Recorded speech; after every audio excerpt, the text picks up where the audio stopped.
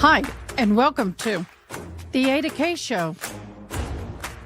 I am Ada K. Brown, and am currently a criminal justice major, and I'm a deaf courtroom commentator.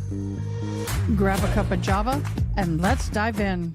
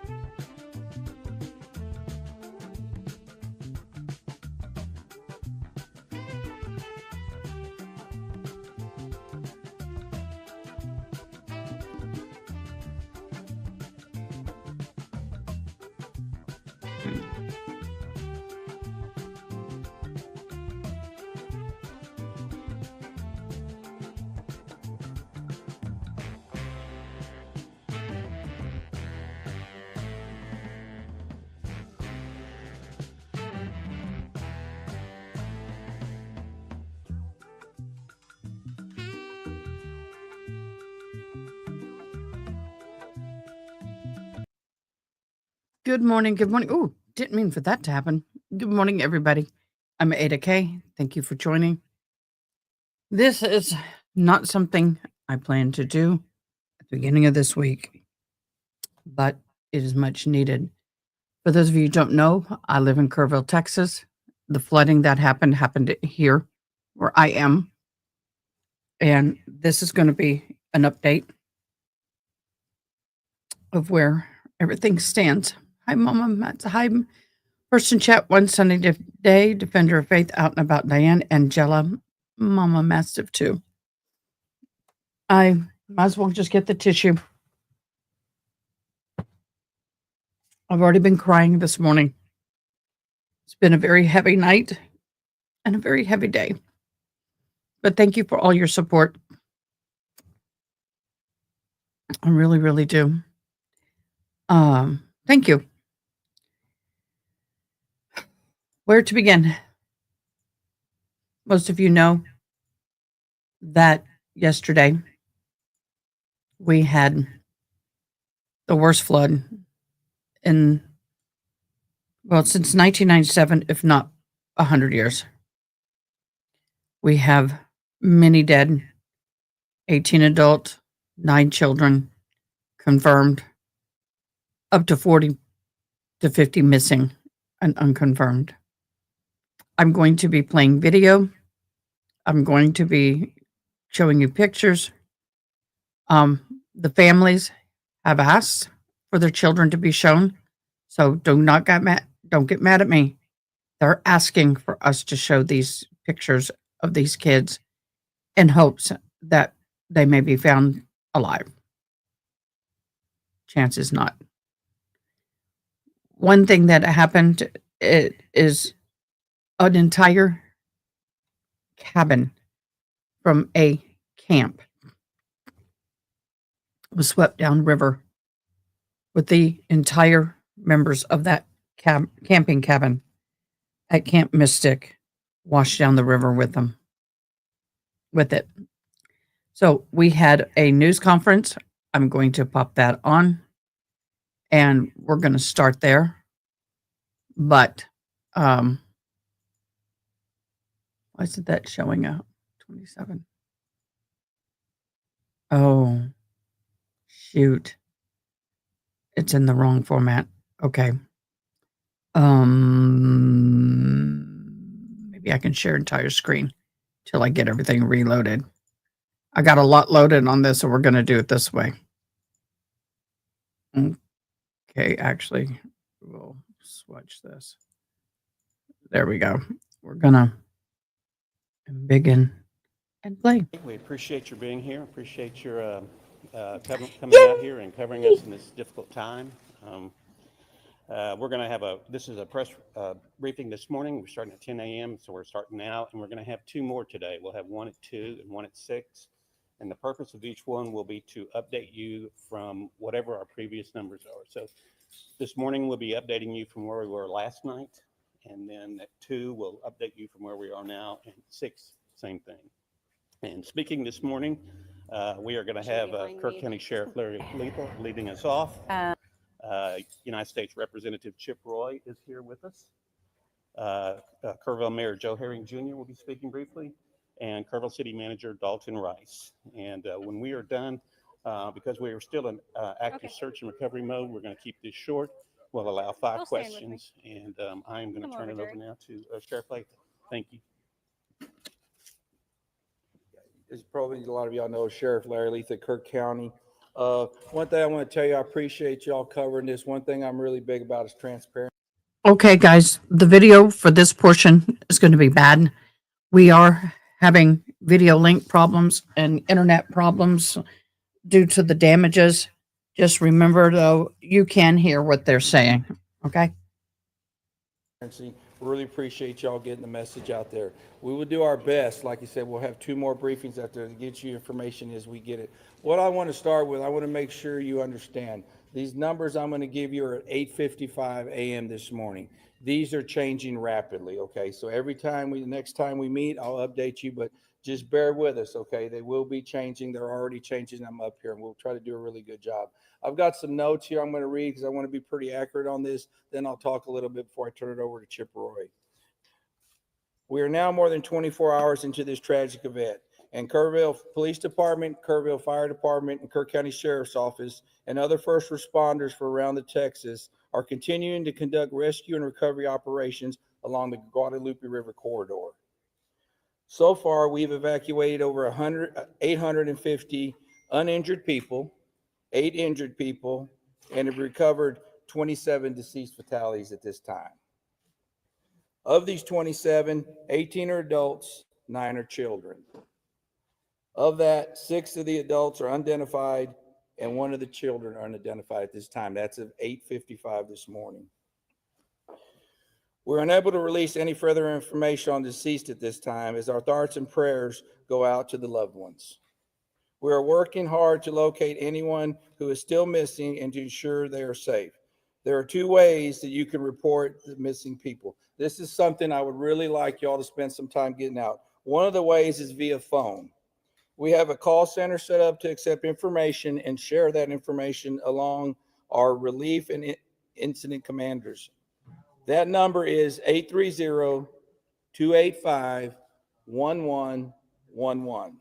I'll repeat, 830-285-1111.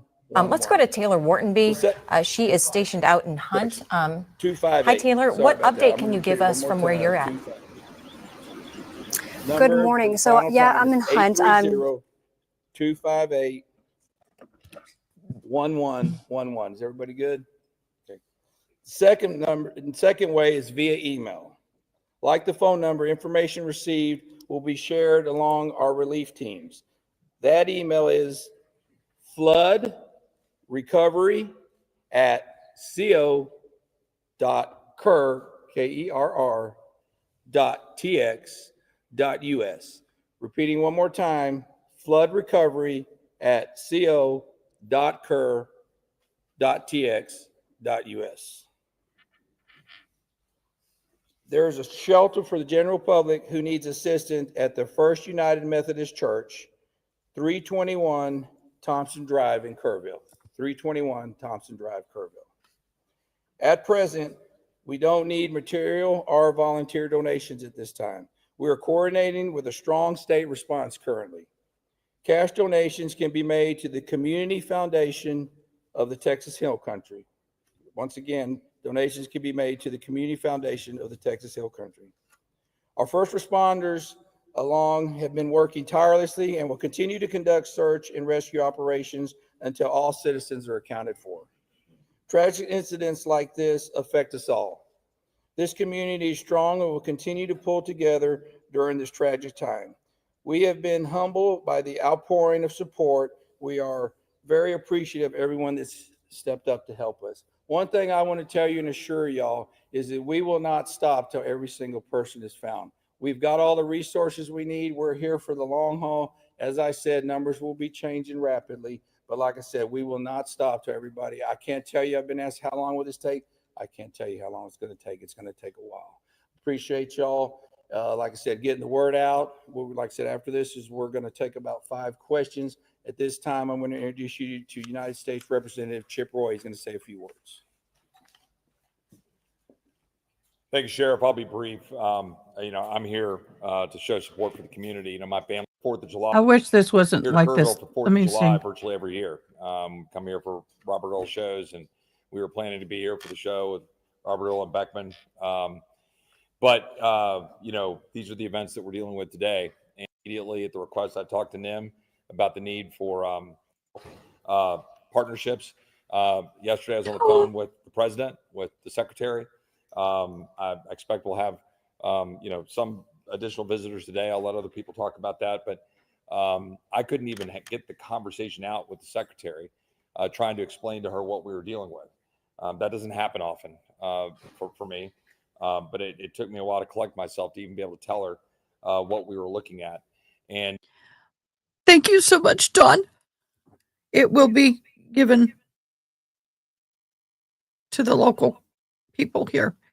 100%. It won't be drained out or whatever. It won't be. It'll go directly. they've been fantastic, made available immediately at the request. I talked to NIM about the need for, help with the Army Corps, talked to the Secretary and their team and their immediate. It's been an extraordinary partnership. I think there's been 1,000 or so boots on the ground combined between state, local, and federal. I'll let them say the numbers, but obviously hundreds of people that have been rescued, 160 plus air rescues. I think that number's going up. Airlifting and taking in resources to some of these camps that are isolated. So let's focus on that. Let's focus on finding those who can be found. And then we can always assess what we need to do later going forward. But extremely proud of this community. Let's finish the job here over the next few days. Support the local law enforcement and first responders, and pray for the families, particularly those who have lost loved ones. With that, I will turn it over to the mayor. No.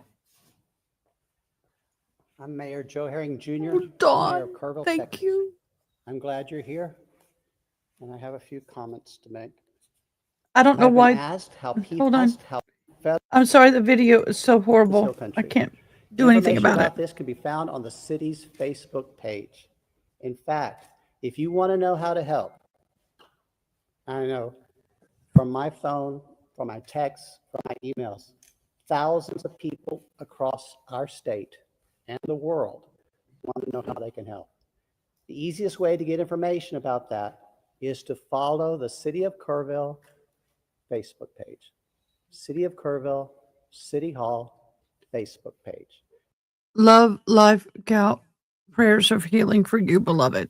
Take care of yourself. They have done an admirable job of Oh, making sure all resources and all information is available. thank you so much, Not only to the June. citizens of Thank Kerrville, you. but to the citizens of the world. I'm thankful you're here. Thank you, June. Today will be a hard day. Please pray for our community. Thank you. Next up is City Manager Dalton Rice. Thank you, Mayor. Dalton Rice, the city manager for the city of Kerrville. Just wanted to give a couple updates on operations. Operations did continue through the evening. We use specialized equipment with a lot of helicopters trying to identify any areas that we could find heat sources or whatever. So operations did continue throughout the night. Obviously, the water did recede this morning. I do want to encourage folks with road damage, even though a road may be open, please use extreme caution. If water does get under the road, we are seeing a lot of debris, a lot of asphalt that is washing up, so there could be some other damaged areas. We did start boots on the ground operations about 8 a.m. this morning and started about southwest of Hunt, so southwest of Camp Mystic. These folks will be traveling very difficult terrain up through Ingram, and we're going to start getting information. So again, as the sheriff had alluded to, the information is changing constantly, and it's going to be changing by the minute. Talked about roads. Don't do your own searches. We know everybody wants to get help. As the roads start clearing up, you're gonna want to get out there. We are in constant communication with families. We're in constant communication with those around, and so we will continue to effortlessly work through working with our partners. Again, we've been working with Border Patrol, Texas DPS, game wardens, federal side, U.S. Coast Guard is here. We want to thank them. Air assets. Again, we have hundreds of state and federal and local resources out here supporting this community. We do have grief counselors out there, so if there's anybody that needs any support, please don't hesitate to reach out as well. We still are operating shelters. Shelters are the same ones that we gave out before. Good news is a lot of the shelters have gone down in numbers, so there's either been those that have been reunited or kind of moving on. A couple of locations we had 18 girls in there that have been reunited with their families. We're down to about 4 that we're working on reunification as well. So reunification efforts are continuously ongoing from the missing person side. Here over the next few hours, we're going to be putting more information out there as far as missing persons, on how to contact if you have somebody that is missing or a loved one. Y'all have the camp number right now. We are continuously working on the other missing person side. The best way that I can sum this up is we have the known, which is the 27 potential missing campers that we're looking for now. The unknown is how many people were here locally, visiting, on vacation, doing other things in the community that we just do not have numbers. So these numbers are going to change throughout the day. And with that, we will take 5 questions. How many people are still missing? On the missing individuals, the 27, are those all, that you said campers, are those all children? And then also, do we know the total number of missing that you know of, not the unknowns, obviously, but the knowns of adults and children for the county? So the 27 missing is the children from Camp Mystic that we have as far as right now for the number.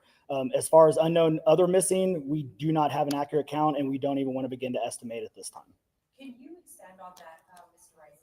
A lot of people in the community, business owners, people that are living along the river have said they are very concerned the number will go up of missing, and they want to know more about how you guys are looking for them, what the efforts are, maybe even some of the challenges. Can you speak to that? Yeah, absolutely. So like I alluded to with the operations piece, we have basically a team of about 34 folks from Texas Task Force 1, DPS, game wardens, and Border Patrol that are boots on the ground on each side of the river, starting in Hunt, and they're starting to make their way up. Across this entire area, it's probably about a 17-kilometer stretch. They are going to be in very debris terrain, very difficult, challenging contours along the riverbanks. So it is a very harsh environment. We are doing what's called a primary search, which is basically a very quick search. But when I say quick, that is up, down, sideways. They're turning over as many rocks as they can, culverts, up in trees. They are looking at every possible location. And then we'll start going into a layered approach, or what we also have from the locals, which has been a really great resource.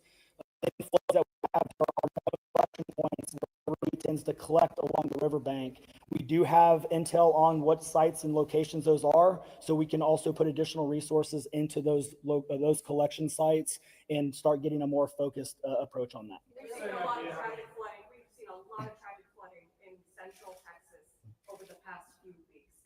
There are so many people, I know this is so early, but there are so many people already asking, what can be done to stop the loss of life? We saw 13 in San Antonio.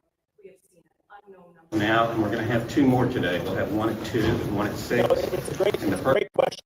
I think that's a question that we definitely need to answer at some point in time. Right now? Yes, we are. We have been in continuous search and rescue operations. Again, this river, even though it started in West Kerr, this goes all the way down through East Kerr County and it's continuing on, to the southeast. So yes, search and rescue operations are continuously ongoing, and we'll continue to update on that. One more question. Where are you finding these folks right now to active rescues this morning? Are they stuck on an island of land? Where are they? Typically rescues, if we do find them, they're going to be in trees or we find them, either on high ground. Again, most of the rescues that we are having at this point in time are other camps. So we have a lot of camps and they are all accounted for, but they are isolated because of road damage. So we know where they're at. We're getting them food, water, resources. And now it's a matter of just getting them safely across, low water crossings or other areas to other shelters. There's so much confusion though about these kids. We know that there's missing kids, there's pictures and there's names and all this stuff. Are you going to give a list of the names of the kids? Absolutely not. We are not going to give a list of the names. We want to protect, those families and their information. The other thing I want to point out, and thank you for bringing that up, these families are getting bombarded with spam calls and spam information. So we want to keep the kids' information and these families' names out of any public, light, to give them the opportunity to grieve and to make sure that we give them the best possible resources that we can and get them reconnected as soon as possible. So some of them are, and some of those have been a great help as well. So yes, it is a double-edged sword, but we need to work through it. So our next one will be at 2:00 and we'll give updates then. Thank you.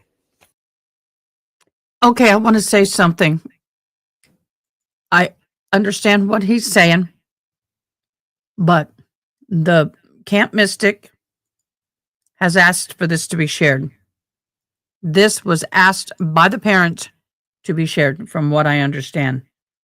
The Bubble Inn cabin, these were the two camp counselors. And these are the girls. Dallas, Houston, Austin, Ingram. These are the precious souls that are missing.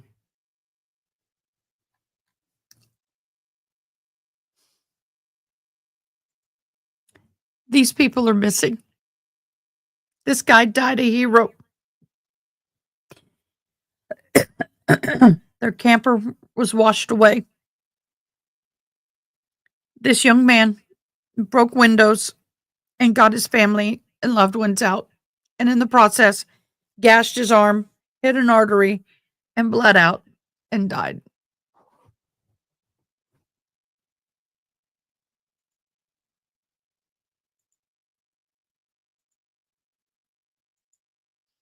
This is what our park looked like. The floodwaters were way up here. Trying to get to where, okay. We're going to switch. I'm going to start sharing over here. Let me close out. I got to get it redone. It's kind of hard. I got to click and slide. Okay, we're going to watch this now. By the way,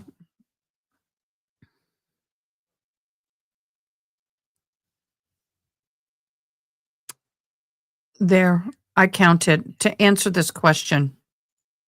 Where is it? Okay. Do they have a count on other missing people aside from the poor children from the Camp Mystic? I went through Facebook this morning and I stopped counting at 43 unaccounted for people. And most of them are 2 to 5 people per group. Families, entire families are missing at this time. Entire families.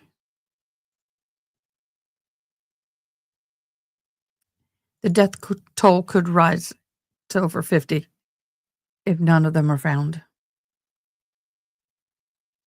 I'm sorry, I woke up with a headache. All right, let's listen to this.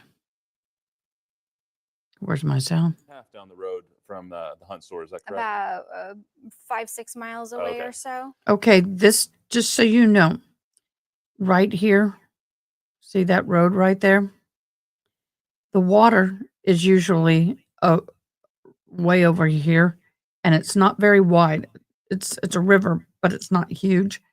This flooded past this on this side and off the screen on that side. But still very, very close. Very close. And then it's still unknown exactly how many people are missing because of just everybody that's coming into the area for the 4th of July. So we're going to try and get updated numbers for you at the top of the hour at the. Okay, guys. This is our parking garage. It is 40 feet from the bottom of that, where my arrow is, to the ground. The river normally runs along my arrow. See this path right here? See these trees? If you draw a line and see this beam here, it runs under that. All of this is dried. And it flooded all the way up to the top of this bridge. Oh my God, thank you so much, Karate Cat Mom. Thank you, thank you, thank you, thank you, thank you so much. Yeah, crossing that bridge, never seen anything like it. That bridge, I discovered, was built in 1935 as part of the Depression project, and this bridge has survived hundreds of floods, but very few like this, and it's still there. I'm good engineering, y'all. Conference. Right now, though, we want to get to a couple who survived the flooding and was saved. Maria and Felipe Tapia, who live a few hundred feet from the Guadalupe River, described their home overflowing with water within 10 minutes, forcing them to swim out to get to safety. No warning at all. So that's why he got, everything was so quick, and the water was really quick. You know, almost all the top by my side. You know, the water went all the way, but this high So in our house. So you're swimming in the water. I was swimming. You know, we went out. Then I went and grabbed the kids from my truck, but I went and she said, "No, don't go, don't go." And I went and get my kids, and I'll be able to drive my car. Yeah. How did you get out? How did you survive this? Well, the neighbors. door was stuck, you know, so he pulled it real hard. So The door was stuck. Yeah, the door of the car was stuck, and we walked to our neighbor. He's a little bit higher, so he gave us a shelter for a while. The resiliency of that community continuing to be seen throughout every interview that we see with them. Yeah. Sorry, I'm getting my drink. Oh, Dawn, thank you so much. Oh my God. You're such an amazing person. Thank you, thank you. So I want, oh no, don't want to waste, oh, dag nabbit, I'm spilling it. Okay. Was that kind of a day? They're saying there's no warning. There was a warning. It was going all, my cell phone, I was in the office. And I knew that we had flood warnings because it was going off like crazy. But to me, I'm high and dry. And flood warnings happen quite frequently here in Texas, in the hill country. And I didn't know it was going to be, nobody knew. This was not what anybody, including the weather service, anticipated. The storm pretty much camped out here, literally, dumping a lot of water. But anyway, I'm tired of people saying, "Oh, we did not have any warning." There was warning. There was warning days. All day we had warning. But the warning we had was not reflecting what was to come. And there was no way for anybody to have known. Give me a minute. I'm going to hop in Miss Diane and let her know what I'm doing. Hello, Miss Diane. How are you? Hello. How are you besides tired? I am emotional. I know. We left our house today, and one of our neighbors down the street, our family members, I believe, of one of the victims, they were standing in the yard just sobbing. I saw your post, or this morning I was up at 5:45 and I saw your post. Terrible. It's terrible. Yes. All right. So the 3rd, I got to mix this. Sorry. On the 3rd of this, the night before the 3rd, I had a friend come into town just for a quick visit. I got to mix my drink. Go ahead. Mix, dang it, mix. Kill that thing. Anyway, they came in and they'd been down what we call the drive a couple of times in their life, but they never been to the Hunt store, never been to Kreider's, all that. So we drove all the way. And Kreider's is gone. Well, standing but gone. Hunt store is demolished and it's over 100 years old. And I have so many amazing memories there.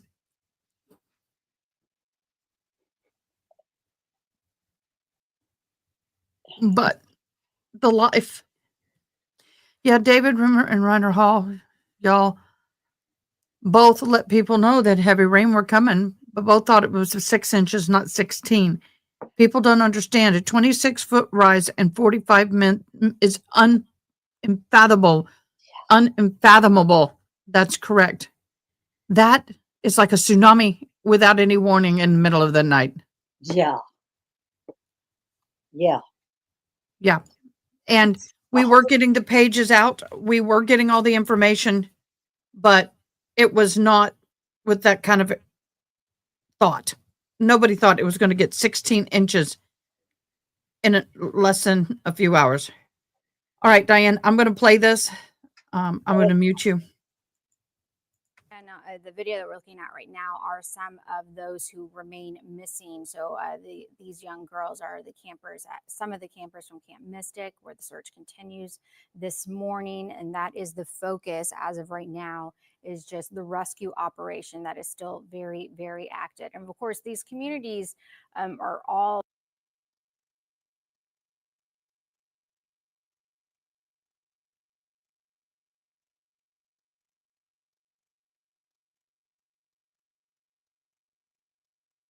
just very, very close to the river. So there's so much damage in Kerrville itself. And our Joe DiCarlo was able to get inside a man's home, and he kind of gave a little tour just to get a more perspective of just how bad it got. So let's listen to Joe. Hey guys, we are here again in Kerrville, waterfront drive right along the Guadalupe River, and we did meet a gentleman here. His name is Greg, and he offered us to show his house and what's unfortunately what's left of his house after the water this morning. As you can come inside here, you can see the complete devastation, the mud, the floodwaters, everything that's been completely moved throughout his entire home.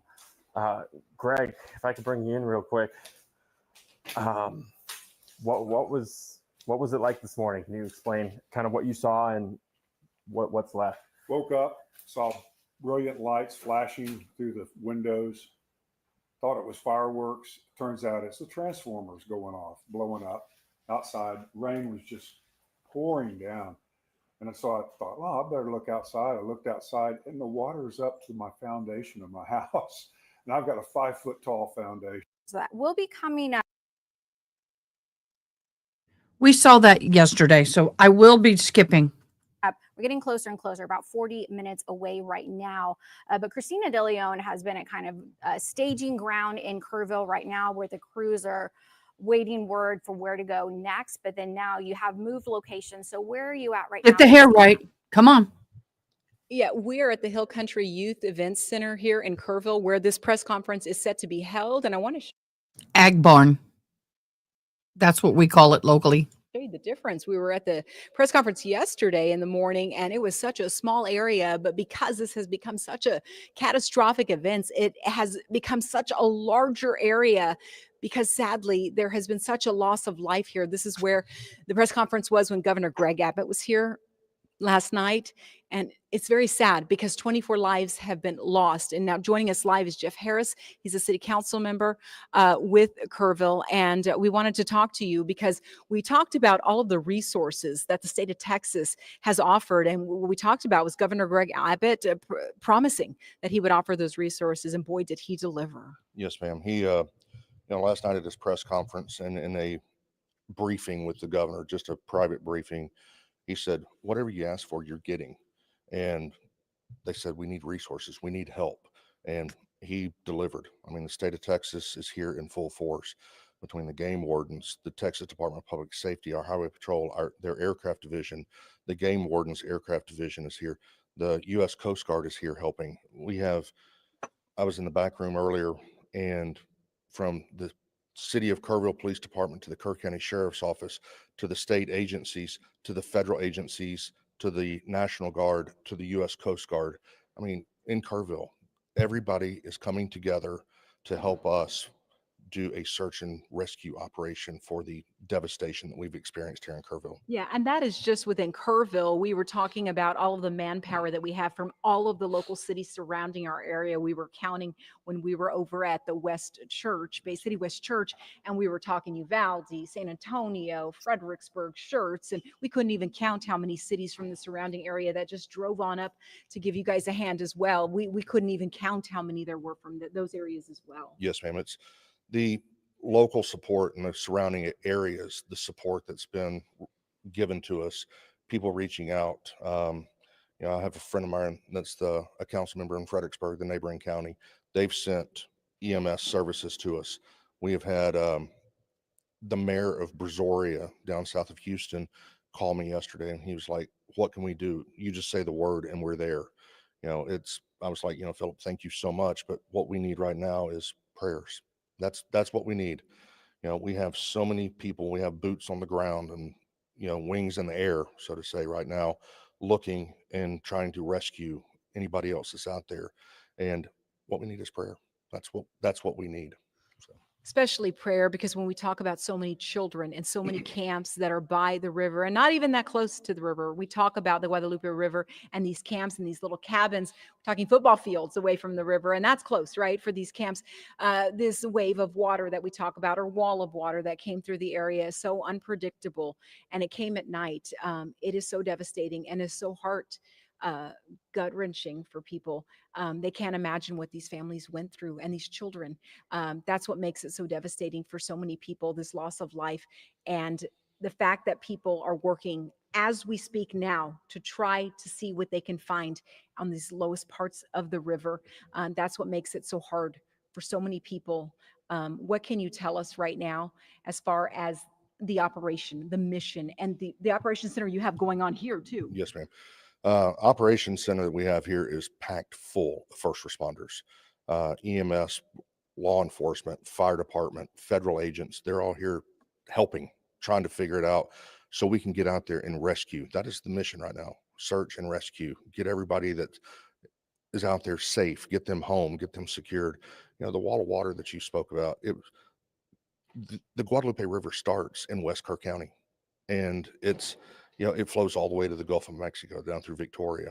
But, for this devastation, this tragedy that's here, the support, the outreach has just been unbelievably amazing. So.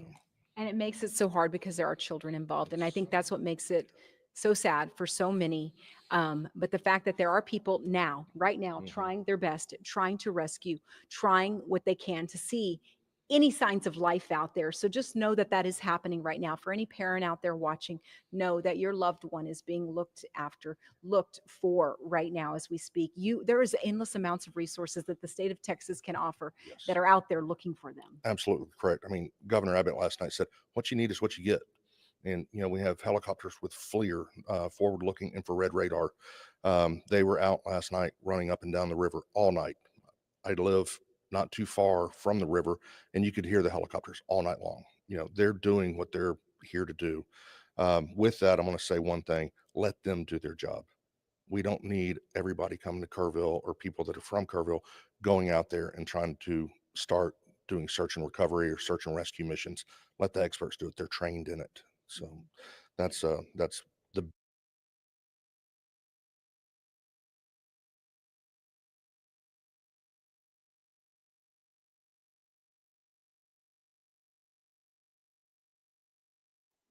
Can't hear you, Ada. Sorry, I'm muted. I got it. What I said is I'm a first responder. I'm trained in doing the rescues and stuff, but I'm not, because I have rheumatoid arthritis and my hips are flared, and it would put me in danger as well as others. But I will tell you, do not go out there on your own and try to do anything. This is treacherous, number one. Number two, you're at home now. Oh, good. Number 2, I'm going to put it in comments and pin it.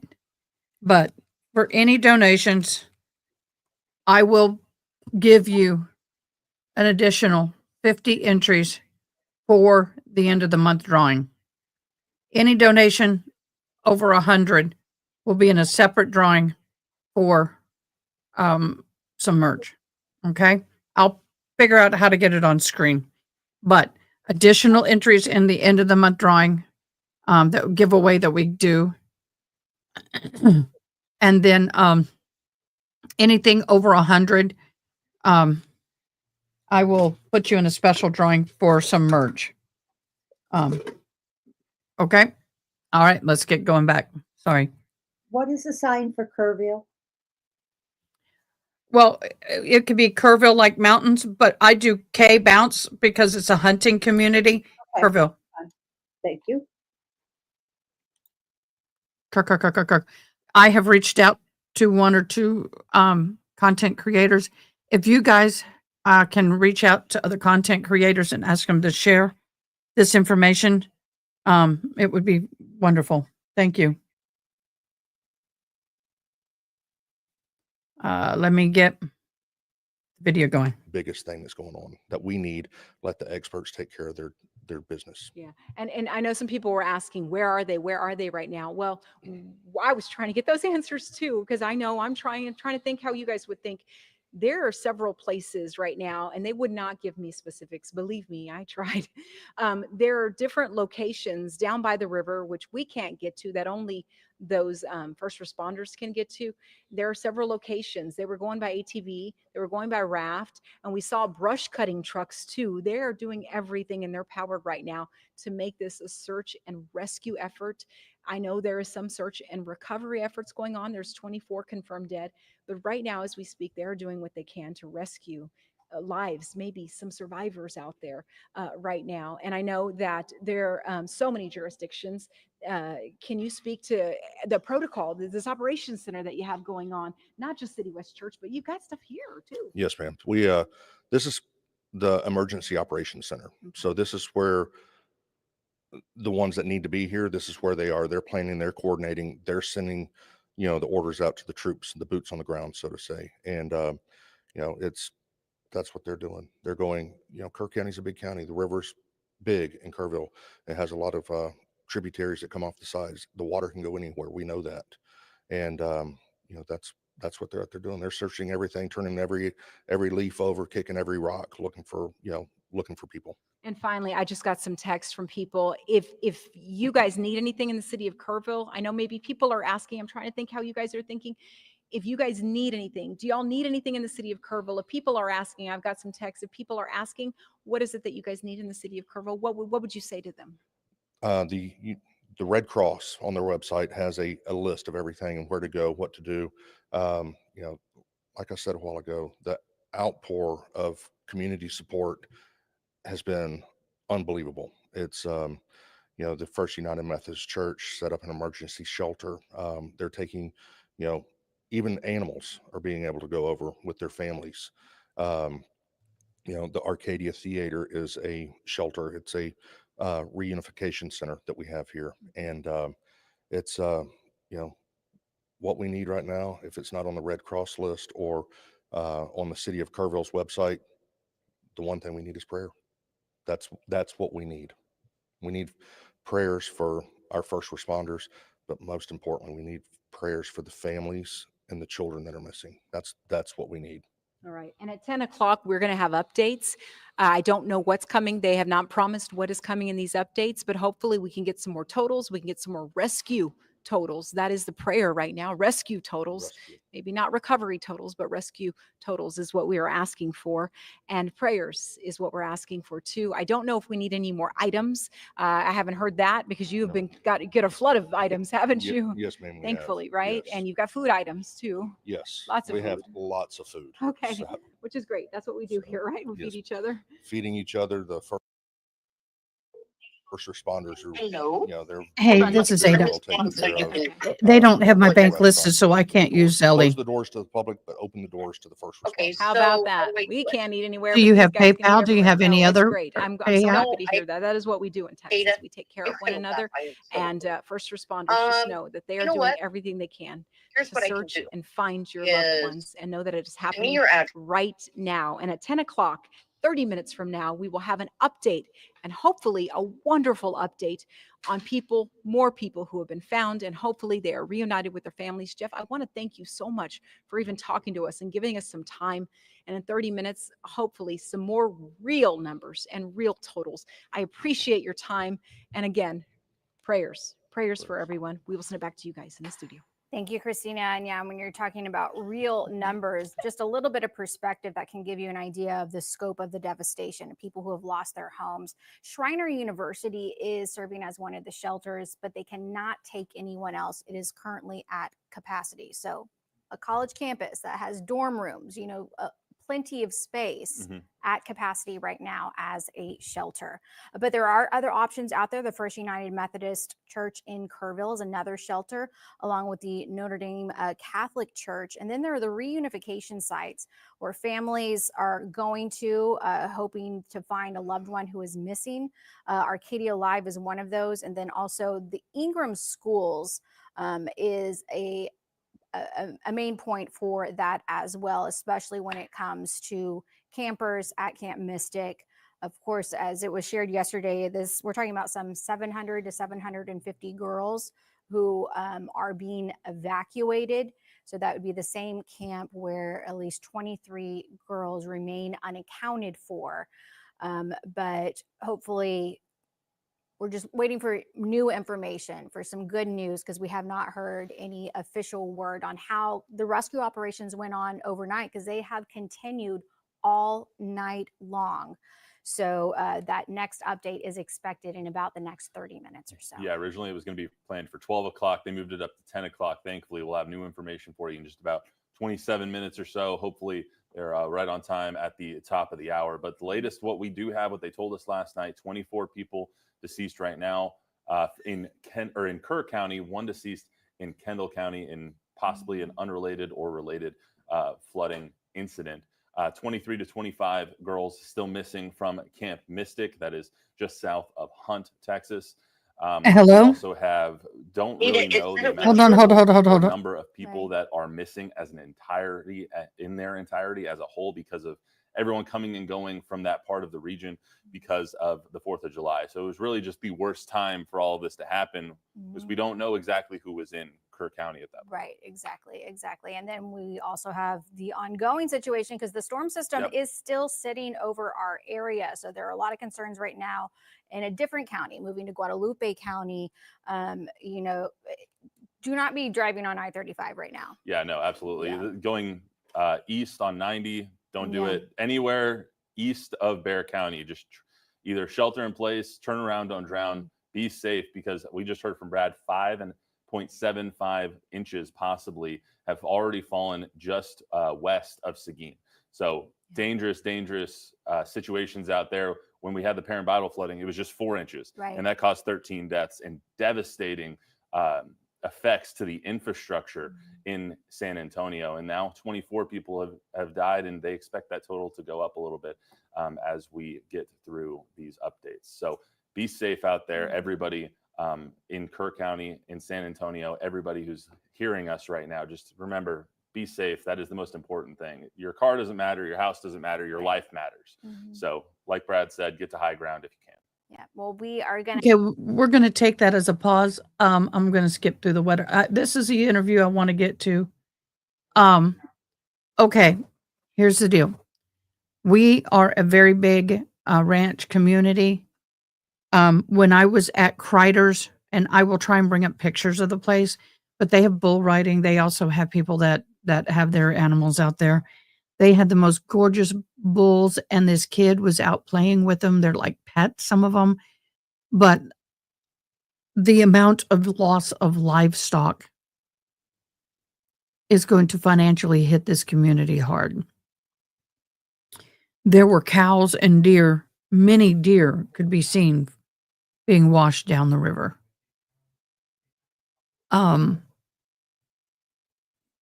This next part is going to talk about the Hunt store.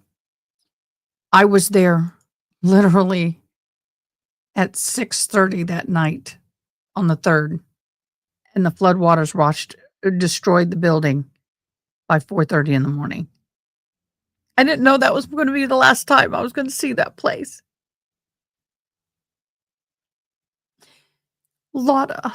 Many years, 20-odd years of going there, listening to music, eating good food, fellowshipping, all of that gone. This building is a very historic building. But what's bad is this community, Hunt, is so small. It was the hub of that community. So here we go. All the cabins are going to be. Okay, so I'm going to move this. Here's Camp Mystic. Here's Hunt. This is Camp Mystic. At a much higher elevation as well. So it's one thing when we hear, the Guadalupe River. Okay, that's something everybody does not understand. See all these green, dark green?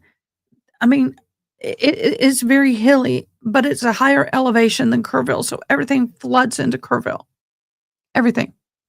Rose 25 feet or whatever. You can kind of imagine that. But then the spread so far and then continues to go up so high. And this camp is very old. It is going to be 100 years old next year. So it has been through the other big floods of that area, but never anything like what has unfolded in the past 24 hours ago. Right. And we're following another breaking story now of what's happening in the eastern part of our viewing area over in Seguin and Guadalupe County. So we'll have the latest for you there. We're sending a crew out there. We're going to pull up the outage map here soon. There is massive flooding happening over there now.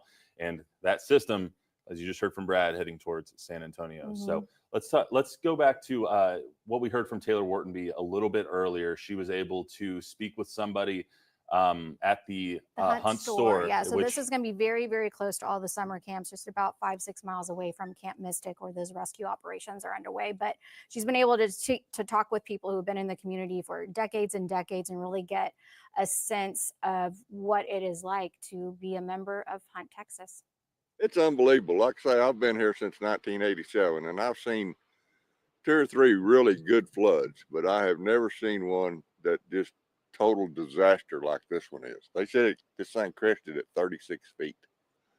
And it's just, I mean, like the Hunt store there, that was the hub of the community. And people would come down, me and some other guys every morning and drink coffee, and sit and talk. And Carl was here every morning to open up and do the book work and everything. And, like I say, I just live right up there on top of the hill. And I woke up at 3:30 in the morning, and I'm in a barn up there, and I had about that much water in the floor of my barn. I thought, what is going on? I mean, I knew it was raining, but I really feel bad for the people that have lost loved ones and property and everything here. I mean, it's just really hard to fathom that, the destruction. It really is. Yeah, the destruction. I mean, just look behind us. This is just piles of debris that have stacked up. I mean, what was your first reaction to see the Hunt store the way it is? I mean, the gas station here completely flipped over. You smell gasoline here. It's just sad. It was. I mean, I drove down there, and my jaw fell open. I couldn't believe it, because like I said, I've seen water come up maybe nearly to the road right here. I've seen it come up that much, but not up to there. And if we could take a look over here, closer to this field area, if you want to take a walk with me, you could see, Jerry, this area. What was this usually like over here? Well, that was just what they call the Preservation Society, and they always had our Sunday Easter service was down here at this little pavilion, and that was usually just a lot for parking, and when Hunt had their 100-year deal or whatever here a while back, they had a big park out there, and I mean, it was just kind of for everybody to use, you know, what it was. So, And I could see from over here, you see a car that's completely flipped over and totaled. I mean, just looking at that wasn't there before. no, it was in this driveway right over here. So that just goes to show how aggressive this floodwater was coming through Hunt. Oh, yeah, it had to be coming through here 90 miles an hour. When I came down here at about 4 o'clock, right up there about where that sign is at a gate or whatever, right through there, that's as far as I could come. The water was coming through here, you know, that deep, and I couldn't even cross it in that buggy. Now, Jerry, I did speak to another resident that said, you know, I'm just packing up. I'm getting out of here. Where do you start from here after rebuilding? How do you start? Where do you go from here? Church. Yeah, and there's just a lot of, you know, resources that are going to be needed for this. Oh, yeah. Well, they've had the Methodist Church open over here for their, what do they call it, the base camp or whatever. And that's where I went over there to see if they needed anything, but there's nobody there now. So I guess everybody wants the Shoemaker open, people could get out. And they've got plenty of water and food and stuff all already stacked over there. So hopefully they're all right, but it's gonna take a year or 2 or 3 for this thing to actually get back to the way it was, you know. All right, so we're waiting right now for the latest press briefing up in Kerr County. We are expecting to hear from Kerr County officials with the latest numbers on rescues, on missing, on fatalities. All of those should be coming to us in less than 2 minutes. Yeah, well, we started off today at the Secretary of Homeland Security, Kristi Noem, is on her way. We'll be there shortly. Melania and I are praying for all of the families impacted by this horrible tragedy. Our brave first responders are on. Okay, so let me move to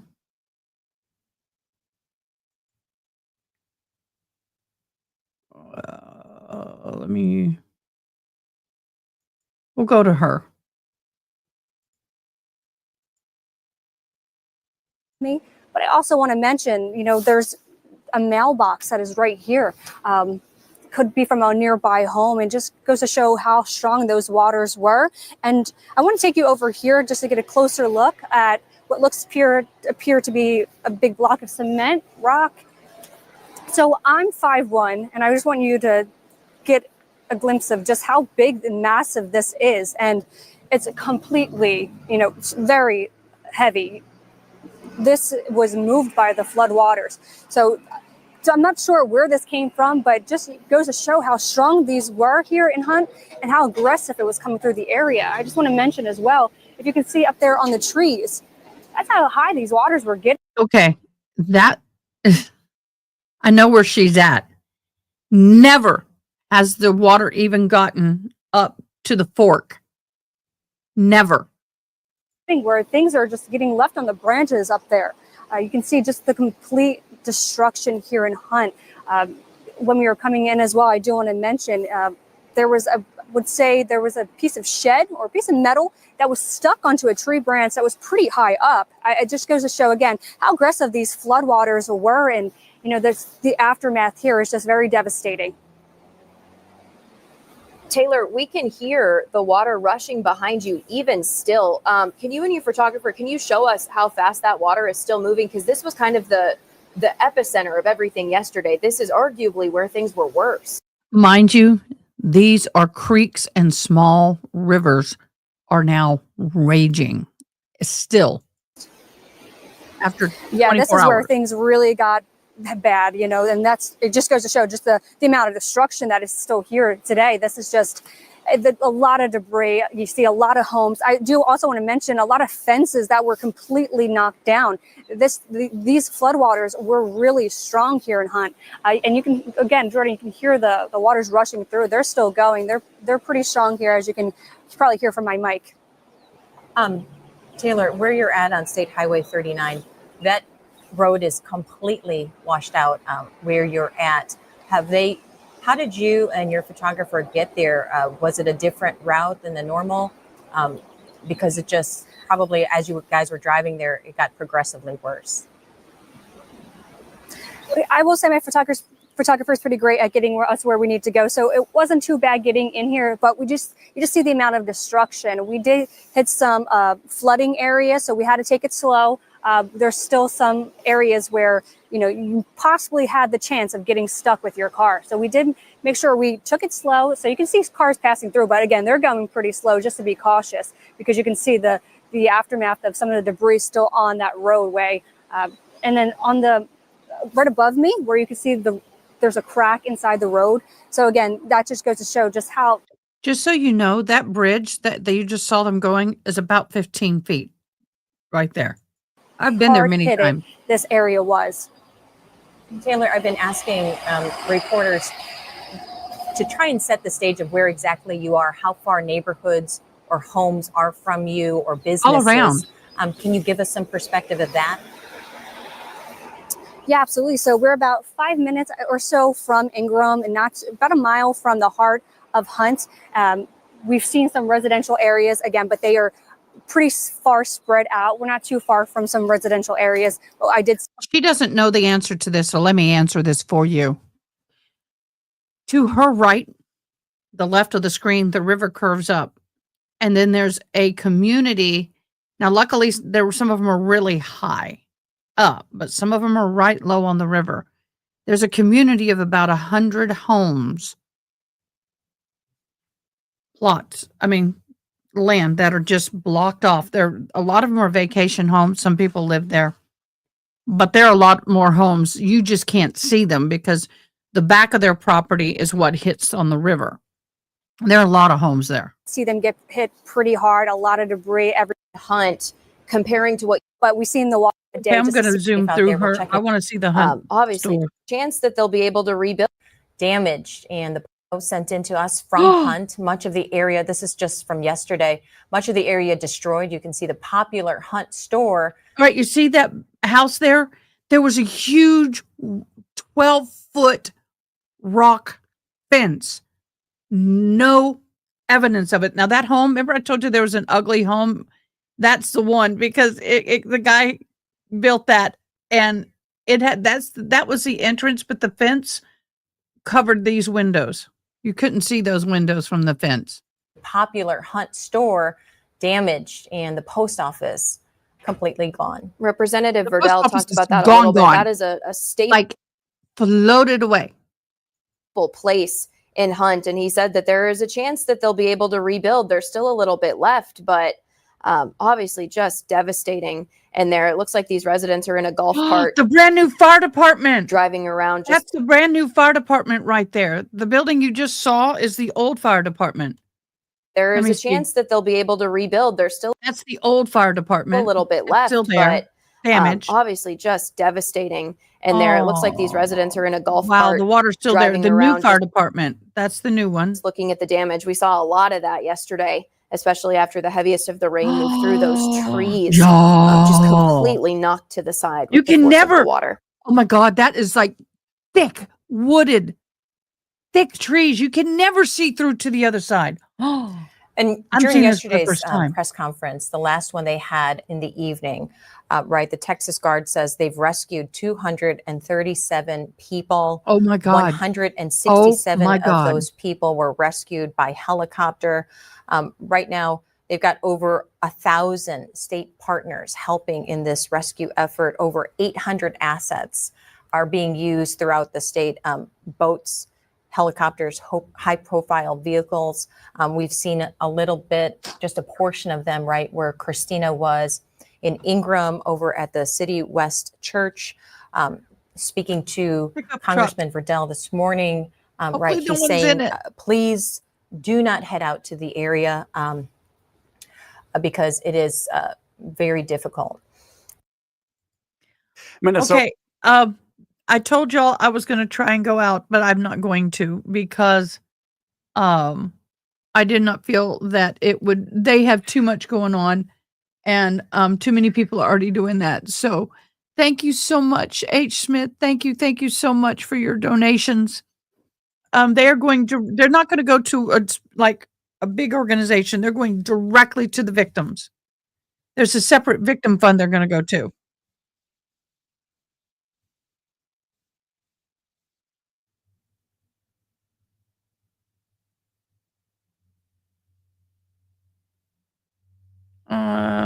She did a good interview. I'm trying to find it. She did a good interview with the Hunt store guy where you could see inside the store.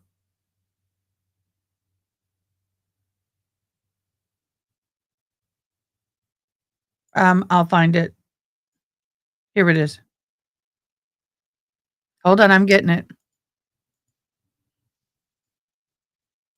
The city of Kerrville is thankful. We have help from. Come on, stop. All right, stand by. You know everyone. Small knit community. Where do you guys go for your gas now? And are you checking on neighbors and things like that since you are? By the way, that was the only gas station in that community. So now they have to drive 15 miles up to go to Ingram. Tight knit community. Oh yeah, we checked on. We drove up the road the other day and went to every house just to make sure there wasn't anybody still in there. I mean, we'll have to just go to Ingram to get gas and coffee. That's where I'm going next, unless you've got some coffee on you somewhere. Is there anything else that you'd like to get out to your neighbors that are watching here in Hunt? Just take care of your neighbors and take care of yourselves and pray. Jerry, thank you so much for your time. Well, thank you. So we will continue to be here in Hunt, and we'll keep you updated with the latest with this destruction. So back to you guys in the station.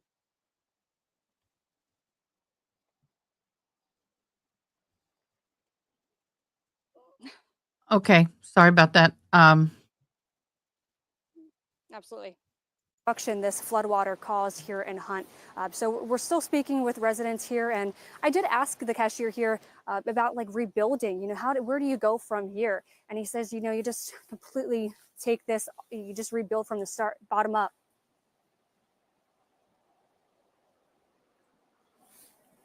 Oh, okay. So we're only seeing their part of it. Okay, Yeah. hold on. These trees are ancient. Here we go. Rises. At first one I saw was like 21 feet, and then it was 24 and a half feet, and then it was like 27 feet.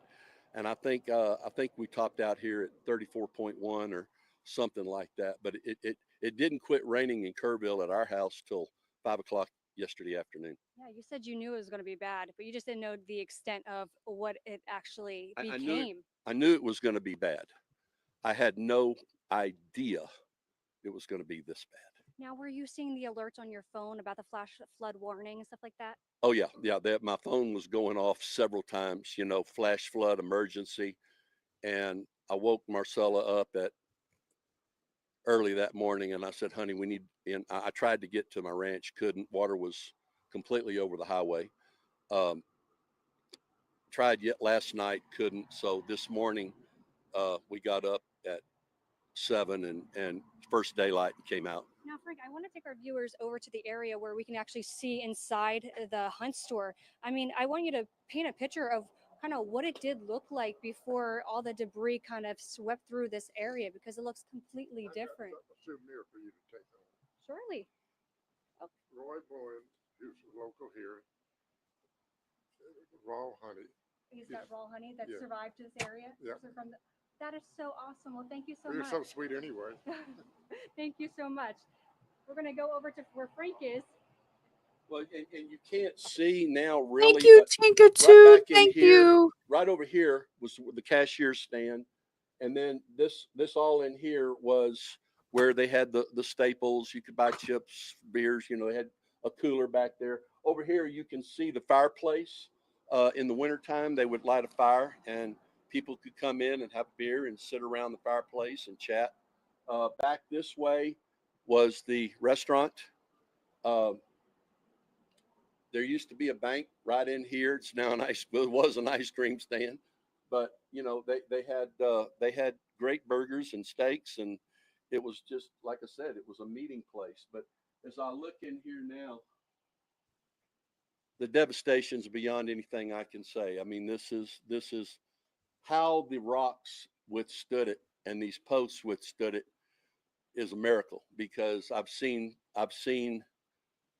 posts and everything bigger here this morning that did not withstand the flood. Yeah, Frank, if we go further up to the front of it, I know you were talking about earlier. There's a better view of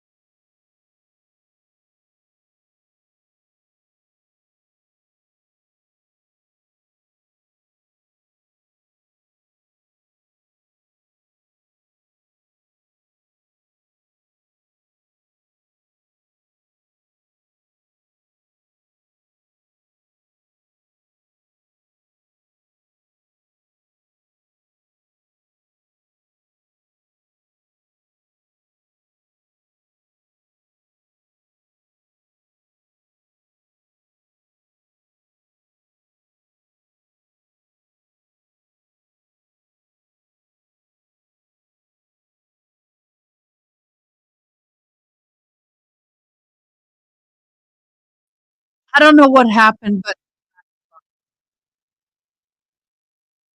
Inside the I don't know store, what you could happened. buy bottle. There was a wine, like right about here, wasn't it? There was a wine rack. Wine rack was right here. You could buy some excellent wines, and Oh, you could. again, It was beautiful. in the wintertime, fireplace, was kind of a gathering point. And Oh, I but loved it. like we were talking about earlier, Taylor, this is a very, very small, tight knit community, and Just emotional. You just get emotional just looking at this and seeing what it once was and now what it looks like today. you do. I thank God that people survived it, that we're here to talk about this. What those kids went through and adults along the South Fork of the Guadalupe River, I'll be honest with you, I can't imagine.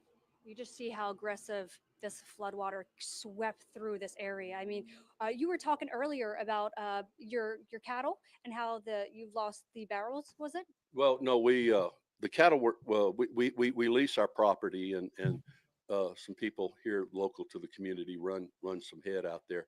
There were no cattle on the property. There were 62 round bales of hay because they just cut, and each one of those bales weighs about 950 pounds. They're all gone. All 62 bales are gone.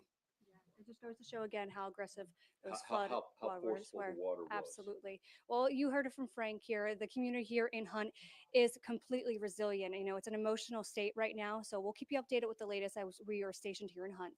Back to you.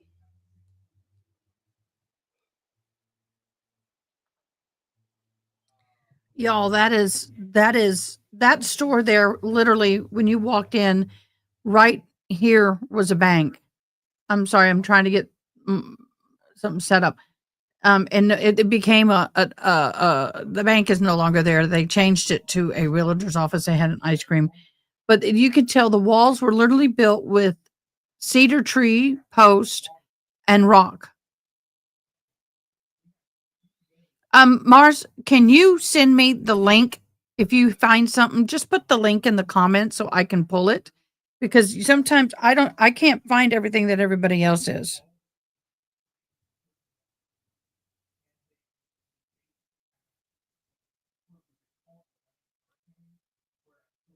So anyway, so yeah. Okay, here we go. We're going to change in a minute. Come on, play.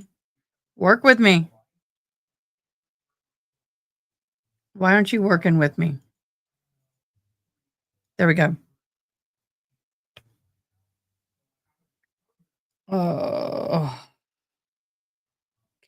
I have a special app that I had to renew. So frustrating. Why is there no sound? I guess there's no sound here. Texas Ranger. We've seen this. Public, light, to give them the opportunity to grieve and to make sure that we give them the best possible.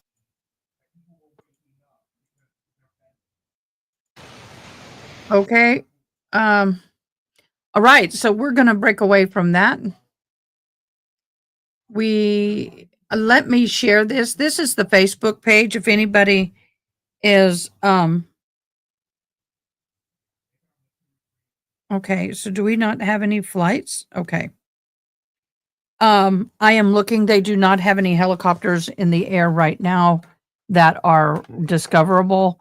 I do know that there's military helicopters, but I'm not legally allowed to show you those. Okay. She sent me the link. Okay. I will go get that link. Thank you for the comment. Thank you so much. I am pleased. I was getting ready to lose a part of my programming. I had to renew. I hate that. I had to renew something. And if I didn't, I tried to open the link, but I have to have an account, and it wants me to register the account. And that's also something else I was trying to do. When you guys send me links, sometimes I have to go in, register, create an account just to read the link. which can be frustrating. So please forgive me. I am trying my best. I'm trying to get that up and going.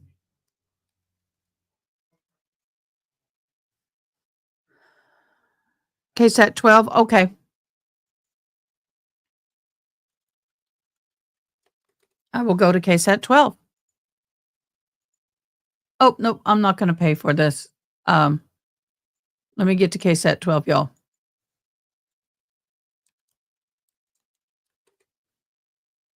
KSAT 12 and a 2. Let me getting there.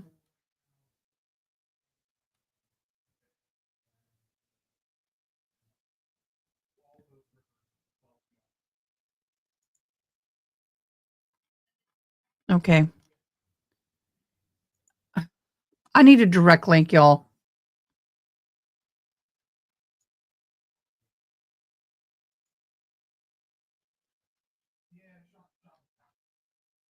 I'm going to put something else on because I can't find it that quick. If y'all will send me the direct link to the channel to that specific article, because what happens is they have a lot of different articles and I don't know which one it is.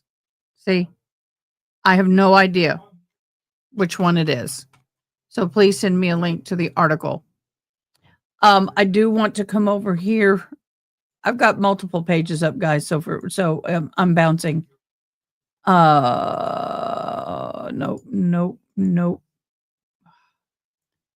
I have a lot of people also popping on, trying to make sure I'm safe. So let me play this page.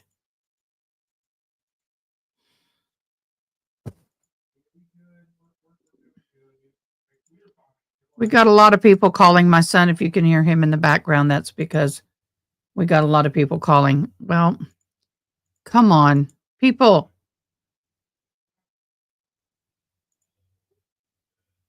Why is there no volume all of a sudden? There it is.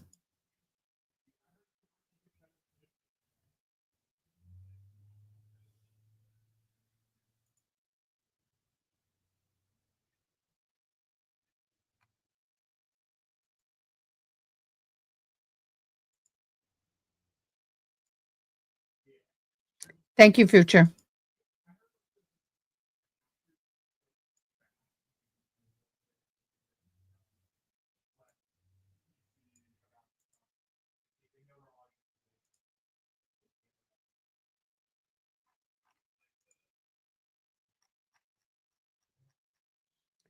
Thank you.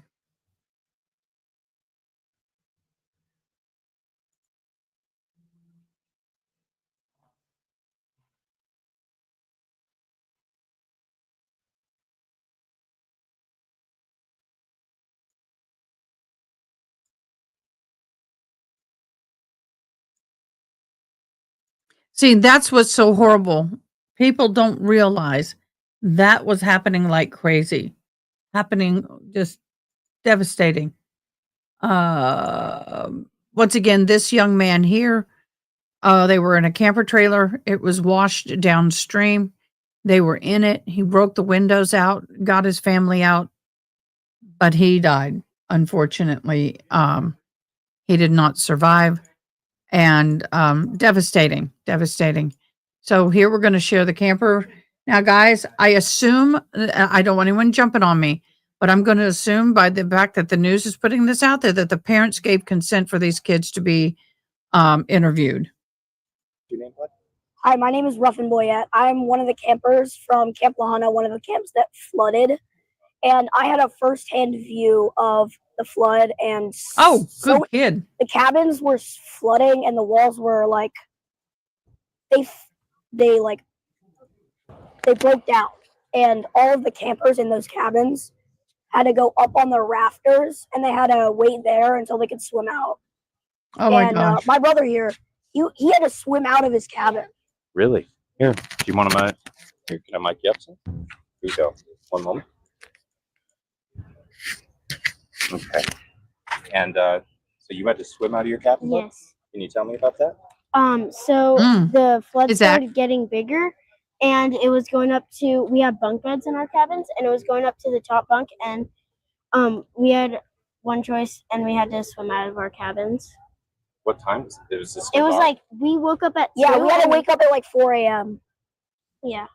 What'd you wake up to? Say people telling you to wake up? I didn't Yeah, fall people were asleep. screaming. I didn't fall asleep. Like I couldn't sleep because of the lightning. Yeah, people were screaming that there was a flood.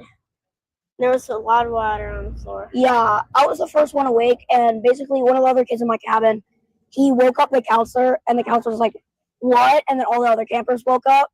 Yeah. So that what? And they're like, "Oh my God, we're flooding!" Yeah, and some cabins like flooded away. So what did But nobody died. No one died. Yeah. We are thankful for that. But on the way here, we saw all of like the other camps destroyed, like obliterated. And tell me how you He's guys so got out. cute. They put you guys on buses, or did you have Yes. to wait? Yeah, we had to get on a bus. Yes, we had to get on a bus. We were in Oh, other cabins man. for like Man, we wanted to. We had to get on a bus, man. Could we not have gotten on a canoe? cabins on hills for about 17 hours. Yes. We waiting hosted it. until We hosted a the cabin. buses get here, and it was not fun. It was not fun. What are your names, guys? My name's Pierce Boyette, and his name is. And my name is Ruffin Boyette. Okay, and how do I spell those guys? It's R-U-F-F-I. P-I-E-R-S. Let's do Pierce first. P-I-E-R-S. Okay, and your last name? B-O-I-E-T-T. B-O-I what? E-T-T. No E at the end. Got it. All right, and Ruffin, how do I spell your name? R-U-F-F-I-N. Okay, so you guys fight. Sounds like a really long day. Yeah. Yeah. How are you feeling right now? Tired. Not hungry. Shock. At least not anymore. And shock. All right. I'm glad you guys are okay. Thanks for talking to us. I appreciate it. Can I get those mics back? Yes. Okay, guys, we're gonna go over here. Okay, I want to say a few things here. I appreciate everybody's help and input. Please, if y'all have videos or anything, any new information that may pop up, I've got a lot of stuff going on. I got 3 monitors. I got a lot of things popping up. Please send me the link. He saved the pillow. That may have been given to him, but it looks like he saved his pillow. If you have something that's just popped up, please send me the link, because by the time I find it, it'll be forever. Now some of this stuff I'm playing, I'm listening for the first time with you. I've not been able to preview them, but let's get the volume up and listen. I think since the 30s. Purple proudly Of presents. course. 'Tis my sleeping beauty. I shall wake her Of course. No, I do not want purple bed. I was trying to from mute this you. cursed spell. Oh, hate commercials. If you ever wake me up again, I will feed you to a dragon. I have slain the dragon. And I was slaying this nap until you woke me the up. This is a purple. My pain has disappeared like magic thanks to the GelFlex grid. Purple. Less pain, better sleep. Sorry, guys. I had to do that. AI can turn your lights Okay, on I'm not doing that. and drive your car. We're going to switch. I'm not going to have 20 commercials. The river. This area is flooding right now, and a flash flood emergency is in effect for River Road along flooding in central Texas over the past few weeks. There are so many people. That's what I wanted. But as you can see, it is starting to flood here at Riverview Park. The benches there that are and the park tables are starting to see the water pond up over them. It's gotten higher the longer we've sat here at this Riverview Park area. I could tell you the driving conditions are still really bad. This flash flooding situation here in the Seguin area has not let up. We've been here for over an hour now in Seguin, and the rain has not stopped. It has been torrential. It has been ongoing for at least over an hour now. It has been, again, we're here at the Riverview Park area. This is near, just over those trees just ahead is where the Guadalupe River is located at. The park is closed, so we can't get past the gate. But again, flooding already happening here in this area. I don't know if it's from the river itself or just the flash flooding from all the rain that it's gotten in this area within the past hour. It has not let up. We did notice less cars on the roadway, so I'm hoping people are listening that driving conditions are not ideal here in Seguin right now.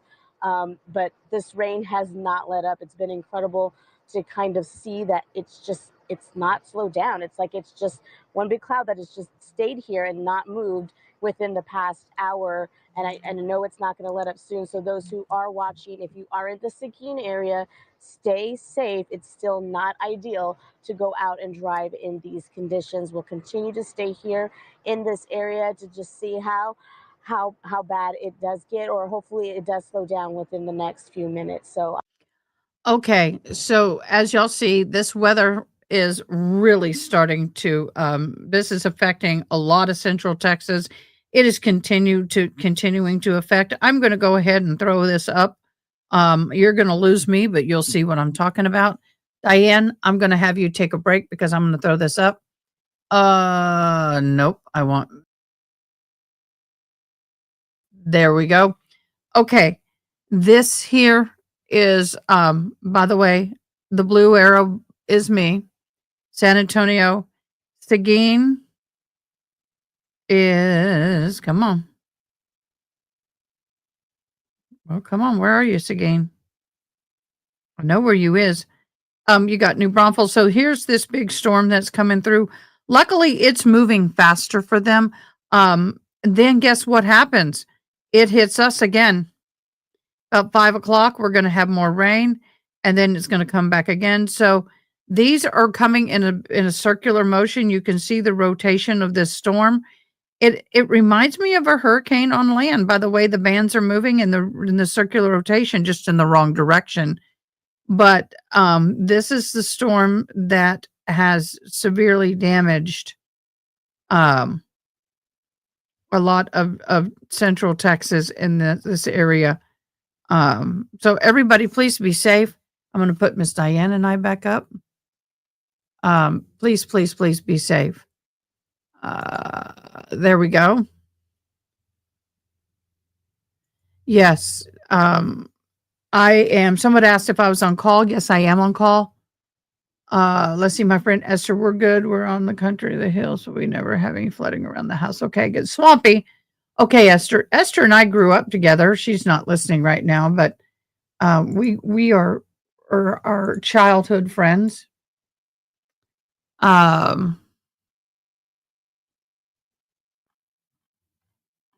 I see this thing that y'all send about mom.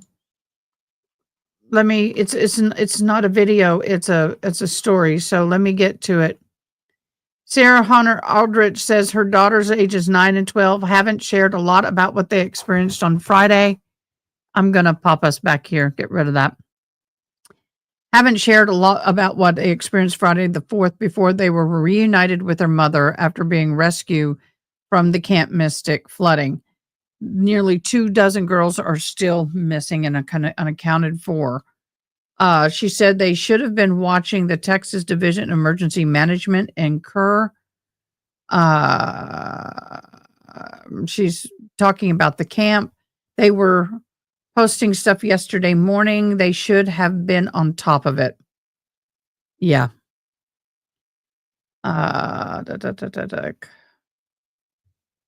They were told to come down after the water receded, and then they made it to one of the buildings that wasn't flooded anymore. They were up there for a couple of hours. I'm just reading the comments of the mother.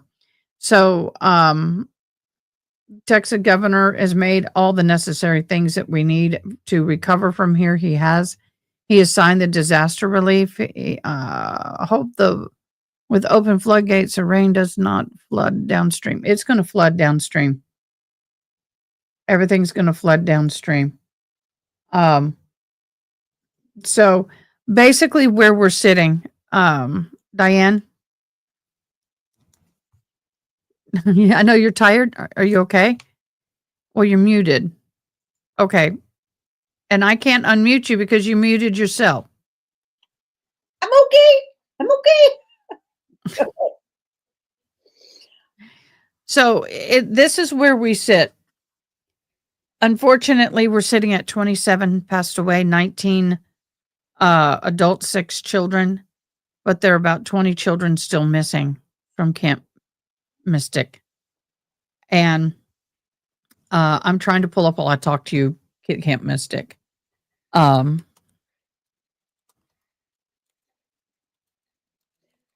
What's that? So you can get ideas of the pictures and the images.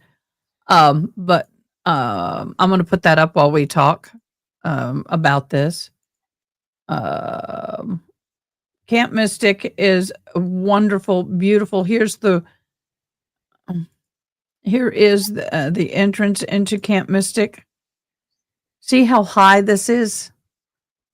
This is the water. See this is extremely high. These are some cabins, the newer ones. But this is just some of the photos of the camp. The girls at the camp. Here is a cabin up here. This is what floated away. Let me guess it won't let me look at. So if you can see up here, it's on the side of the cliff, and it's got wooden supports underneath it. Glad you're back. Yeah, thank you, Washington. Yes. This is the type of cabin that washed away with the girls. Unfortunately. It is a very, very beautiful camp. Wonderful camp. But not anymore. Look at the devastation.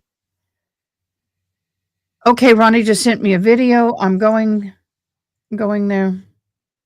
Thank you. Got it. It just opened up the same thing with no video. Let me see what I can do. There's no video, Ronnie. Here, I'll share. This is what it's opening up to. No video. Just pictures. Okay, so people ask me, this is a good thing for y'all to see so y'all can learn. People ask me, what does this X mean? X means that somebody has investigated the vehicle, and then they put number of, if there's no people found in it, they'll put a number. They'll put the number of the unit that the person who checked it. So this means that this vehicle has been cleared of any victims. Here's some more pictures of them reuniting. I know where this is. This is by a water plant. So, but there was no video in that, Ronnie. I don't know why. I'm not getting. Okay, let me go to this one. Okay.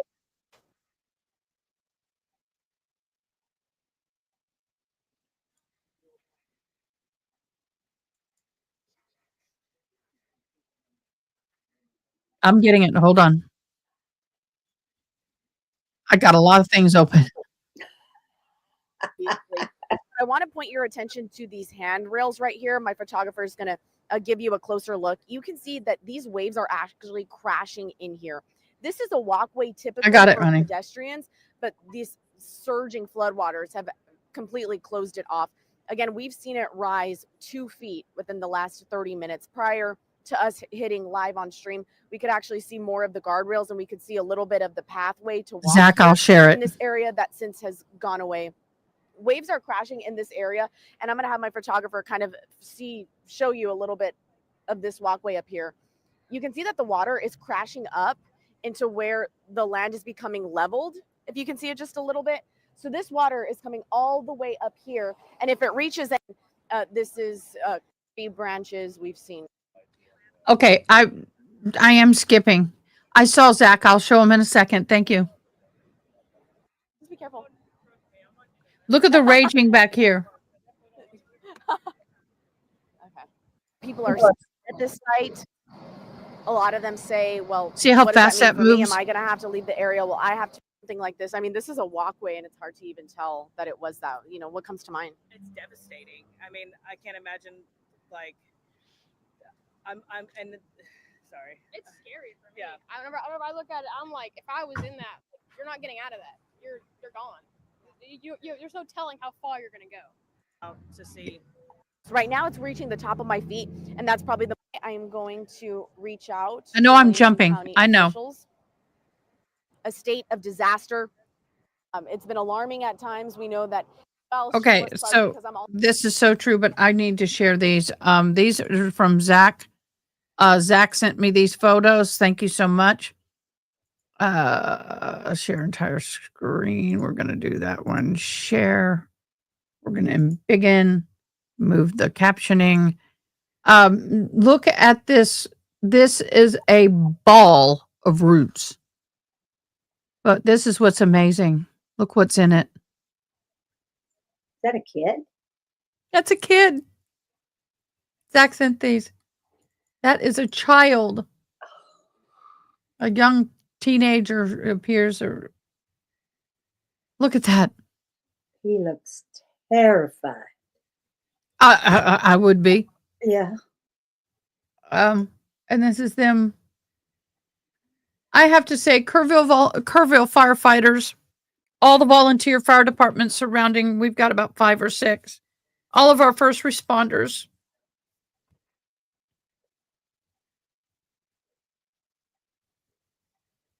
Thank you so much.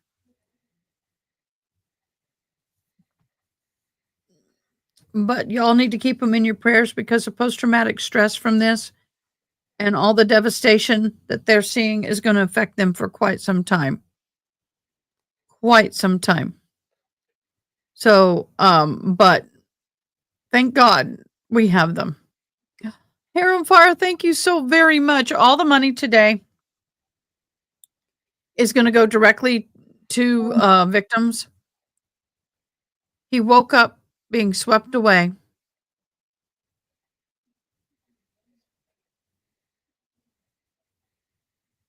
Wow. Wow. Let me see if we have any. Didn't they say 1:00 that we're going to have another news? I'm going to look and see if we have any more news briefings because I know they're going to have another one.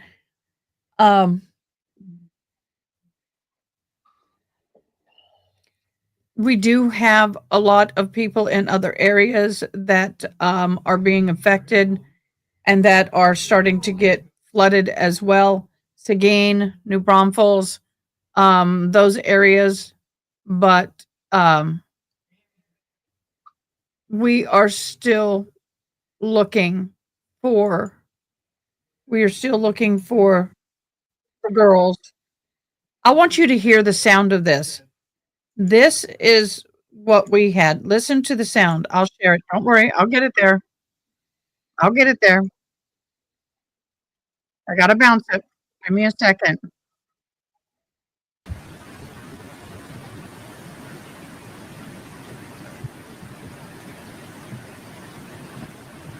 Yeah, Washington. I know he's going to speak again. Look at this, guys. And just so you know, this is a creek. We have been in a drought. And so what used to be more what I call small rivers, large creeks, they have dried up. Oh, Zach, how horrible. Oh, Zach, if they need someone to talk to, I am an emergency services volunteer chaplain, and I deal with disaster. 2 dead, 10 missing in Travis County at the moment due to flooding. They're near Bastrop. Now, Bastrop, let me show you how vast all this is, y'all. People have no idea how vast all of this is. Let me get it up on the map. Okay, I'm going to knock us off for a minute and do this. All right, just so you guys know. Oh, okay. You see the blue blinking dot up here on that screen? Right there. Let me embiggen. How do I get this to embiggen? There we go. So I'm way up here in the very far upper left corner. Seguin, I'm going to see if I can drop a pin. Do you see the blue dot I just dropped? That is Seguin. Okay. Then if we come over, I'm looking in the wrong place. San Marcos. Let me get to Bastrop. Why can't I see? Bastrop is here. I'm over here at 9 o'clock on the screen. Bastrop is just right here where I put the blue drop. All of this area that you see on this screen, I'm going to enlarge it so you know what I mean. All of this area that you see on the screen, I can't get Kerrville on there, we're too far, is under flood warnings and watches. So it is a very, very, very sad and bad situation. This storm is so not acting typical and normal. So you guys, just everybody be safe. Please do not do anything stupid. Yeah. Don't.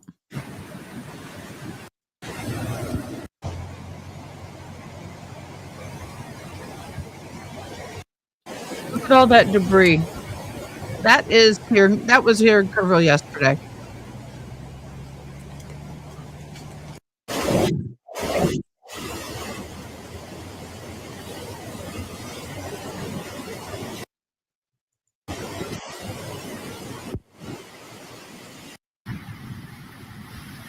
Look at it. You're driving across this bridge. That's 40 feet. I'm going to mute this because it's loud. That is 40 feet down. That bridge is 40 feet above river level. Wow. That is what we faced yesterday. Y'all. And then there's the aftermath. It's going to take us quite a bit of time. Look at the house hitting. That's the house last night that people were in. With a flashlight. With the flashlight. And that's where it's going to stay. It's going to dead end right there. Until they move it. The water may break it up. Yeah. That's what I mean. But that's where it landed. Against the bridge. Of course, as the water goes down, this is a different part of the bridge, but as the water goes down, it'll go down. But y'all, no, that's not what I want, people. I could not sleep very well last night. My heart is very heavy with the thought of those baby girls, all those girls missing. And then I got on Facebook.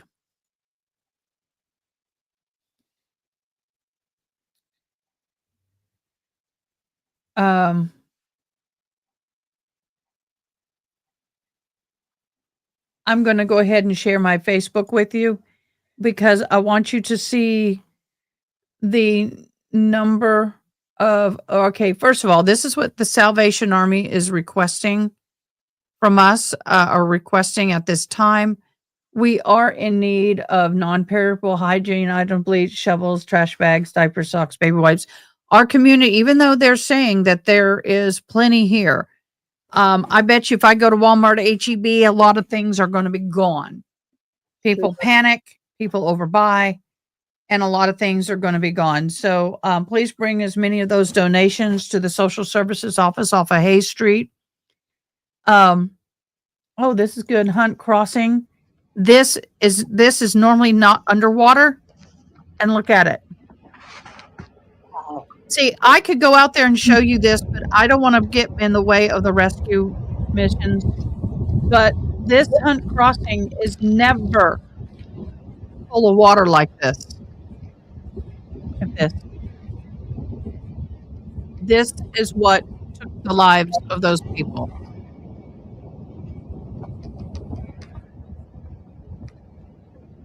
That's actually past that. I know exactly where that is. So, I want to show you some of the people that are missing.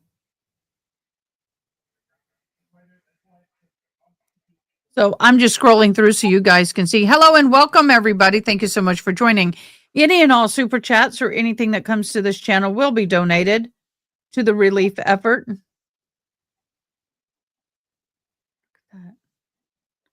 But okay, here's someone. We are still looking for my parents in Hunt, Texas. Buth and Hutch, Brian, please contact us. Be on the lookout. Can't find them. There's multiple people.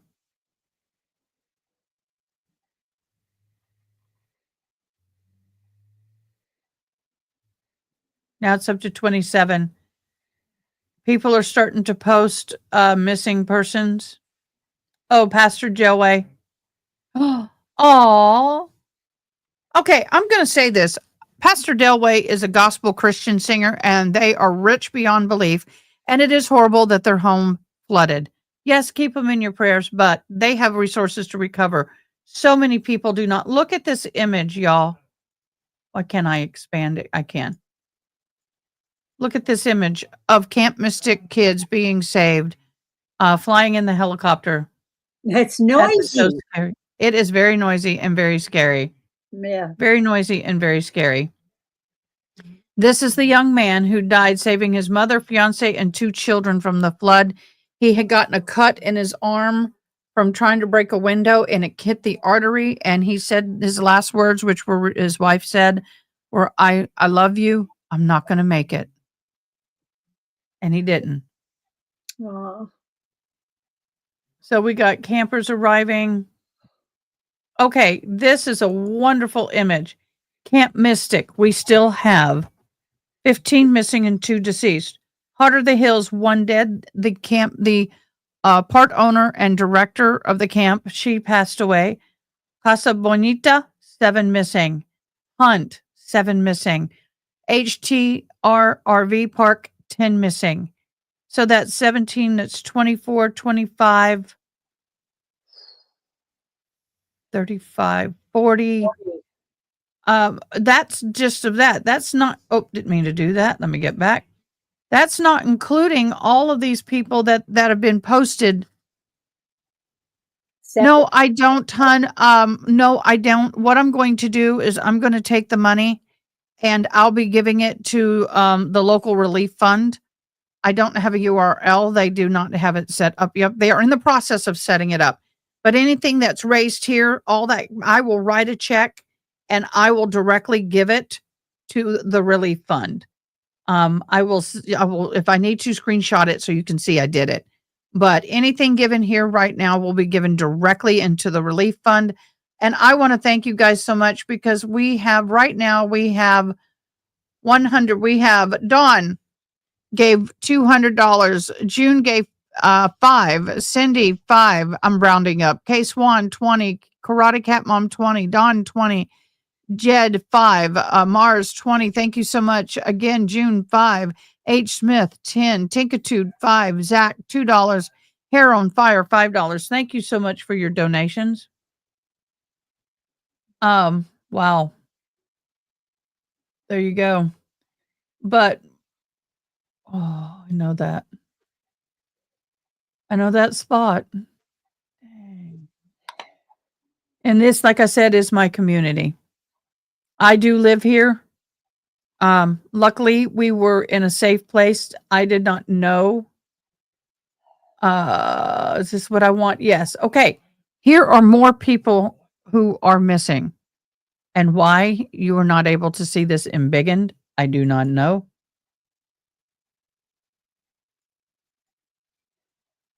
Ada, I have got to get off here in just a couple minutes. That's okay. Why is it not sharing? I don't know. Share this tab. Okay. Restart. Okay. There you go. Let's just count these people. Okay. 1, 2, 3, 4. 4 times 1. Well, 5, 6, 7, 8, 9, 10, 11, 12, 13, 14, 15, 16, 17, 18, 19, 21, 22, 23. 24, 25, 26, 27, 20. She's found 28, 29, 30, 1, 2, 3, 4, 5, 6, 37, 38, 39, 39. 40. 41, 2, 3.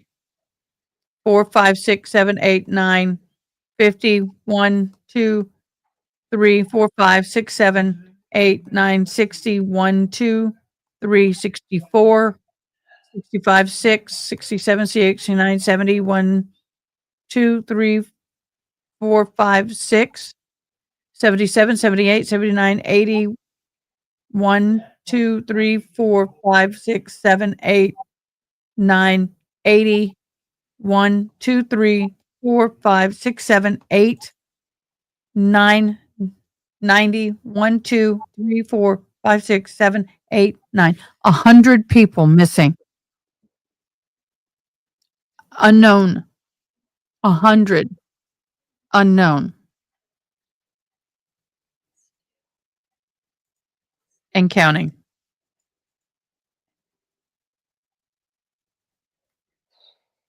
100 unknown and counting are missing. 100.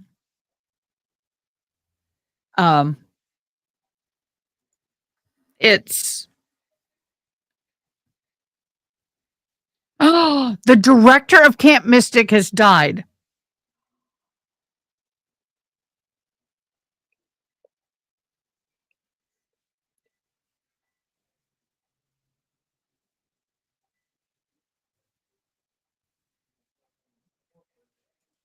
How? Camp Mystic director, I'm going to share this. Easton has been confirmed and one of the deceased following the catastrophic flooding. He was trying to save the lives, I'm sure. Longtime pillar and leader of the community at Camp Mystic is remembered for his enduring love. He has previously overcome personal loss, including his grandson, in the battle of brain cancer and significant challenge. Oh my gosh.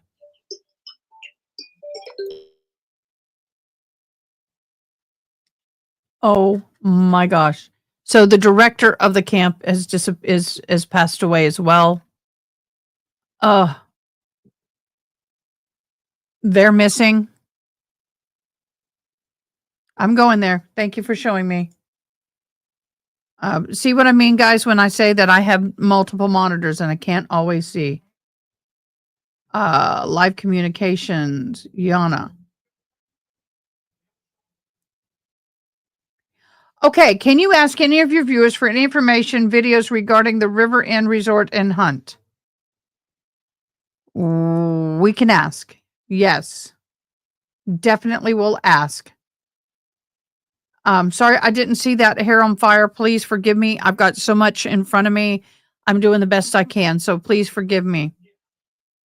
So I'm just hearing about this today. I'm from the UK, so awful. Is there a warning beforehand? There was warning of the rains. We did have flood warning. Thank you so much, Ronnie. Thank you so much, guys. When I'm over here reading these, I'm sorry I can't see over here, but thank you. You did good. Mods, everybody give love into my mods. They're absolutely wonderful. My mods are amazing. I'm sure. Yeah. Yeah, I see it. Thank you so much. I'm Veronica. I'm doing the best I can. Sorry, guys. I got all these windows I'm trying to monitor.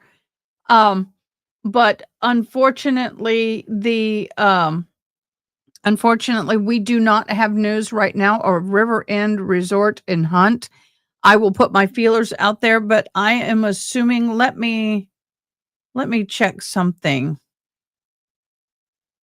The cemeteries are going to be horrible, y'all. We have a lot of cemeteries over there. I will talk to you later. Bye. Uh-huh. Bye.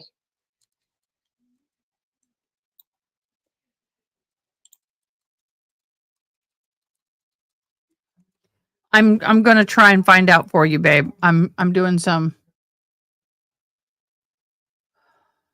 Give me a second.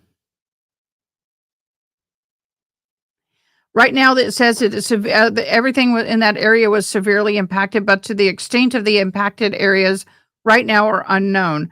The resorts and camps along the South Fork of the Guadalupe River, including areas near River Inn, experienced severe flooding. Water reached rooftops in the lower facilities. Does that help you, babe?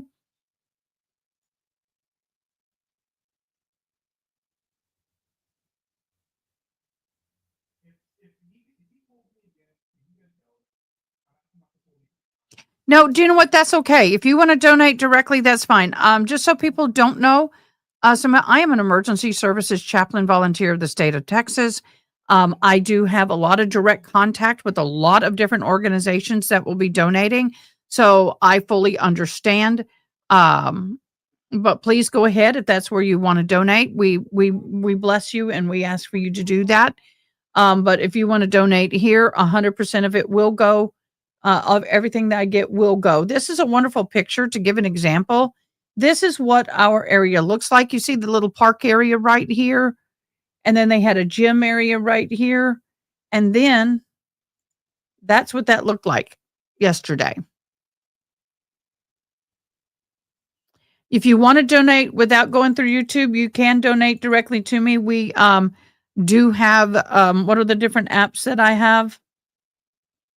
I have the Venmo. I have Cash App, Venmo, PayPal's, and you can donate directly to me there. If that's how you would like to do it, please message us and we will get you that information. I just don't like putting that personal information out there.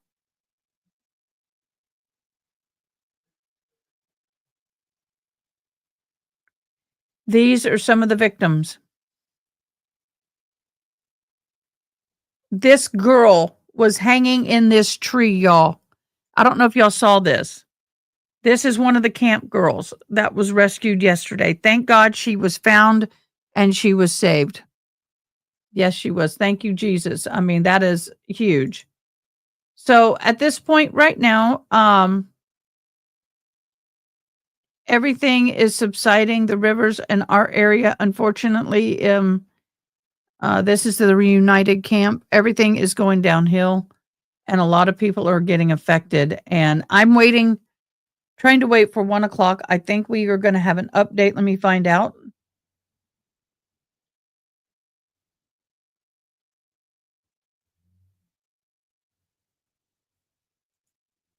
Okay, let's go ahead and, I don't like that. I'm not going to do that.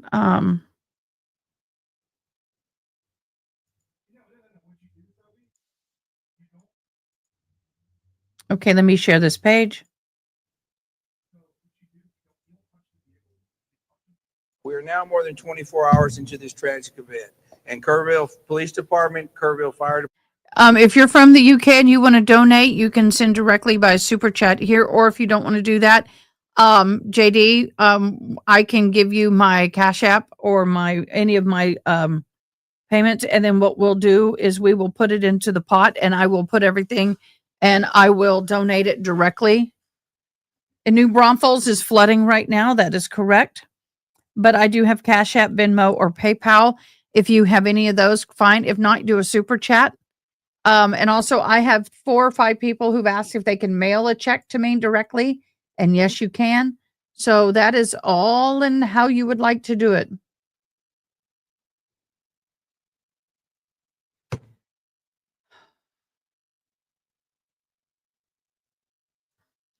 Okay, so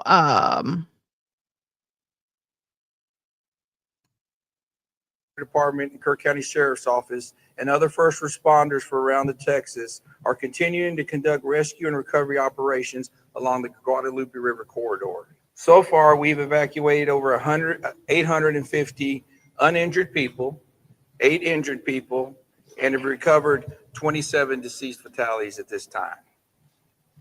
Of these 27, 18 are adults, 9 are children.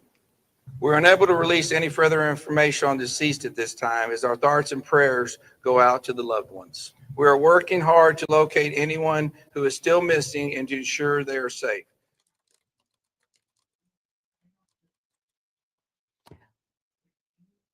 Okay, guys, I need to say this. I know right now some of y'all are posting some chats and things, and I'm a little delayed in getting to them. I'm sorry, because if I'm doing something here, I can't see behind my head.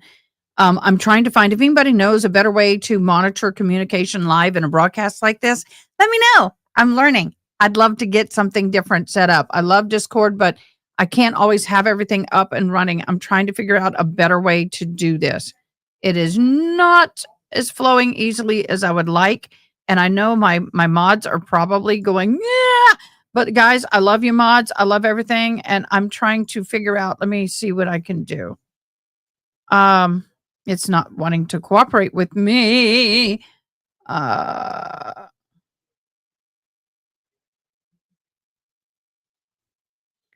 Okay. Stay. I'm trying to do something new. Hold on. I just had a brainstorm. Give me a split second. Trying to do, of course, it's not wanting to cooperate with me. Unfortunately, the way things work in Discord and in all my things, I'm trying to figure out something. Hold on. I want to show y'all once I get it figured out. Okay. Now I'm going to share my screen because I want you guys to see what I'm talking about. Okay, look what I just figured out. Mods, look, you're going to love me. I just figured out how to get my Discord and my streaming program on the same page. Yay. No, I'm not doing fine because the problem is if I'm looking over here at a monitor doing something, a video, and then over on this monitor, I have my communications. I can't see them at the same time. So now I have a split screen and hopefully this will work. Yay! Mods, are you liking? Are you liking? I'm loving it. I'm loving it. So what we're going to do is, let me get this back off now. Y'all don't need to see all that mess. Thank you so much for your super chat. Thank you, thank you, thank you. I'm not posting all business. I am asking everybody to have better things to help me. I mean, you don't know if you don't ask if there's better programs out there to manage lives. Because I know we have 3 other content creators who are watching, and we have 3 other content creators I know that are watching on the background, and they may have a better way of doing it. So ask and you shall receive.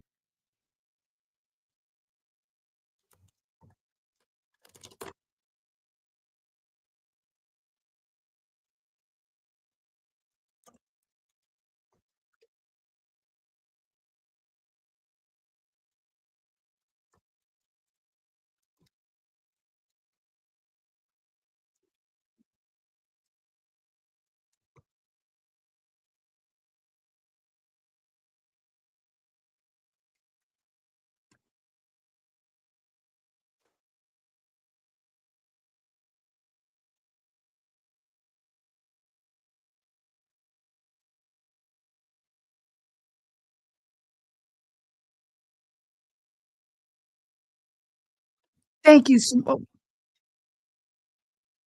Okay, I'm lining up a video. Give me a second. Thank you so very much. You are so awesome. Thank you, thank you, thank you, thank you. Every little penny helps, and it will go to the victims. As you can see, they are still dealing with extensive flooding. Sadly, we have learned that the death toll does continue to rise as a result of that extreme flooding that they've seen over the past day or so. I do want to head out there live and bring in Mike Tobin with Fox News, joining us here with the latest information. Mike, thank you so much for being here. I know a lot of the information is fluid, but officials are releasing more and more and have over the past hour or so. They have over the past hour, and I can tell you in the past hour, we've also seen the helicopters overhead. And one of the things that was released by the city manager is they're not going to go old school with boots on the ground. You can see behind me a lot of the banks of the river that are now exposed because those floodwaters have receded. They're going to put people out there simply walking up and down the river. They've got information from locals as far as where debris does collect when it floods, and they're going to look in there for victims and hopefully some survivors. We know that 27 people now, that's the official number of people who died in this flash flood. And 27 people are missing is the one solid number they have about people missing. And those are the girls who were at Camp Mystic, the all-girls Christian camp. And they have lost contact with the outside world. Some bodies have been located. They're going through the very delicate and sad process of notifying family and making positive identification. So there's not a lot of room for optimism as far as the girls missing from Camp Mystic. That being said, Congressman Chip Roy did tell a story about someone who clung to a mattress in the floodwaters all night long and was rescued. So it is possible that over time you will find some people who can still be saved. As far as the rescues, somewhere around 800 people have been pulled out of the floodwaters and taken to safety. Most of the people who have been saved are people who got to high ground. We know of a couple of different camps where the road was out. No one could get to them, so they dropped them supplies overnight. Now with the sun up, with the ability of rescue crews to do more extensive work, it's likely that they've been able to get vehicles to those people. What is unknown at this stage in terms of the number of missing and the number of vacationers. There are a lot of people who come to the Texas Hill Country for quick vacations. They go to the wineries out here. There are live music venues, breweries, things of that nature. So you had a lot of people who would have taken those quick vacations for the 4th of July, and those people are just unknown at this point. And sadly, as you talk about that number of deceased at 27, anticipate that probably will go up, Josh. And I did want to ask you, Mike, because again, a lot of the information is fairly fluid. There was just a news conference that took place that was with several of the officials there in Kerr County. Have we heard from Governor Greg Abbott, Lieutenant Governor Patrick, if they plan to provide any sort of update today, or is that kind of in flux as well? They are. That is in flux. We know that we're going to get another update in the afternoon. And Governor Greg Abbott did the press conference yesterday when he signed the emergency declaration, freeing up so many resources here. In fact, the resources, the government, the federal government and the state government have been so cooperative that the emergency crews out here say that they don't need any more manpower. They're encouraging people not to show up and volunteer at this point because it just it creates clutter. And then when you start talking about people who are putting drones in the air, it can actually become hazardous to the helicopters that are working the area. And my last question, Mike, before I let you go here, I know that there was a lot of rain that was still coming through the area yesterday. Is that still the case now? Have things started to clear up as far as the weather goes? It has started to clear up as far as the weather goes. It's been kind of misty out here all day long. You can see that the floodwaters have receded. But when the floodwaters recede from one area, it doesn't necessarily get rid of the danger. You can. I once had an emergency worker refer to a flooded river as a snake that swallowed a pig.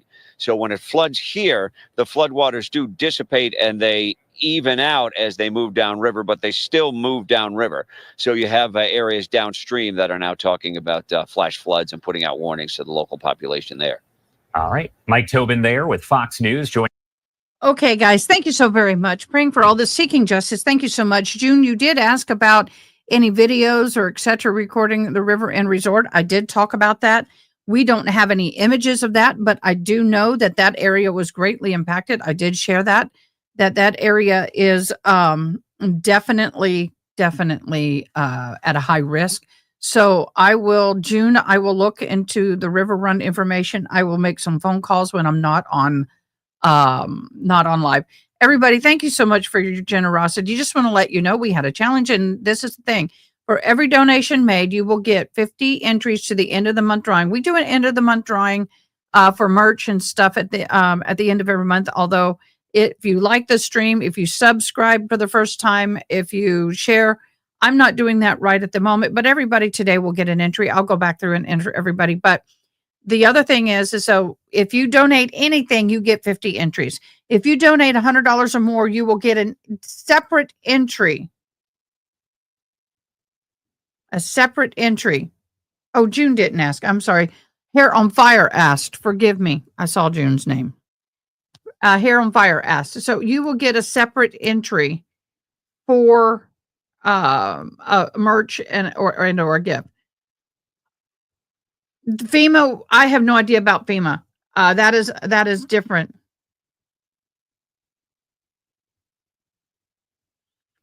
So anyway, so I will go over that again. River in Resort and Hunt was affected, but as to the extent of the damage is unknown. Hair on Fire, thank you so very much for asking. I just shifted everything, so I'm pedaling. So, but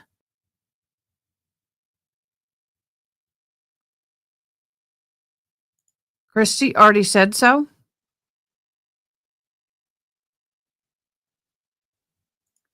We need to find those girls. I have a daughter and 2 sons. I couldn't even imagine. I know they are working on it. They are working on it. They really, really are. They are working on it. We are, as a community, very grieved. But like I said earlier, unfortunately, it looks like that there are close to 100 people, because there was a bunch of pictures and everything on Facebook, and it was all put together. And it looks like there are over 100 people missing and unaccounted for in Kerrville, from Hunt, Texas to Ingram, Texas, and to Hunt, Ingram, and Kerrville, Center Point, and Comfort. So with that, guys, it is so heavy and devastating. And now New Braunfels, Seguin, everything from San Antonio up north to on I-35 corridor up north to Austin area are going to start flooding. So everybody be careful with that. As for Canyon Lake, let me see if I can find out. Somebody asked about Canyon Lake. Let me find out.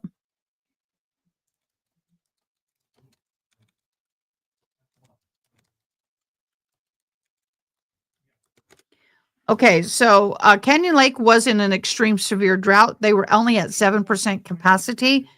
Right now, I'm going to bring everything in front so I don't miss anything. Recent floods had significant impact on Canyon Lake and the surrounding region, particularly due to the surge of water from the Guadalupe River.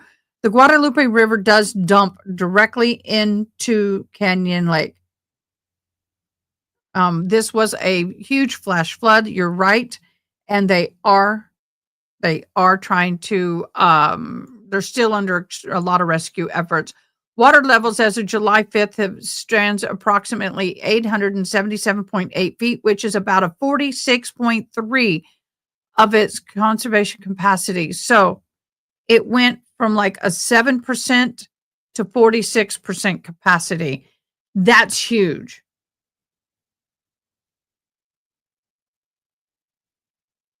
Now, overflow risk, and the people in Canyon Lake are worried about overflow, which I'm surprised, because that lake was all but at rock bottom, and it was a huge lake. They said there's 66 feet of capacity before the lake reaches overflow point. They are watching it. Right now, we do have 27 confirmed deceased, and we have over 100 missing. Okay. So a lot of people don't understand flash flooding here in Texas. Flash flooding, it is I can't do that. There it is. When it flash flood, we can get 4 to 6 inches of rain in an hour can cause flooding here in Texas.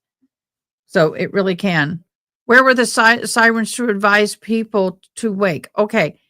Unfortunately, this area of Texas, we have a lot of rivers and a lot of bodies of water.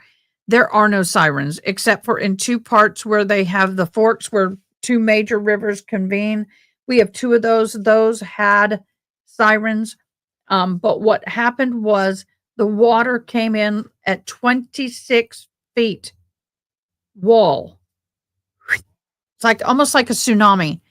And unfortunately, even though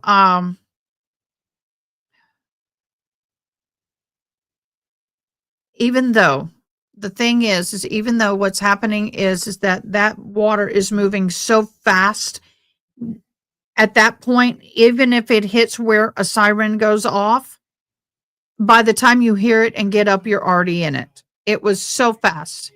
There was no way to get a warning out quick enough. Now, there were pre-warnings that there were going to have a flooding. They were expecting 6 inches, not 16. And that's what happened. There were 6 inches. We would have been fine. Everybody got the warning. They have something called a red flag warning. It goes out on your phone. A weather warning was flat going off. I was up at 4:00 in that morning here at the shop. I was getting the flooding warnings, but I didn't understand the flood wasn't a 6-inch flood. It was a 26 feet wall of water that came down and caused this destruction. The Kerrville breaking news page is posting updates on the recovered. Yes, I did see that. Thank you so much. Let me go ahead and get that back.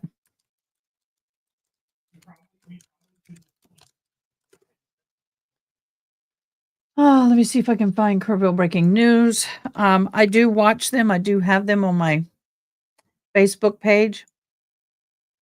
Let me get them.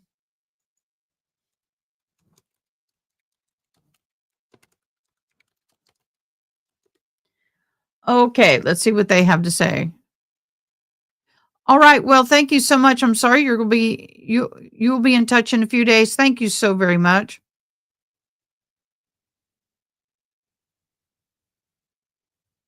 Ah, yeah. Oh man.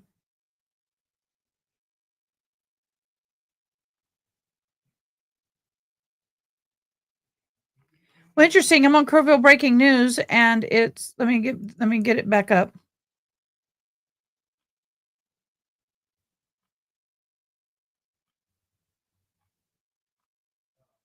Okay. Yes, they do have a news conference at 2:30 our time. Thank you so much for the prayers. Thank you, thank you, thank you, thank you.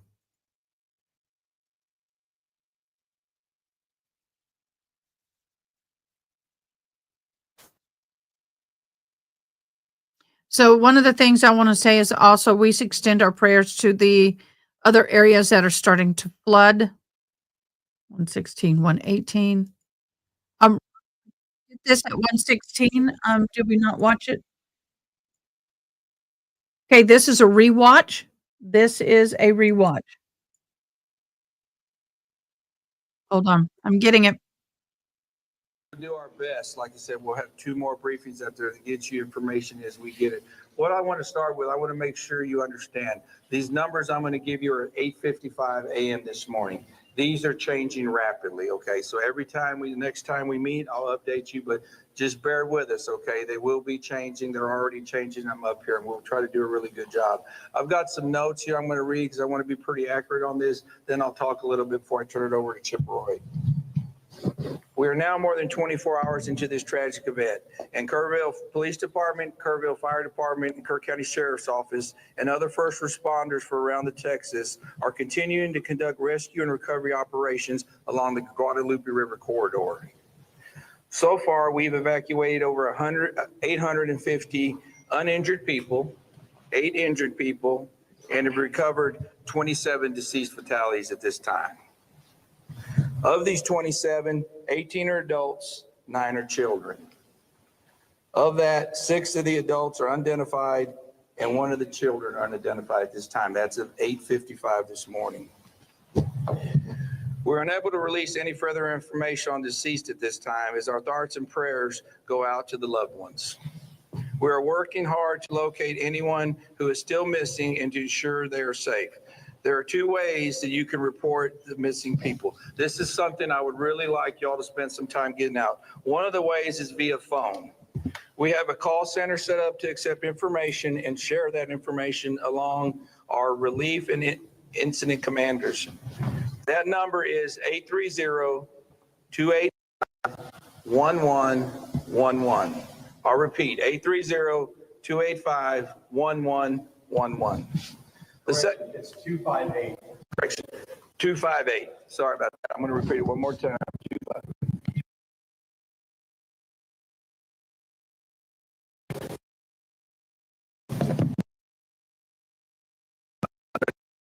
Stop till every single person is found. We've got all the resources we need. We're here for the long haul. As I said, numbers will be changing rapidly, but like I said, we will not stop till everybody. I've been asked how long will this take?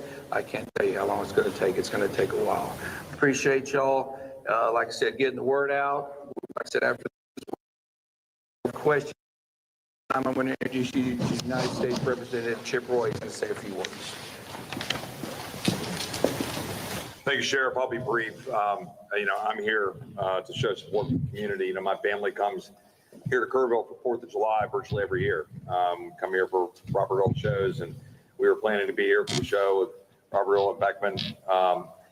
But these are the events that we're dealing with today, and trying to explain to a world that's watching this and asking questions what a flash flood looks like, where you have a 26 to 30 foot rise in the water in a matter of an hour, 4 to 6 a.m.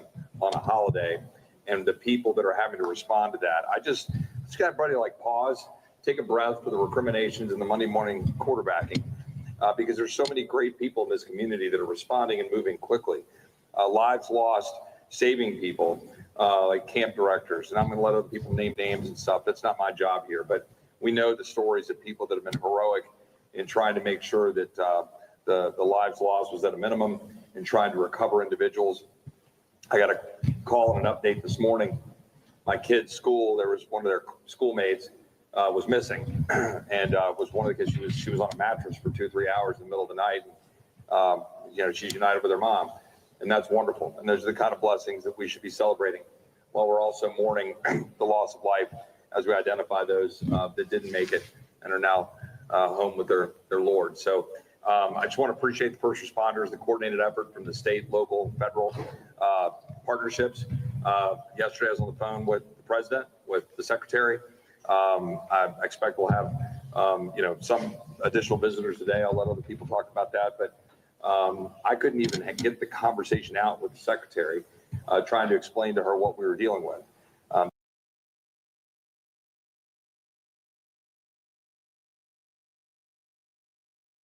That doesn't happen often for me, but it took me a while to collect myself to even be able to tell her what we were looking at. And they've been fantastic, made available immediately at the request. I talked to NIM about the need for help with the Army Corps, talked to the Secretary and their team, and they're immediate. It's been an extraordinary partnership. I think there's been 1,000 or so boots on the ground combined between state, local, and federal. I'll let them say the numbers, but obviously hundreds of people that have been this is the replay. rescued, 160 plus air rescues. I think that number's going up. Airlifting and taking in resources. Some of these camps that are isolated. So let's focus on that. Let's focus on finding those who can be found. And then we can always assess what we need to do later going forward. But extremely proud of this community. Let's finish the job here over the next few days. Support the local law enforcement and first responders, and pray for the families, particularly those who've lost loved ones. With that, I will turn it over to the mayor. I want to say something. First of all, for those of you who don't know, Kerrville, Texas is a town of about 25,000 people. It is split in half by the river and Guadalupe River. And we are very fortunate. We do have a really good fire department, police, sheriffs. I mean, we really do. For the size of town, we have really large departments, in all honesty. And so they were instantly in action, but we are also blessed because we are a lot of ranches and hill country and undeveloped land, or raw land. We have Ingram Volunteer Fire Department, Hunt Volunteer Fire Department, Turtle Creek Volunteer Fire Department, Centerpoint Volunteer Fire Department, Comfort Volunteer Fire Department, Tierra Linda Volunteer Fire Department, Mountain Home. That is 7 volunteer fire departments with less than a 30-mile radius of downtown. Because of the vast amount of and then we have our first responder, what is it called? Group. There are people kind of like me where if you are a EMT, retired, or something like that, they have a separate volunteer first responders group. And so we had so many people jump into action as soon as we knew what was going on. I believe that saved a lot more lives. And I just want to be, as someone who's a part of those community, but also want to say thank you so much to all of the volunteer departments out there who jumped in and came no pay. They did it out of the kindness of their heart. I don't think we have the National Guard right now. I'm not sure we need them. Where is the National Guard? LOL, population in my town is like 300. Yeah, we're huge compared to that. Yana, same for you. But because of all of the volunteer departments along with the paid department, all of it. Thank you so very much. We could not have it done as well as we have done without you. I'm trying to get more information. Let me start here. This is what it looks like. This is what it looks like. I think 9 of those are children. That is the most heartbreaking number that I can imagine. 9 kids that are still missing. But the search and rescue continues this morning. They actually started around 8 a.m. and I believe that we were there. Our crew was there when they started because it started around the area where we were located this morning. We saw some folks that were walking the grounds. They were using binoculars. They were looking the area, and that is exactly what these crews are going to be doing throughout this morning. They tell us they have about a 10-mile stretch that they're going to be searching, whether it's on the ground, by helicopter, just trying to find any more bodies, any more victims. The rescue efforts also continue for people that have been, that are accounted for in some of these camps that are so remote that the roads have been washed away and they weren't able to get out. They're okay, but they still have to get back here into the safe zone. And they did share a number for the community to call if they have questions, if they have found something perhaps that could help with this search and rescue. That call center is 830-258-1111. There is also just now, as we drive through this community, we have seen a lot of people out with brooms, with trash cans, ready to pick up, ready to begin the cleanup process after this devastation. But today is going to be a very difficult day because we are continuing to cover this. 27 people that we know have died from this flood, and that number will likely continue to rise. We don't know how many people are still missing. That is a number they cannot give us because they don't even know perhaps people that have not been reported missing. But as you can see, we have shown you all throughout the morning the houses, the vehicles that have been just pushed down this Guadalupe River, all of that devastation. That is what this community is waking up to this morning. And we are continuing to stay with you here in Kerr County and continue to bring you those images so you don't have to come out here. That's another thing that they're telling us. Please don't come out here unless you need to, unless you're a part of this community or unless you're part of the cleanup process. That is what we have right now. We'll continue to bring you images. So we'll send it back to you. Patty, thank you. Just to clarify the numbers, 850 people evacuated, 27 people have died, 18 of them adults, 9 of them children, and 27 people still missing from Camp Mystic. And they did say that there are several camps in the area. There still are campers that are just stranded, and they're getting them resources and trying to get them out. Yeah, it truly is devastating numbers to hear, tragic numbers to hear this morning, more than 24 hours after camp.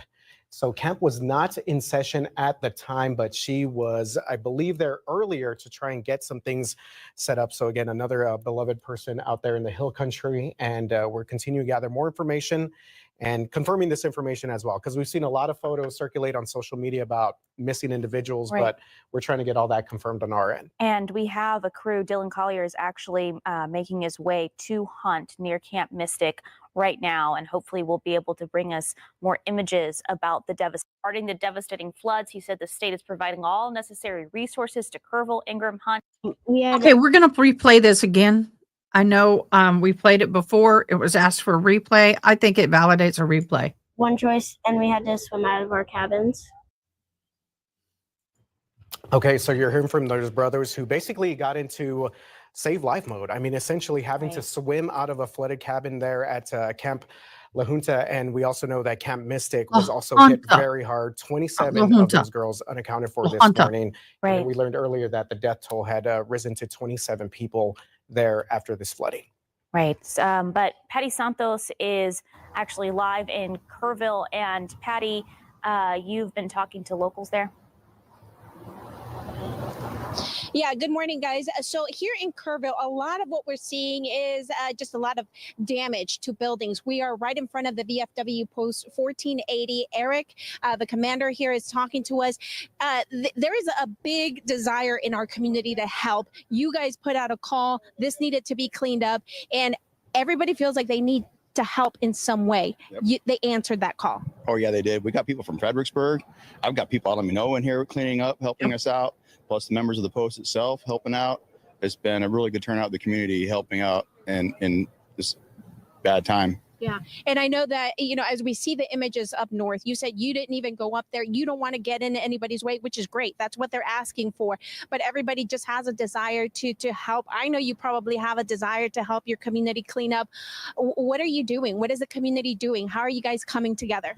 So this 4th of July was supposed to be a big barbecue event for us. And so we had about 140 pounds of brisket, 80 pounds of sausage, 80 pounds of potato salad. Getting ready to sell all the stuff for the 4th of July, $15 a plate. Plan on making a bunch of money, and the river swelled up on us.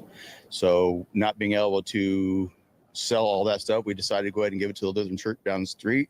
And they're helping the first responders and the people who have moved into the church because they lost their homes.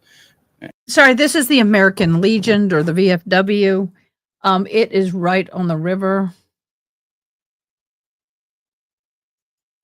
Here we go. With the people who live next door, and they walk us through what happened. But I had no idea that something like this could happen.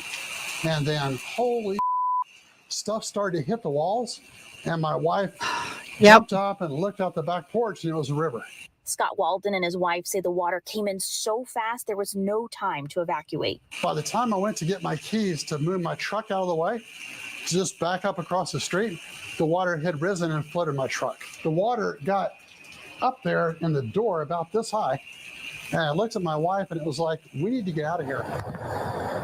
That water too strong and fast, sweeping them down the river. We went ahead and jumped out, and we got washed down 3 houses, and we finally ended up snagged on a big bush. So we hung onto the bush until we got rescued.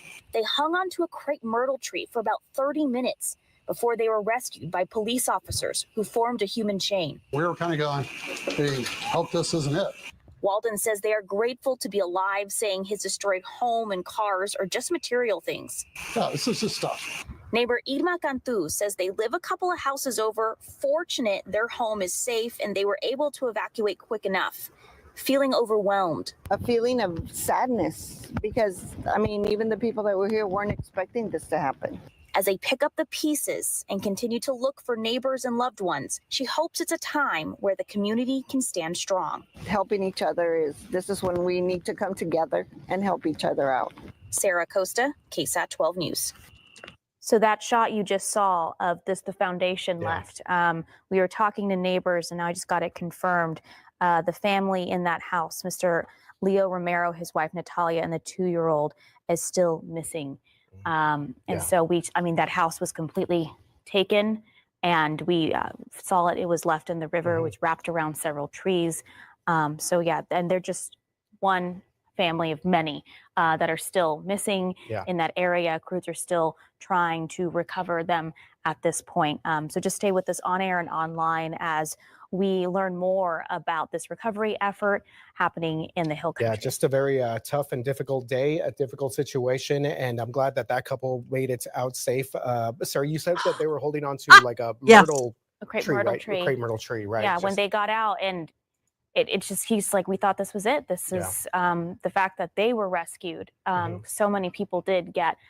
Like we're going to have Secretary Noam here as well taking part in this press conference. So if you guys missed the press conference from earlier, we did get confirmation about 27 total deaths at this moment, 18 adults and 9 children. We did not hear from Governor Abbott at that time. We heard starting to wind you, but we've already heard all that. No, overall. 850 people have been rescued. Yes. 27 people as of 8:55 this morning. So that number could have changed at this point.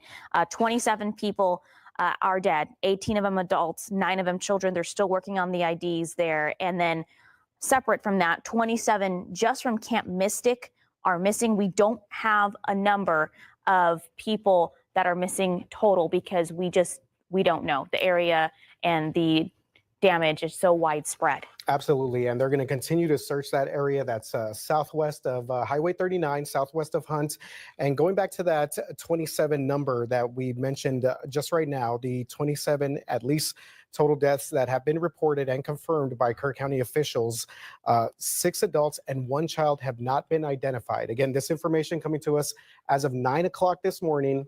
Kerr County officials gave us this update at 10 a.m. And again, this is just some sobering news that we're getting as we continue to cover the hill country flooding out there. So do want to give you guys this number here real quick. This is the number that was given to us by the Kerrville mayor, and this was basically an emergency number. Some of people. Okay, guys, that number is running at the bottom of the screen in the ticker below, along with the second number for missing persons. Oh, crepe myrtles, I hate them. That you know, and some of them are not, because a lot of maintenance. People Yeah. see the devastation and they just want to help. They can't go out to the rescue, search and rescue, but here they can do something. Absolutely, and not just here. I mean, there's places in the community all over that just need people showing up and doing what these wonderful people are doing and making these terrible piles of mud that used to be in the building. So yeah, it's delightful to have all of these people here, and some of them I don't even know. They just saw that we needed help and they came. Yeah. So when you I thank them. Sarah, have you been up north to see some? Oh my gosh, that's the church that's downtown. What? They flooded downtown? Well, Chad, it's not up yet that much, but they say it's going to really continue to go up. But Canyon Lake was so low, disastrously low, that and it's a big lake, so it's going to take a lot to fill it. Of that devastation? I haven't yet. My Thank mom you, oh lives snap, past Sharon. here, and she said it was like a bomb hit. Yeah. And luckily her house is okay, but not everybody was so fortunate. Mm-hmm. And I know that there's a lot going on right now. There's search and rescue happening right now. There's cleanup underway. There are people that are showing up. You need gloves, you need mud boots, but there's oh yeah, the smell. I can't even tell you about the smell as you enter this building, but there is going to be a lot of work that it's going to need to be done, not only here in Kerrville, but north in Ingram and in Hunt and in all these little rural homes. Yeah, absolutely. There's the amount of devastation is, I think, shocking to everyone. Watching all these people's faces when they walk up and see what has happened. It kind of makes you speechless. I don't even, I can't even put it into words. But yeah, it's sad all around. But this is actually the second flood I've been through. And there's a light at the end of the tunnel as far as structures. The loss of life, is devastating. Yeah, but and we're still getting word 20 people. Okay, this is a church that has a resale shop. And I think it's Presbyterian. Anyway, it has a resale gift shop. And it raises money to fund for community benevolence. And it's kind of like in the historical downtown area. So if I'm not mistaken, that's what that is. That's where that is. So I'm surprised. 7 people have died that we know of. That number is probably going to go up, but just take a look around. Plenty of work to be done right now. There is a lot of sadness, but there's also some hope for the community. You will rebuild, right? Yeah, we absolutely will. We built it once. We can build it again. All right. Thank you so much, Sarah. We are going to continue to stay here in this community and bring you Dylan Collier on this Saturday morning. Dylan, you just got there. What's the very latest that you could tell us from the ground?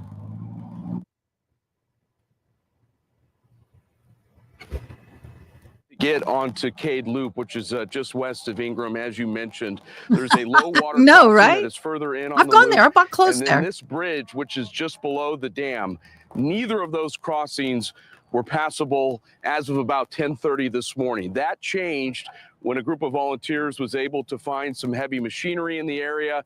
They brought it down, they cleared out a lot of the brush and began to actually push large piles of wood and other debris that had stopped on the bridge. They pushed it down as we head south pushed it down and filled up some of those gaps where the wash had pushed away just outside of the bridge. And that actually allowed people for the first time to walk out to safety, which for a lot of them provided a huge sense of relief. We woke up at like 3 in the morning to the river lapping up against our door and the water coming in. So we ran uphill.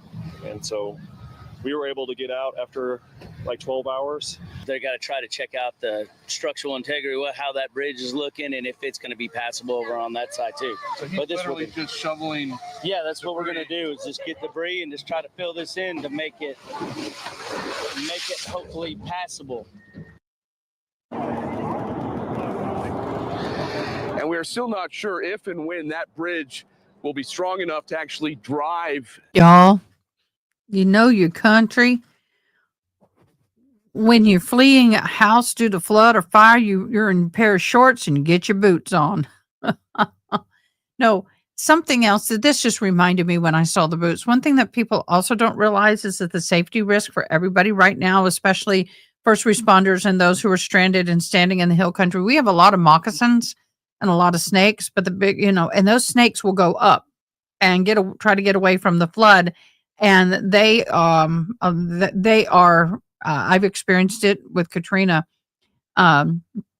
They'll jump in boats. They'll try to do whatever the snakes will do to get away.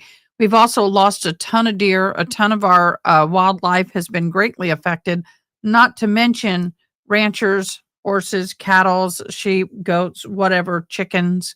A lot of these people may not have had their homes flooded out, but their livestock were unalived. So boots are the best show to wear. Yep.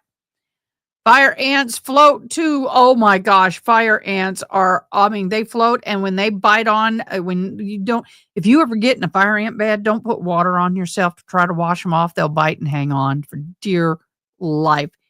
Absolutely brutally painful. Out of it. There are still dozens of vehicles, people that had been staying here, were able to get to high ground, but have not been able to actually drive their vehicles off the property. Some have decided to leave the vehicles and just walk across, go to various shelters, or get a ride back to where they live.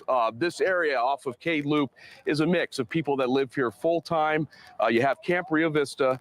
We're told that session for Camp Rio Vista had ended a few days ago. So luckily there were no campers from that camp who were still on property when the hill country floods hit. And then you had a number of people that were gathered here for 4th of July celebrations. As you heard, woke up 2:30, 3 o'clock in the morning to water that had come up to their property line. In some cases had began to make contact with their homes. So the last 30 hours or so, very scary for them, without food, electricity, no means of transportation, and no way out, at least on this side of the loop, until about 90 minutes ago. Dylan, thank you so much for giving us that first look, really, of what the damage is and how devastating it is on Highway 39. And he's just making his way west. I mean, there's so much more to go as we head down to the Hunt area, to the Camp Mystic area. Okay, I'm going to take a quick comfort break, but I'm going to leave you for a moment. I'll be right back. Keep listening. This morning, and our Patty Santos, who has been along Highway 39 as they continue to kind of check in on the aftermath of that and reopen that road as well and see just the amount of devastation there. She was earlier in Hunt, making her way to Ingram, and then later on in Kerrville. Patty, what are you seeing now? Hey there. Good morning, guys. Good afternoon now. So yesterday we spoke with a woman who rents a cabin right here in the Hill Country Cultural Arts Center. She told me about how she was able to survive this flood. This is her home. The water, she tells me, was all the way in here. Inside her house, it is muddy. It is slippery. She says she managed to get out of our house. All of this was covered in water. This is her car right here. She could not get in her car. She didn't have her keys. She didn't have her cell phone, but the water, all of this covered. She managed to walk over here. Now she's also caring for her dog and her cat. She managed to get over to that building, which she tried to get into. It is pitch black. She finally made it into one of the buildings to seek shelter on the other side of this fence right here. And then she was finally able to get to a phone. But The way she tells me this story, it is just incredible. Steph Smith, we talked to you yesterday. You were at the shelter. Now you are looking at your cabin and thinking, how am I going to move back into this? You are alone, you're single, and you have no help right now. I have no help and get homeless, basically. I mean, what happens to people in this? I'm not the only one, you know, but yeah, I have no idea what's ahead. I'm 74. I'm just trying to track it right now. I'm trying to make sure I carry a piece of paper and I got to call insurance. I got to do this. I got to do that. And then I forget something. And just waiting and seeing what's going to happen next. I know they're cleaning out the cabins out there. A lot of volunteers have come out to help.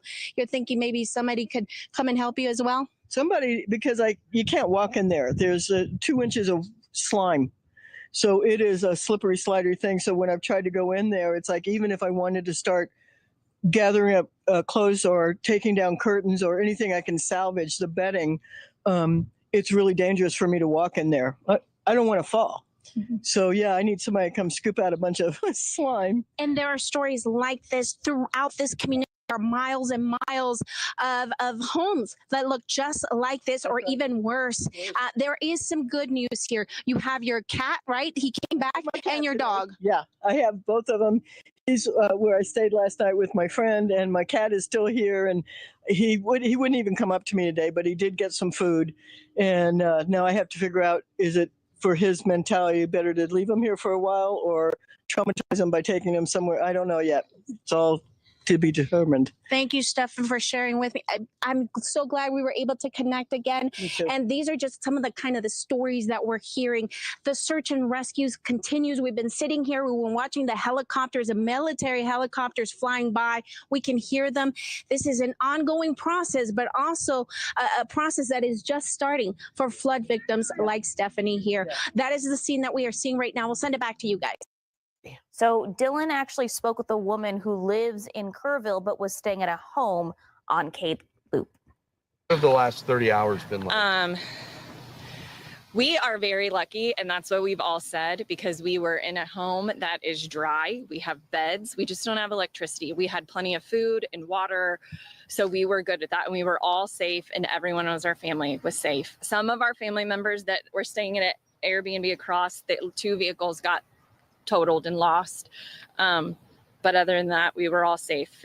It's just been kind of chaotic and crazy. And then we've been getting, information, or at least our phones work periodically. Sometimes texts won't go out, but we could call each other and just getting updates on things. The hard part is I think everybody was getting different stories, especially about the girls. We heard that they were missing, then we heard that they were, and then we heard they were okay. And then we found out they weren't. And so just trying to keep track of that, making sure all our friends are okay. I've felt kind of helpless because I want to be helping in the community, but we were here until just now that, we can kind of get out. I'm glad we were able, my mother-in-law was 80 and was here with us. We were able to get her out. We got the 2-year-old cousin that was with us out. I got my kids out. So other than that, it's kind of been like a camping trip for us. We were collecting rainwater so we could flush toilets and that kind of thing. We've just been praying a lot too, for all our community. It's been amazing to watch our community come together, and even just neighbors, you can see right here, they're all coming together. We saw them over there working together. I know the Kerrville community has all come together. I know a restaurant in town, the Grape Juice, with their, we know them, they're friends, and I know that they just stepped in. He immediately, Derek, the owner, was like, we're emptying our freezers, we're emptying everything, we're cooking. They cooked all this food. He's been reporting how much food that they were making food and having it airlifted because there were, I don't know if they've been evacuated at La Junta, and they still had kids at Mystic. I know they've been getting them out, but they were taking food and airlifting it over to them and for all the first responders. So I think that that's amazing to be able to hear, but I'm going to stop here. Ronnie, you're amazing. I was just pulling that up. We have a lot of shelters here. First of all, some of the shelters are the First United Methodist Church off of Thompson Drive, which is down the street from me. Calvary Temple Church was on the other side of of town. Comfort High School and Comfort has got shelters. Notre Dame Catholic Church, Shriner University, the Event Center. That's one thing wonderful about this community is that the American Red Cross, we have a huge presence here. They are here. They are working. They are doing what they're supposed to be doing. Okay. They are. So, y'all don't stress about that, but understand that, it does take a hot minute. I was a 15-year Red Cross volunteer. I've done the mass sheltering. It takes a hot minute, but they have done phenomenal. Everything's set up. There's ample shelters. One of the thing is that sometimes you can't make people go to a shelter. You can tell them about it. Thank you so much. Love Life Gal. Thank you. Thank you. Thank you. What people don't understand is that, there are shelters. There are people out there that refuse to go to a shelter. I don't know why, and they just do. And sometimes the police will sit there and take them to a shelter and not force them, but really encourage them. And then they get there and they turn around and walk out. I am throwing up all the people. Thank you so much for your super chats. From Seeking Justice, JD83, Hair on Fire, Zach, Tinkatude, H. Smith, June, I love you guys. Mars Pinnacle, Jed, Dawn, Karate Cat Mom, K Swan, South Texas. Thank you for your comment. Cindy, June again. Dawn, oh my gosh, Dawn, you were amazing. Thank you so much for your donations. Jesse, all of you, thank you for being a member for so long. All of these will be going directly to the victims. Also, if you donate anything under $100, you get $50 extra entries into this month's merch giveaway. I am going to do something special for that. And then if you donate over $100, there'll be a separate drawing for you and you alone for merch. And I will bless you mightily with that. This is my community. For those who are just joining, I'm Ada Kay. I live in Kerrville, Texas. My house is safe. We did have damage, but we're safe. Hello, it's Britt. Oh, thank you so much. Hello, it's Britt. Kerrville Pets Alive. I was just about ready to talk about pets. Thank you, Ronnie. You're reading my mind. I like it. Is offering resources to pet owners. Pets Are Alive are really, really good. They have a lot of food they'll donate to people who've lost their everything and they're just holding their kitty and they need a crate or food. We also have something called the Community Emergency Response Team, the Community Emergency Canine Animal Rescue Recovery. We have a lot of vets here in Kerrville. They are helping. Yes, thank you so much. The other thing also is that last night we have the big cross on the hill. And last night I went up there, spent some time in prayer, had to get reflective, had to get my mind right because I'm getting ready to start helping some of these families. And 100% will go straight to, from my hand to them. And so I was up there, and on the way up there, we had we had 3 18-wheeler rig vet clinic type vehicles coming in. We had FirstNet. Now that's interesting, as a lot of people are having phone signal problem. Those of us who are first responders are a part of FirstNet. They come in with a mobile unit to guarantee phone access 24/7. FirstNet's here. We have all of the major Goodwill, Salvation Army, Red Cross. Even I think Billy Graham's organization came in last night. Freeman Fritz Animal Clinic is here. We have the Hill Country Rescues. We've got a lot for this smaller community. We've got a lot of volunteer organizations here. And usually when we have hurricanes at the coast in the Galveston, Corpus Christi, or whatever, Houston, Harvey, a lot of times people come into San Antonio, but San Antonio overflows into Kerrville. So our community does have a lot of volunteer experiences. And so this is a rare case where we now are the ones who need help. Usually we're the ones doing the helping. So let me get this. Let me pop this over here and share it with you guys. Thank you so much, Ronnie, for that.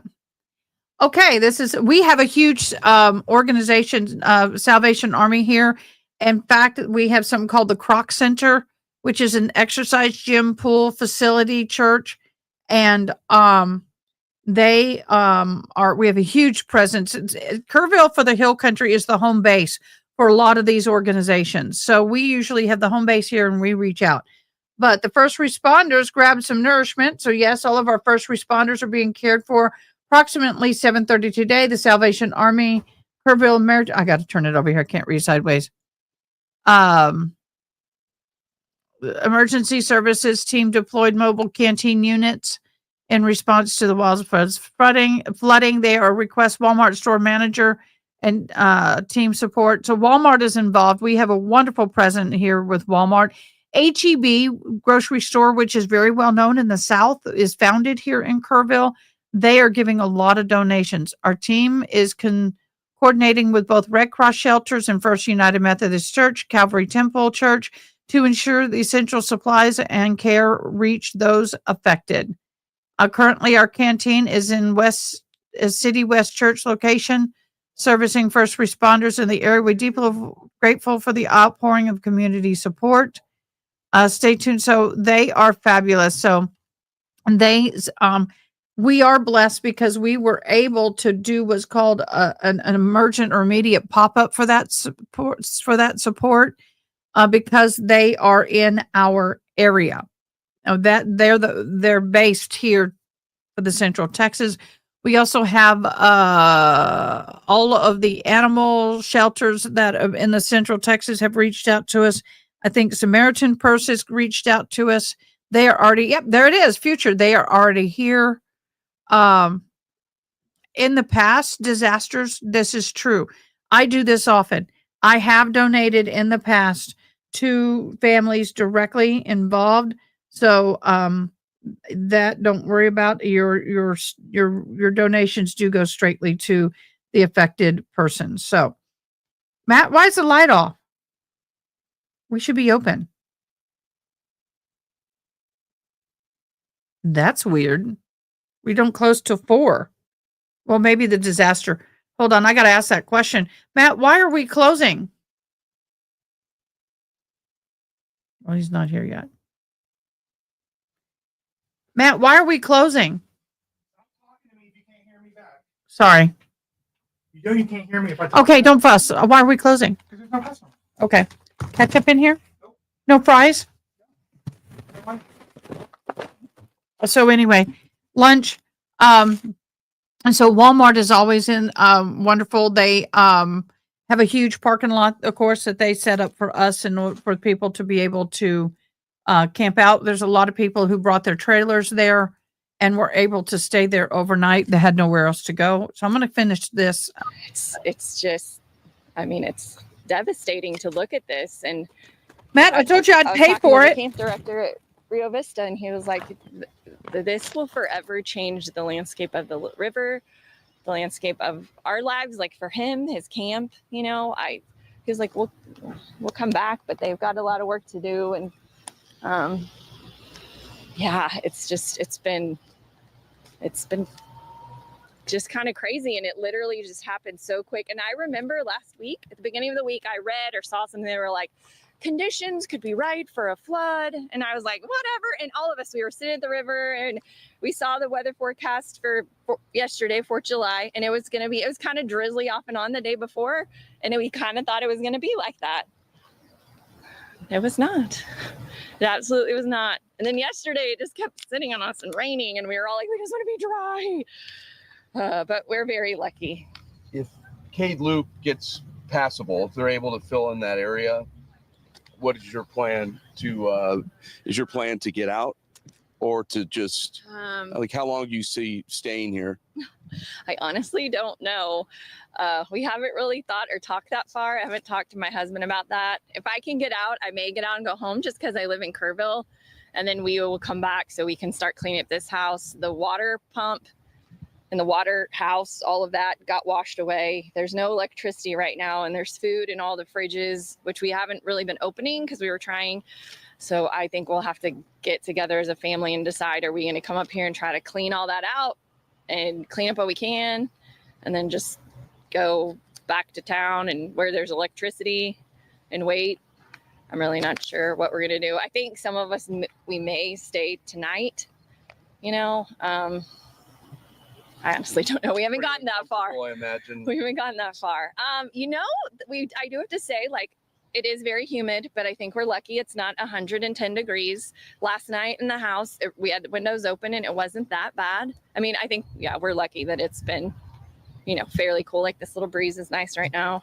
So we've been very lucky for that, because if it was 100 and like this, whew, that would be a little intolerable. But yeah, so yeah, we were all just hanging out and doing what we could do yesterday, and today everybody's working to try to find a way out of here. They may be able to. I would not try to drive across this. Maybe if they get the other side, we can try to drive out. I know my car has 4-wheel drive, so if I need to do that, I can. And that was Dylan Collier reporting out there in parts of Hunt and Ingram. And I thought what Amy brought up was very interesting, because you talk to anyone that's driven around that Cade Loop area off of Junction Highway, and they say that it is one of the most beautiful areas in the entire hill country. And she said that that landscape is forever changed now after what they witnessed in the past 30 hours. Exactly. You know, but this is not the first time that we've experienced floods in the hill country. We often forget. We go through these droughts, but we are prone to floods. I mean, we had the Wimberley floods. What was that, 2015, 10 years ago. Yeah, right. Yeah, that's hard to believe. And Dylan out there continuing to gather more information. So that was a new interview that we had into the case at 12 News. Abundance of caution.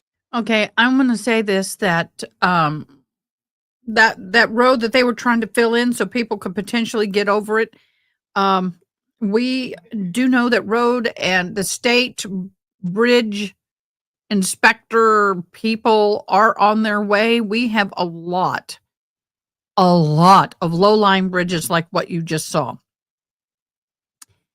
Probably close to 50 of them within a 10-mile either direction off of the little fingers of the Guadalupe, the little creeks and everything. So there's a lot of those low-lying bridges that are destroyed and are not safe to cross. So a lot of damage. And it makes sense.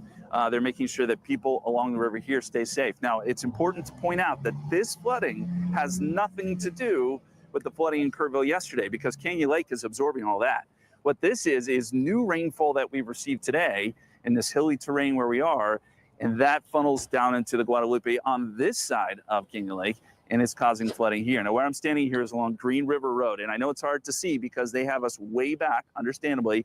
They're not letting us go down there, but the river has topped the road. And if you're at all familiar with Green and you've walked down to where the Guadalupe River is, there's a bridge right there, there's a tubing company, and that water is over the bridge. At last check, at moderate flood stage, and we've seen it rise up to about 9 feet or so, and it is still rising, I'm told. I just talked to someone from the fire department, New Braunfels Fire Department, and they tell me that it is still rising here. Now, interestingly, too, folks here in Green, it's kind of business as usual. Now, they've blocked off this road, but most everyone is just sort of here enjoying the sights and sounds of Green. Kind of an interesting juxtaposition, considering there is some flooding going on. Okay, that's in Green, Texas. Oh, here we go. Are we going into our... By the way, that was 10 a.m. I want to say, she said some things that were very important. We heard a few days ago that there was a potential for flooding, but we went anyway. Conroe, let me pull up the weather map and I'll show you where Conroe is. Let me find Conroe. I got to find Conroe. Found Converse. Where's Green? Comal. So anyway, she was talking about, I'll pull it up here. She was talking about how they knew. They heard about it. And they decided to come anyway.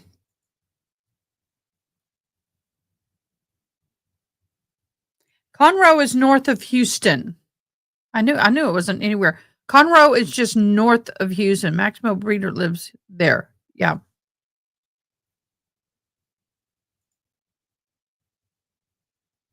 Hallelujah. Oh, I pray that is so true.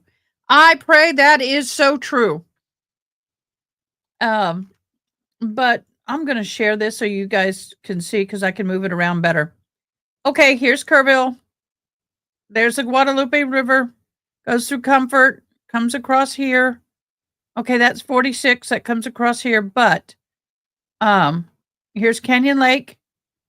Okay. Now here they're talking about San Marcos. Here's New Braunfels. Once again, Kerrville's over here. Right there. New Braunfels is almost an hour and 40 minutes from my house. Green is like a little suburb, and this is the river. Here's the Guadalupe. So here's the thing. It is coming out of Canyon Lake. So the rain the Guadalupe dumps into the Canyon Lake, and then there's a dam. They're not getting any overflow from Canyon Lake. They are getting, actually, what they're getting is, let me try and center that. What Green and New Braunfels and all of them are getting is actual flooding from the rain itself. And it's between Canyon Lake and it comes down here, Lone Star Float House and Grill, a great place. If y'all ever want to go tubing and have a great time, 45 north of Houston. Thank you. And you want to have a wonderful time doing that kind of thing, this is a good place to do it. Green is right here. Most of the people who do river tube floating, they do it to here, and it's in Green. And then Green goes into New Braunfels, Schlitterbahn Water Park. The Guadalupe in the water park is all that is through all of that. So it's a huge, huge tourist spot as well. But Kerrville, come on, grab it, is right here. And this is the Coming King. This is where I went last night. And it's way up on top of that. I'm trying to see if they have a view. They don't. Okay. I was going to see if they had a view because it's a big hill just outside the city. Watch this for a minute. And speaking this morning, we are going to have Kirk County Sheriff Larry Letha leading us off. United States Representative Chip Roy is here with us. Kerrville Mayor Joe Herring Jr. will be speaking briefly, and Kerrville City Manager Dalton Rice. And when we are done, because we are still in active search and recovery mode, we're going to keep this short. We'll allow 5 questions, and I'm going to turn it over now to Sheriff Letha. Thank you. Yeah, as probably a lot of y'all know, Sheriff Larry Letha, Kirk County. One thing I want to tell you, I appreciate y'all covering this. One thing I'm really big about is transparency. Really appreciate y'all getting the message out there. We will do our best. Like you said, we'll have 2 more briefings out there to get you information as we get it. What I want to start with, I want to make sure you understand these numbers I'm going to give you are 8:55 a.m. this morning. These are changing rapidly, okay? So next time we meet, I'll update you, but just bear with us, okay? They will be changing. They're already changing. I'm up here, and we'll try to do a really good job. I've got some notes here I'm going to read because I want to be pretty accurate on this. Then I'll talk a little bit before I turn it over to Chip Roy. We are now more than 24 hours into this tragic event, and Kerrville Police Department, Kerrville Fire Department, and Kirk County Sheriff's Office, and other first responders for around the Texas are continuing to conduct rescue and recovery operations along the Guadalupe River corridor. So far, we've evacuated over 850 uninjured people, 8 injured people, and have recovered 27 deceased fatalities at this time. Of these 27, 18 are adults, 9 are children. Of that, 6 of the adults are unidentified, and 1 of the children are unidentified at this time. That's at 8:55 this morning. We're unable to release any further information on deceased at this time as our thoughts and prayers go out to the loved ones. We are working hard to locate anyone who is still missing and to ensure they are safe. There are 2 ways that you can report the missing people. This is something I would really like y'all to spend some time getting out. One of the ways is via phone. We have a call center set up to accept information and share that information along our relief and incident commanders. That number is 830-285-1111. I'll repeat, 830-285-1111. It's 258. 258. Sorry about that. I'm going to repeat it one more time.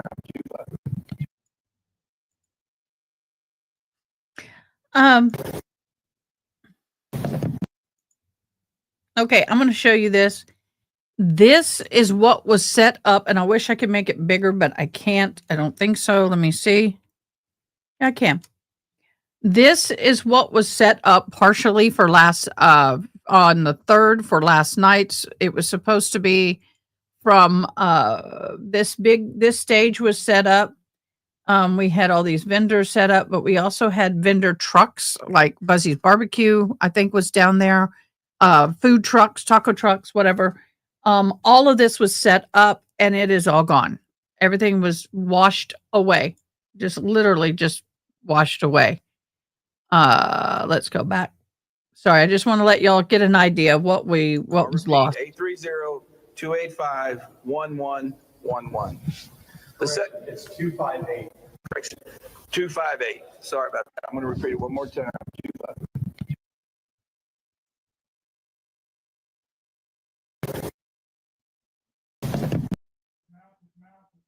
Sorry, guys. I'm trying to find photos. I didn't know this was going to be this bad of a. The second way is via email. Like the phone number, information received, shared along our relief team. That email is floodrecovery@co.tx.us. Repeating one more time, floodrecovery@co.tx.us. There is a shelter for the general public who needs assistance at the First United Methodist Church, 321 Thompson Drive in Kerrville. 321 Thompson Drive, Kerrville. At present, we don't need material or volunteer donations at this time. We're coordinating with a strong state response currently. To the Community Foundation of the Texas Hill Country. Once again, donations can be made to the Community Foundation of the Texas. Along have been working tirelessly search and rescue operations until all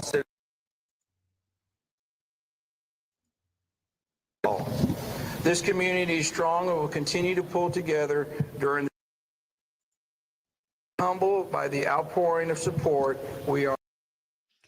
I'm going to go ahead and stop this because we can't hear. What was that?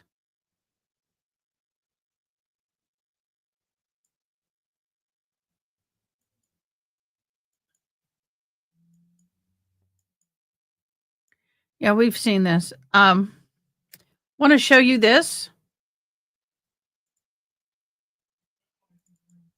Let's see if I can get it up and where I need to get it.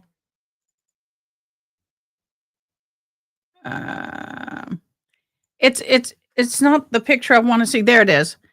I'm going to show you guys this. Okay, 108. Wow. Wow. That's right. That's right. Just to give you an idea, this is the standard size. I'm going to get my mouse working here so you can see it. This here is the Guadalupe.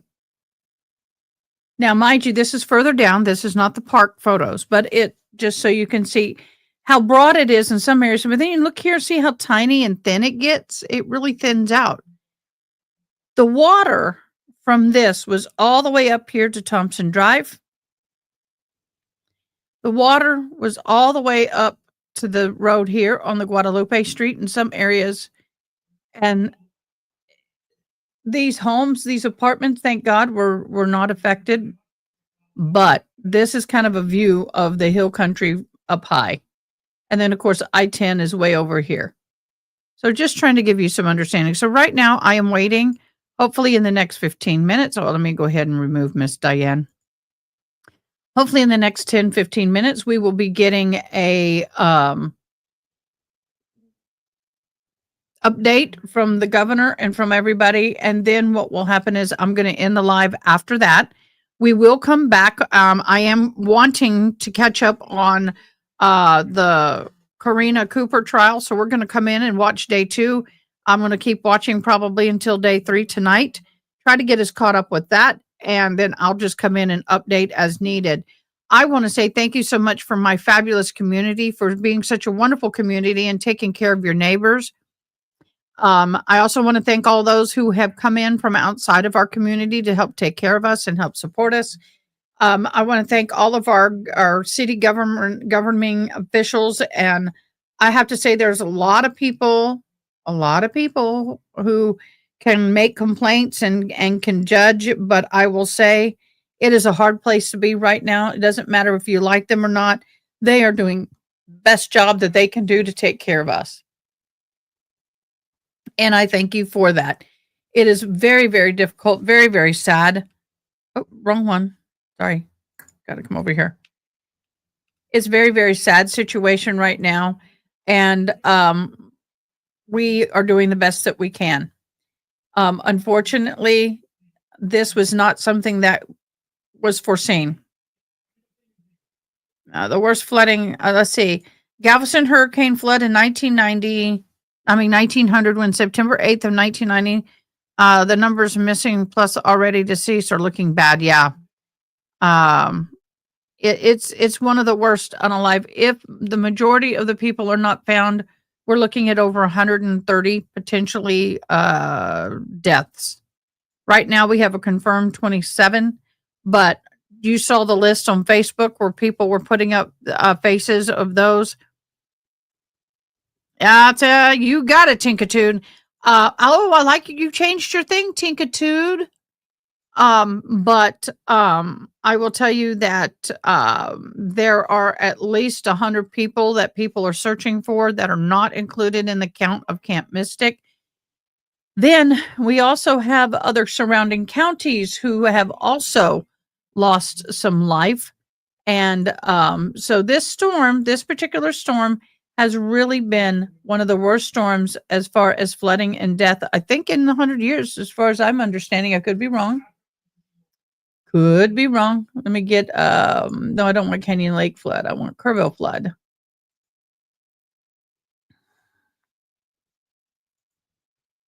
(1931) China floods, widely considered the worst flooding that in the last 100 years, with the estimated of 2 to 4 million deaths. This event was caused by an excessive rainfall and snow melt along 6,000 dead from the great 1990 storm, along with Yangtze, Yellow, and Hubbard's rivers. Yeah. They were horrible. And I remember reading something about that 1931 flood in history. I did something with history. So we are waiting right now for the news. It should be coming up pretty quickly.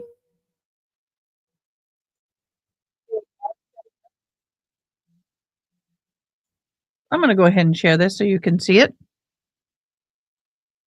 Thank you guys for your kindness and your patience with me. I'm getting used to a new layout on my screens, and actually I think I'm going to be real happy with it. I'm really liking the way it looks and the way it's flowing. Thank you so much for the YouTuber who gave me the instructions how to do it. Greatly appreciate you. I know you're still watching. Thank you so much. He said, "Don't tell him it was me." I'm like, "I won't." But I'm glad I asked. Sometimes I know this lady in the ponytail here with the bun. She is a sweetheart. So news media is coming in. Everybody's coming in. Oh my gosh. That's horrible. Look at that. Leggings, like a hikey men's leggings and shorts was oh my gosh. You know what, Mars? I said this yesterday. It was like a reverse hurricane because it's moving in a counterclockwise and not a clockwise. But it was a hurricane. It was like a hurricane on land. You got it. And the rivers came through like a tsunami. It was so fast, so devastating, so much. So yes, but Thank you so much.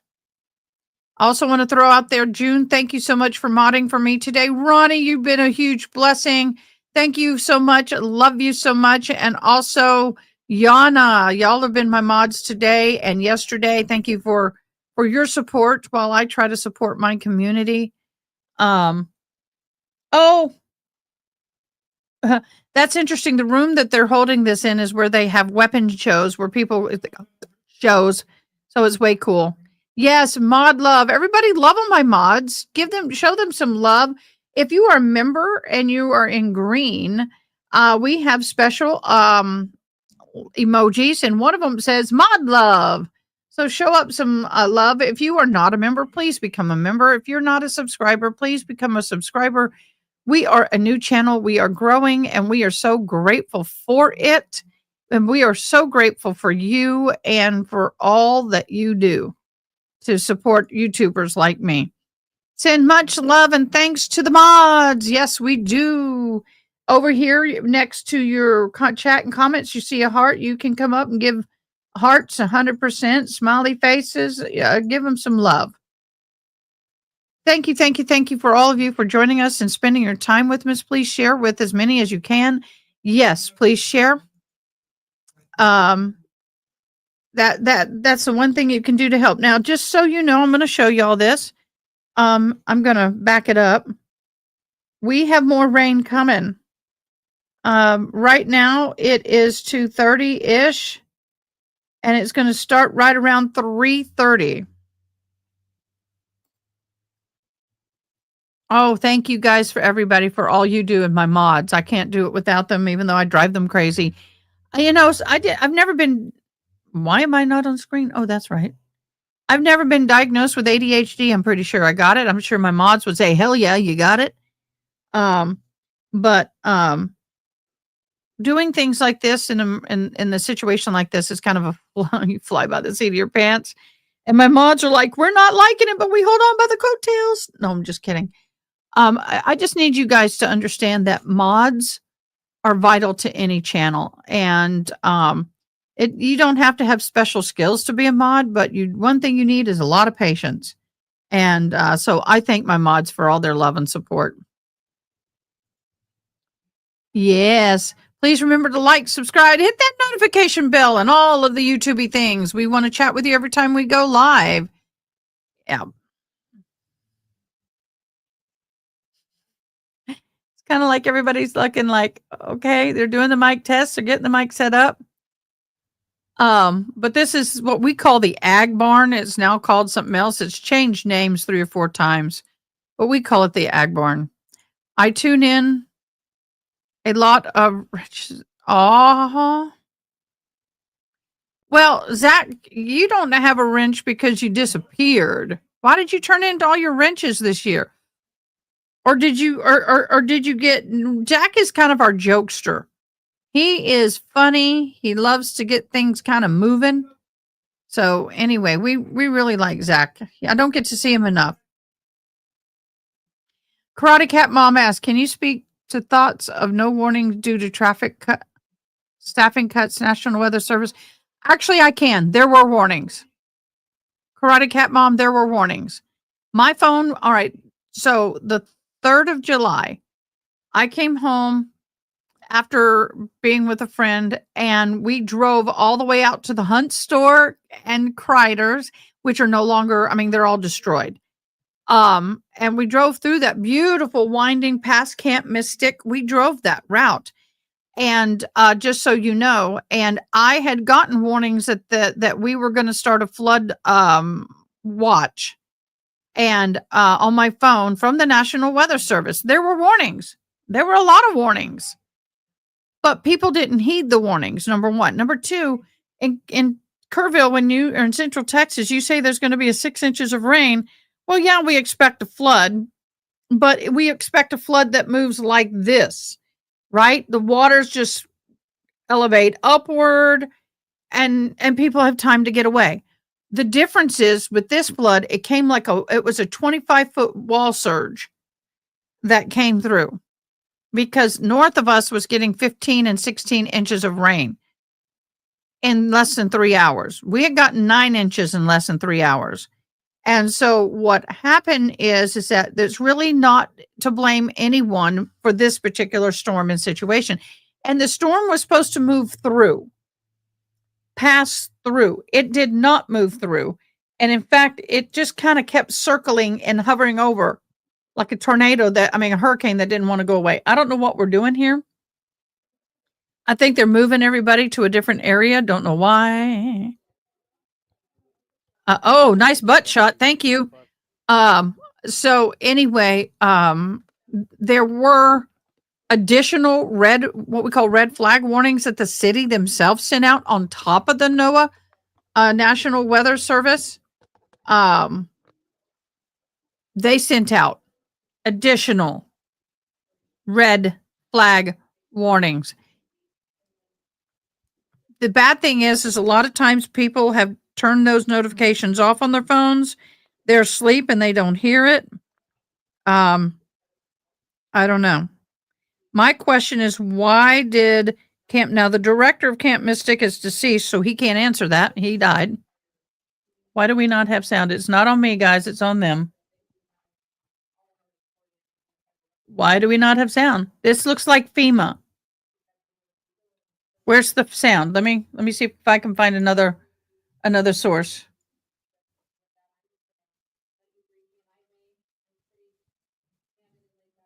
Let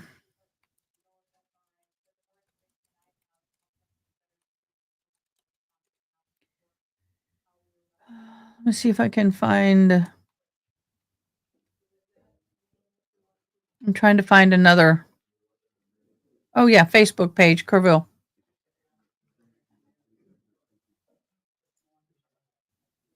I'm getting there, y'all. I'm getting there. I don't know why they don't have any sound, but we'll find out.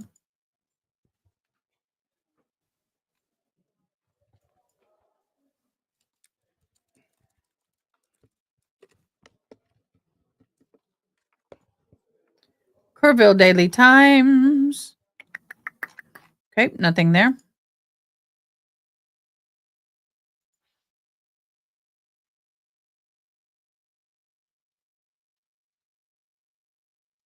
Okay, that's the old one. I got to find that link that they shared for the news thing.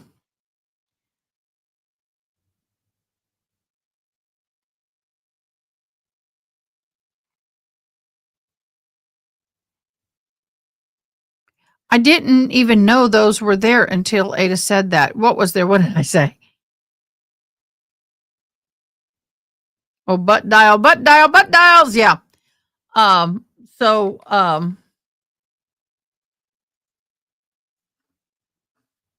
guess they came back in there.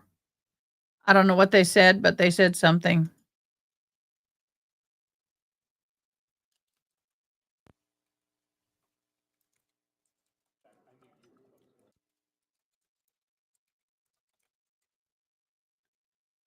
Okay, so we are waiting for the press conference to begin.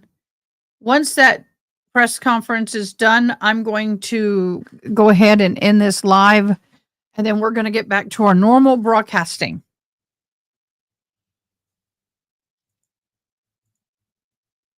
Let's see if KSAT 12 has it.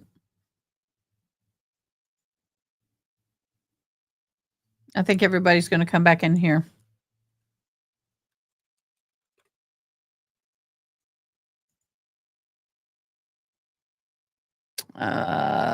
Not yet. Okay, we're waiting to see when everybody's waiting for it to go live, so we'll just be here and be patient. But yeah, but there's a lot of people who are accusing the powers that be that there was no warning. Even the lady that we saw interviewed just recently by that gentleman who was just rambling on said, "Hey, I got the warnings 5 days ago." She said 5 days ago they said there could be potential flooding. Got it yesterday, said it would be flooding, but nobody expected this to happen. Hi, Chief Blondie. Hello, beloved. Thank you so much for joining. Right now we have 300 viewers. We got 249 on alternate juror, 50 on YouTube. So thank you so much for being here. Karate Cat Mom, thanks for the suggestion. Some people wondering why we did not have any warning signals. There are some warning up and down on the river. However, those warnings are only at the junctions where it's called a Y, where two smaller rivers come together and create a bigger path that do a lot more flooding.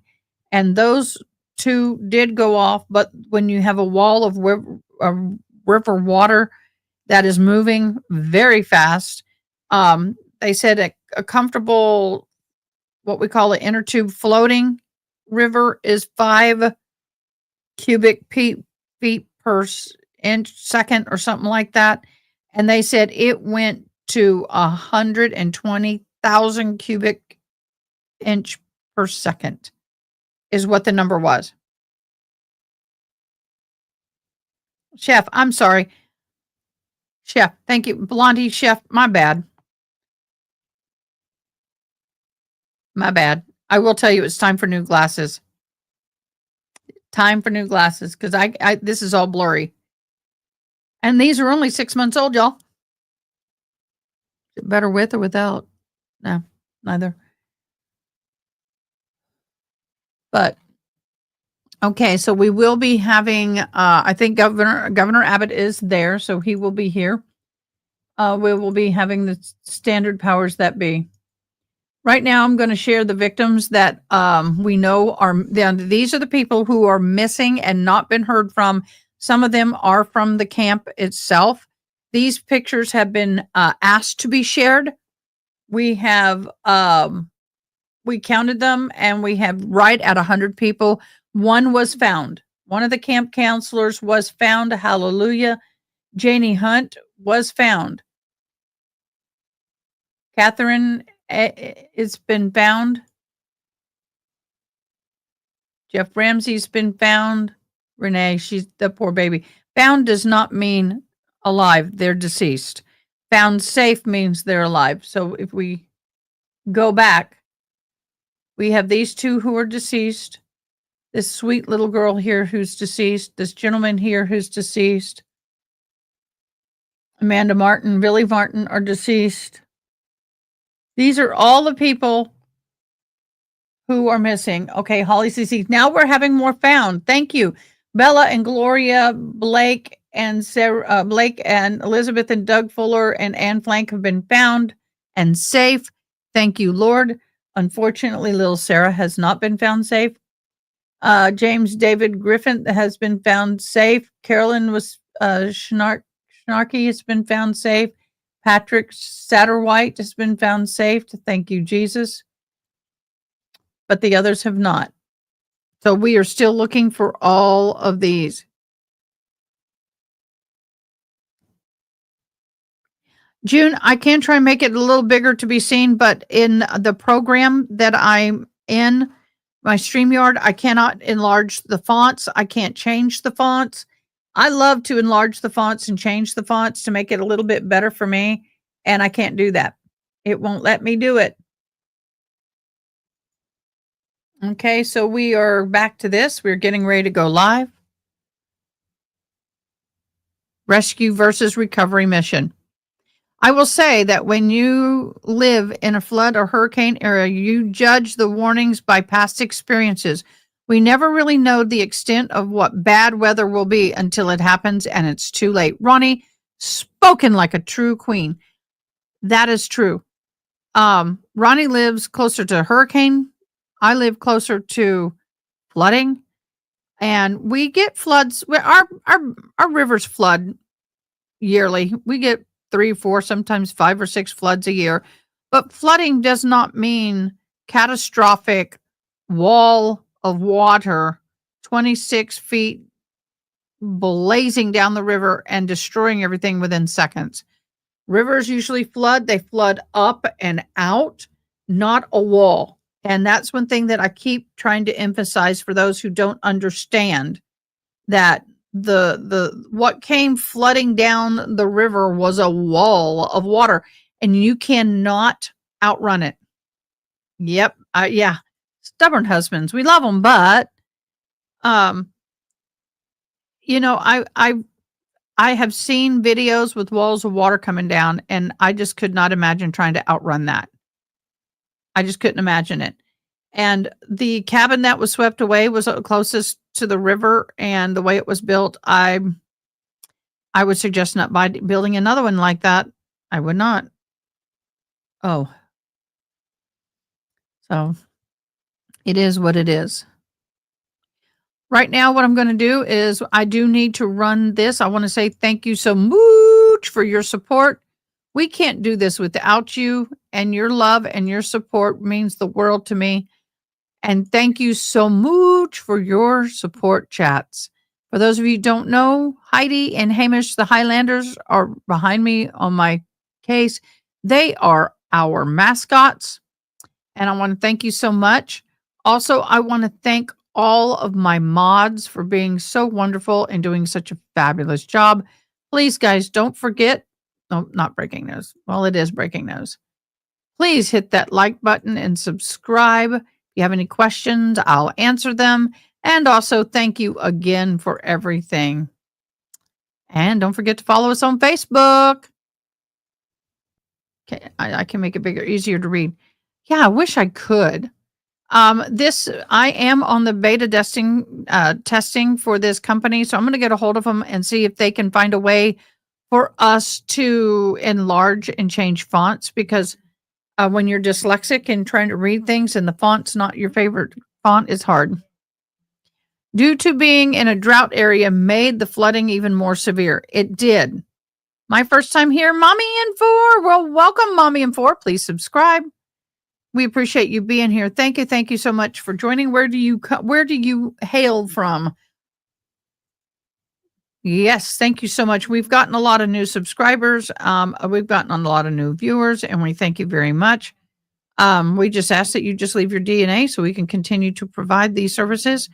For those of you who don't know, I am a courtroom commentator, deaf. I'm without my hearing aids. I hear nada. They are the big bad mamas. When Diane can, we do have an interpreter that hops on board.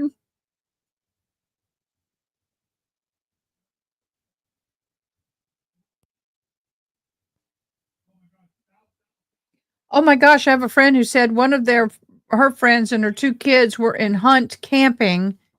They're good, but stuck for now. Absolutely terrible about the death. Yes. So,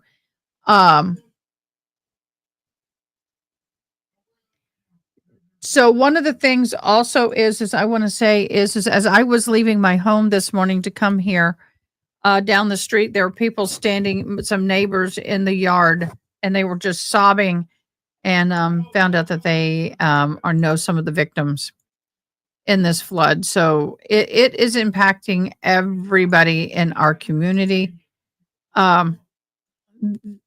This has just been total devastation on so many levels. One thing that I guess because I've been with the Red Cross and I understand a lot of disasters, it also impacts the community financially. It's an economic pain as well. It's economically, it's devastating. The Hunt store was the only store in that area. It's a 15-20 minute drive into Kerrville to get gas, food, groceries, whatever. This was a store, restaurant. They'd have music venues there. The building itself is the outer building of itself is still there, but it's over 100 years old. And so there's going to be some really big economic hits in Hunt. Yes, it is unfortunate we have to meet under these circumstances, but I'm glad to be here with you, wonderful ladies and gentlemen. Thank you so very much. We greatly appreciate you. Yeah, well, as usual, so just like with court, they're running behind. So everybody understand that all the super chats and all the everything that is shared today in the form of super chats or what are they called? Whatever, supers will be donated directly to. If you've donated anything, you will get extra entries into the end of the month giveaway where you will get possible merch. And I put my mug in to be washed, so I don't have it with me. Yes, the out-of-towners visiting for the weekend are probably stuck. Yes, there are a lot of people still stuck. I'm sure they are thankful that that will have a home to go home back to. Yes. Super sticker, thank you. Super chats and super stickers, anything over 100, those people will get a special gift from me. They'll be in a drawing for a special gift from me, separate from the standard drawing. No matter how much you give, you will be entered into a drawing at the end of the month. Giveaway. That is so true, and they are setting up services for those who are affected and traumatized. For both lay counseling, professional counseling, spiritual counseling. That's where I come in. I am on call to go if need be. Luckily, I've not had to go yet, but I'm wondering I wonder what the numbers have risen to. But like I said, we're just waiting patiently. Ronnie, how many hurricanes have you survived? Because this was like a hurricane on land. I think that is a good way to describe the way this was. And mind you, all of the weather forecast literally only forecast up to 6 inches, up to.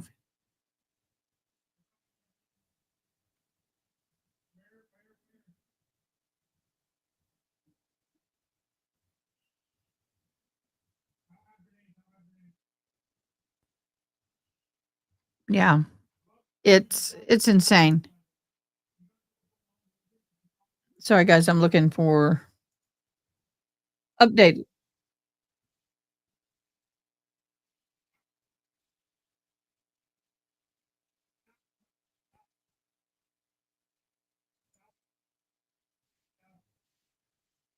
Flooding.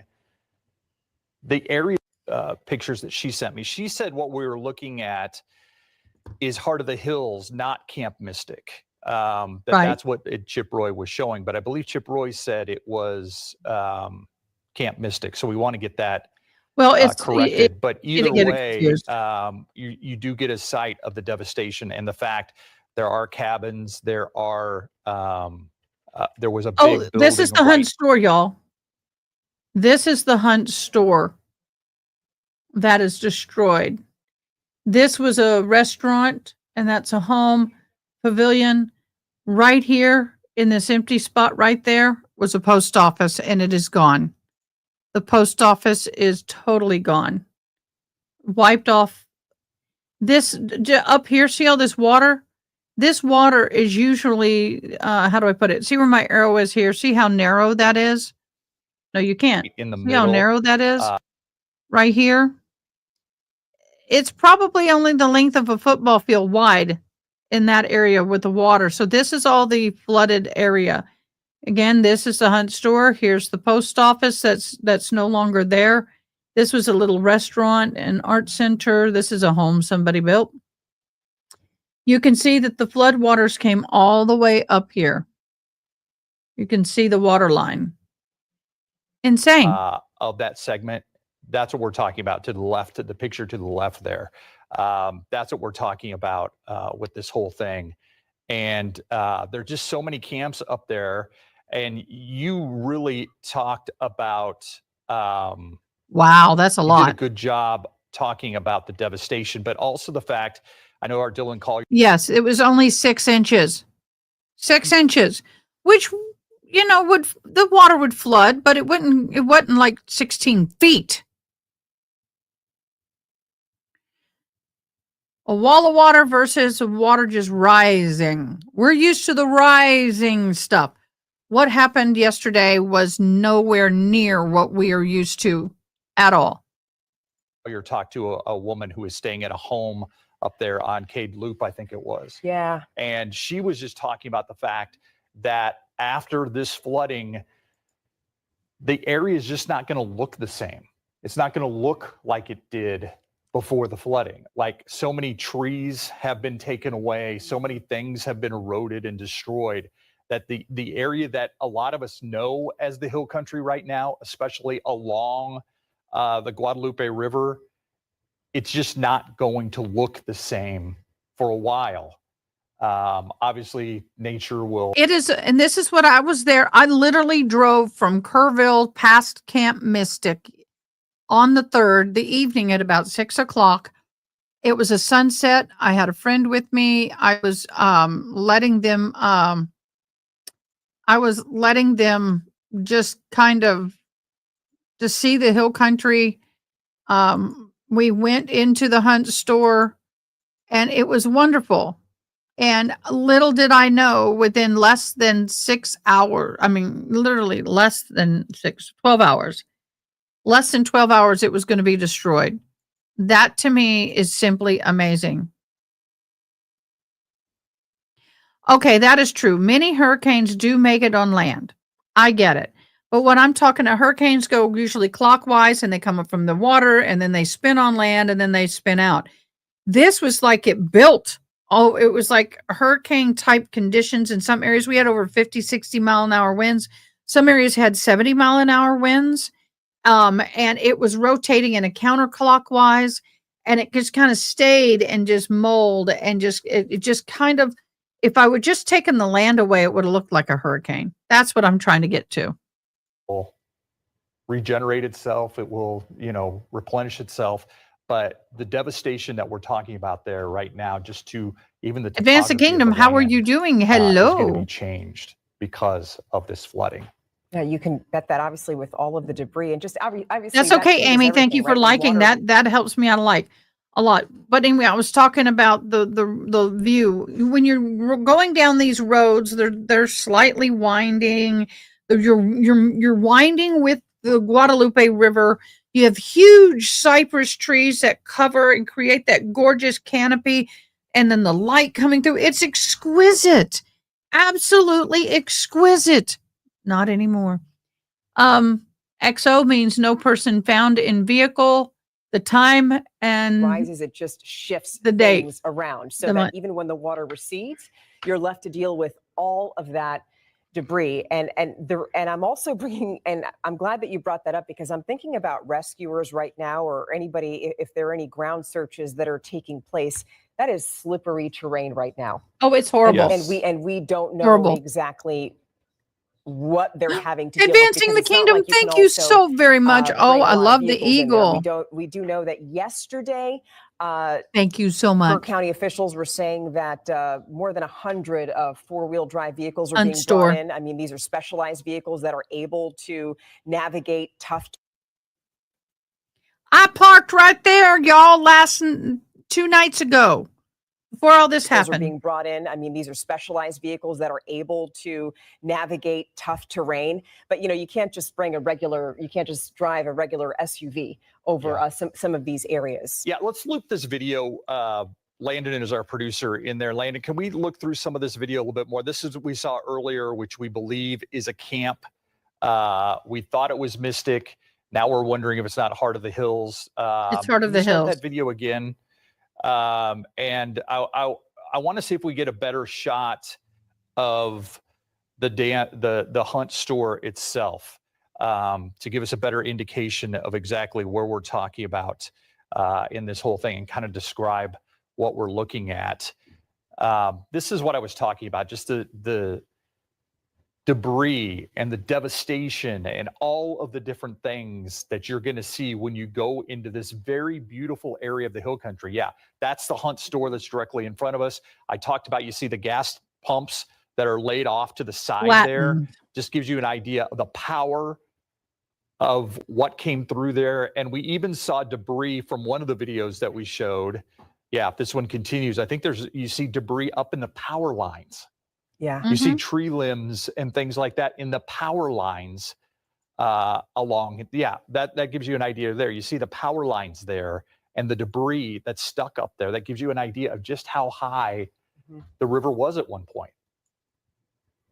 I just don't know what to say, because when you see that, I just couldn't imagine being there, hearing that, experiencing that, and then having to go back there and just finding that what you had is just gone. Yes. Now, I'm looking again at the City of Kerrville's Facebook page, and whenever things like this happen, you know, there's usually foundations and relief funds that are set up. So let me talk about this missing persons line. This is for people, if you have a family member that you know was in the Kerrville area, you haven't heard from them. This is the number that you call right now. Don't call 911. This is the number that you call because they have the resources. This is a call center right now that's been set up to connect you with your loved ones, and also where you can report any missing family members. And that number is 830-258-1111. And again, that's 830-258-1111. There's also an email that I'm going to read to you. We don't have it on the screen, but I'm going to read it to you. It's floodrecovery@co.ker.tx. Okay, we have already got that. I have that running on the bottom of my screen. Do have that running. So, one thing I wanted to share with you guys is, I'm going to get it back up here. Give me a minute. This is the Texas A&M. These are the people that I was talking about. Look at these big trailers. Texas A&M Task Force. Last night, 6 members of the Texas A&M Veterinary Emergency Team, along with 2 Texas A&M Argolife disaster assistance and recovery agents, deployed from Bryan College stations to Kerrville, Texas. That's about a 5.5 to 6 hour drive to support the search and ongoing rescue efforts following the devastation and flood. As canine search teams, including those from Texas A&M Task Force and other regional partners, begin the difficult work of locating the missing. The vet is providing essential veterinary care to the working dogs on the front lines. These elite canine partners are critical to the mission, and our team is committed to helping them stay healthy. So they had 2 of those big trailers for their dogs. So we do have dogs on ground. We don't have that capability. We have a police dog, but we do not have the other. Yeah, tsunami and earthquakes have no warning. Bless the wonderful people in the Texas Hill Country. Thank you so much for advancing the kingdom. We appreciate you so much. Really, really, really do. So we are still waiting for them to. We're still waiting for the news briefing. It's a little frustrating, but that's okay. We're hanging in there. Let's watch this. My daughter goes to school in San Angelo, and I go to school there, but I'm remote. My daughter is fine. The college is fine. She's high and dry. Thank you, Jesus. I'm not worried about her, but San Angelo last night and today got flooded too. But all that water is flowing down to us.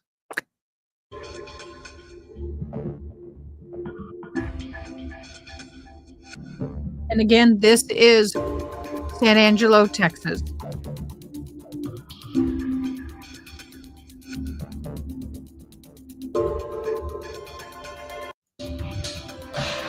Oh, look at the house there.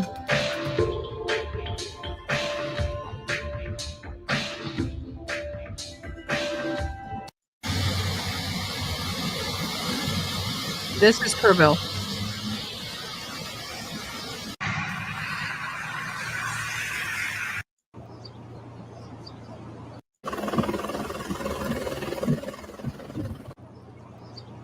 Yep.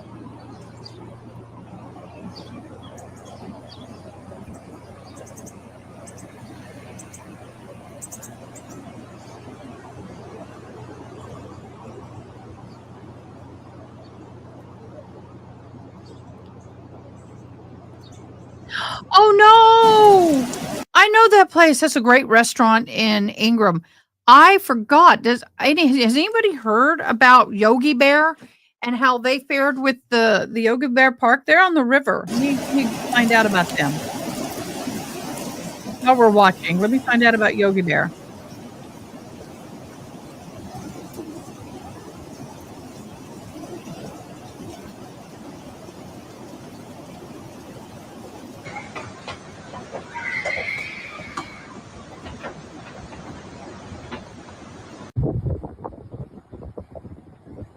Oh, that's a. Oh my gosh! Look at the building wrapped around.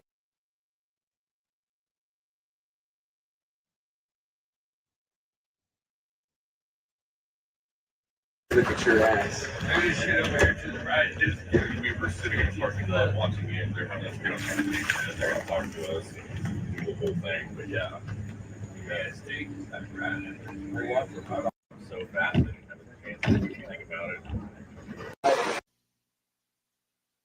Okay, so we're getting ready to go into the news. What I got to do is I need a comfort break. So let me do this. From what I saw, this flood system flooded parts of Mexico as well. It did. So what I'd like to do is if you'll just give me a minute, I'm going to put on some easy listening music and then I will be right back. I need to take a comfort break. Everybody take a stretch break and we'll be right back.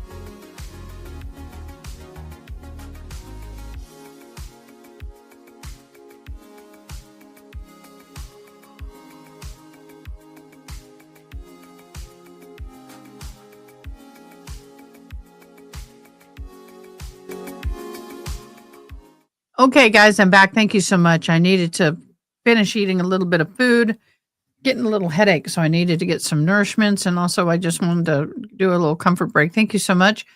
We've been live for 4 hours now, and I want to thank everybody for joining, but mostly I want to thank my mods, Ronnie, Queen Mod, Yana, organizing Queen Mod, and research is Ronnie, but also June. You're amazing. Thank you guys so much for being here. Always, always here for me, no matter what. And I greatly appreciate it so very, very much.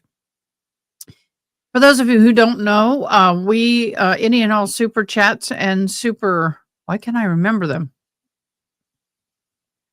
Stickers. Sorry, I drank too fast. Will be donated directly to the victims of the impact. It will be put in a place where they get all 100% of it will go to them. And I have done this in the past. This is something we regularly do on this channel, not just for my community, but others as well that suffer great tragedy. We are a community here and we support everybody. So Seeking Justice, Advance the Kingdom, thank you so very much. Also want to Seeking Justice, hello, it's Britt. Hair on fire. Well, I don't know if you're male or female, so I think you're male by your thumbnail. Zach Tinkitude, H. Smith, thank you so much. June, as always, huge blessing. Mars, thank you. Jed, Dawn, Karate Cat Mom, K. Swan, Cindy, RN. Oh gosh, I ate too fast. June and Dawn again. And those of you who've been members for 5 months are Jesse and Dawn, 6 months being a member. Thank you guys so much for your fabulous donations. We can't do these things without you. I see it. I just, let me.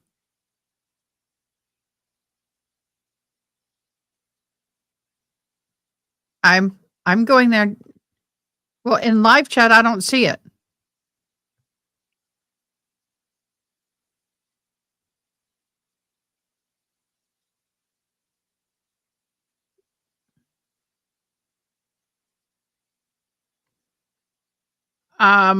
Yes. The only thing I see is hair on fire. Is that what you're talking about, Ronnie? Because I don't have that. Yana at 2:46 was the last live chat that I've gotten. Oh, wait, that's old. Sorry. My bad. I got to scroll down. My bad. Reading an old one. Sorry. Get there. I know that was old. I just saw it. My bad. And forgive me. Thank you, June. You went to your church a little and lit a candle for the people of the impacted areas. Thank you so much. That means a lot to us. That is the one thing that everybody keeps saying that we really desperately need, and that is prayer. That is prayer. I have shed a few tears over this myself. The thought of all those families from Dallas, Houston, Hunt, and Austin where those girls were from that are still disappeared and or have passed away. Camp Mystic has been around to their 99th year this year, so that's amazing. But their main camp director has passed away. He passed away. Another camp director passed away at another camp. We have a lot of people who were trying to save these young children and getting people out of the way of the storm, and the waters have passed away. So here's some aftermath pictures I'll show. This is from the Austin American Statesman. You can see the pipes. Okay, this is the walking trail. Remember the city manager said that he was on the walking trail? This is the walking trail in Kerrville. RV sewage. It was all full too. All those RVs are downriver. Stuck on No, trees. that's a walking trail. There's no RVs there, dude. No RVs there. This is the G Street Bridge. And this is what bothers me. This is what bothers me, is that people get that close to that water. This is the G Street Bridge. This G Street Bridge is literally 2 blocks from me. If you go across this bridge and see where my mouse is circling, our shop is right there. That's how close we are to that bridge. Very close. These are apartments that live on that river. They are the type that you just, they're furnished, they're lower income apartments, but they are literally on that river. I worried about them. Luckily, they're close, but they're not up there. And that is usually dry, by the way, with a few trickling little streamy things going through. That part of that part is usually dry creek bed. So for it to be raging like that is unusual. Yeah.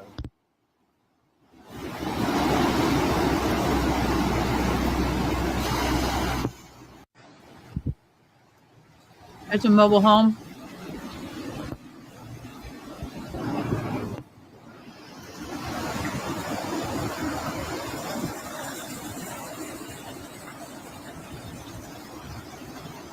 They're lucky those are still on their foundations.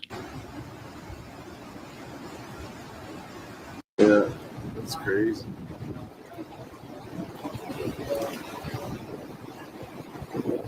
And that water's running underneath that platform. What the hell is he doing up there? Diane L. The shop that I'm at is two city blocks from that G Street Bridge. When you exit our shop, there's a light. You take a left, that's G Street. Yes, I live here.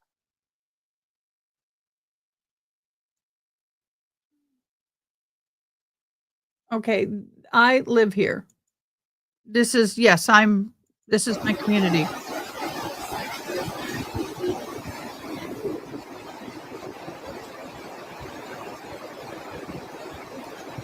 I know where this is, and there's no way in God's green earth you're going to have me standing on top of that platform with that raging water going under me. Ain't no way in hell.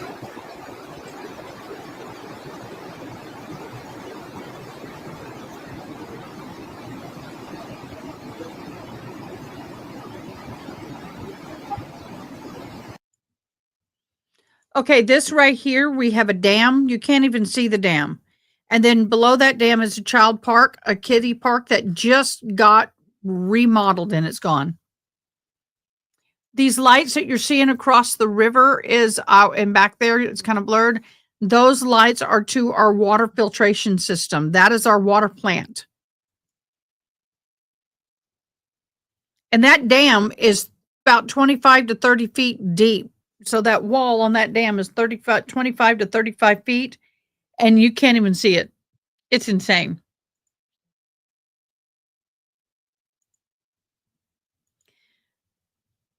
So, yeah, I am extremely close proximity to this.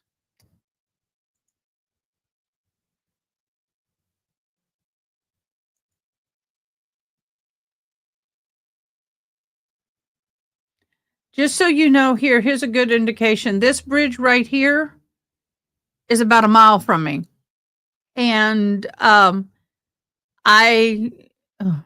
wouldn't be walking with family across that bridge. I mean, just in case to wherever he's going, I mean, he can probably use it, but this bridge is still open. This is the same one that we were looking at earlier, Veterans Memorial Highway, and you can just see the rushing water. That's the Guadalupe River, all of it just going underneath the bridge. And if I pan the camera, again, this bridge is still going to be open right here.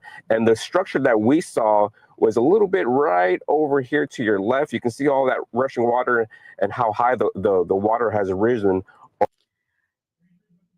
These are homes.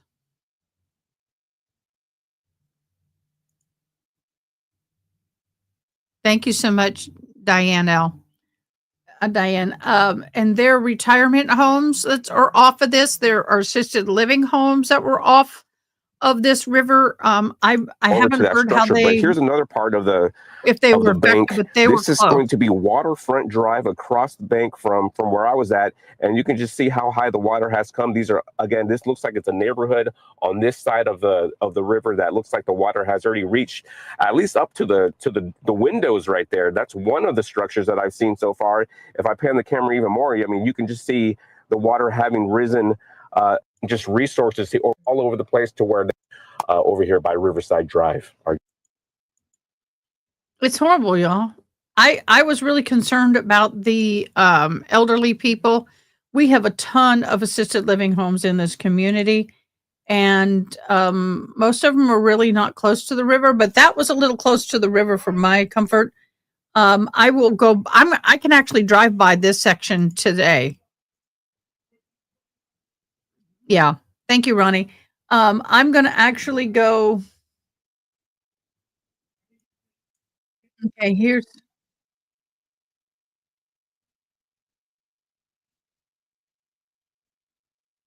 That we've already seen that. But I am highly concerned about where the how did it affect the okay, here we go. How did it affect the nursing homes that were right there on the river, just about a half a mile up from that last video we watched?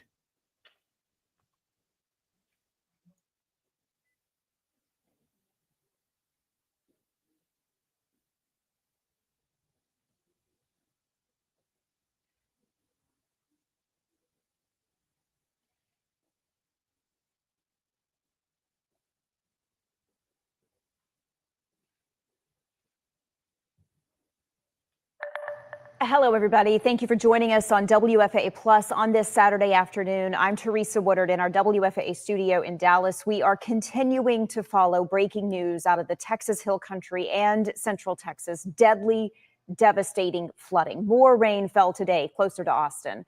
We are about to bring you a live news conference from Texas Governor Greg Abbott, who is in Kerrville. You can see him coming in the room right now. As we wait for him to take the mic, and for Homeland Security Secretary Kristi Noem to take a seat, Senator John Cornyn to take a seat, before he speaks, let me just tell you what local officials did reveal to us earlier today. The death toll now up to 27 in Kerr County, 18 of those adults, 9 of those children, and at last report, about 24 campers from Camp Mystic, that Christian girls camp right on the Guadalupe River, remain missing. June, thank you for asking. No, because it's really back from the river up on a huge hill, so they had no risk of flooding. All right, it sounds like Governor Abbott has taken the mic. Let's go ahead and listen in. Have with us today Secretary Kristi Noem from the Department of Homeland Security, who will share with you a lot of information herself. Before I do pass the mic to her, there are several things that I want to announce, as well as some things to share. First, what I have observed in this community over the past 24 hours is what I call quintessential Texas. When Texans face a challenge, we come together, we unite. And that's exactly what's happened over the past 24 to 48 hours in this community. Nothing more than extraordinary devastation. And the worst thing that could have happened in this community fell upon it. They could have fallen apart. They could have fought against each other. But instead, they understand the importance of unity. That's what Texans do. That's what we will continue to do. Along those lines, something else to double down on what I said last night. We will be relentless in going after and ensuring that we locate every single person who's been a victim of this flooding event. We're not going to stop today or tomorrow. We will stop when the job is completed. Between now and whenever that day arrives, when the job is completed, this is a 24/7 operation, day and night, because we know that we are looking for Texans and Americans, and we put them as our top priority. We will find every one of them. Additionally, I want to let you know that overnight, there was an increase in storm damage and rainfall and flooding in other regions of the state of Texas that were in addition to the ones that were in the disaster declaration that I made yesterday. What I'm going to sign today is an expanded disaster declaration that adds the following counties to what I signed yesterday. This disaster declaration includes Bexar County, Burnett, Caldwell, Guadalupe, Travis, and Williamson counties.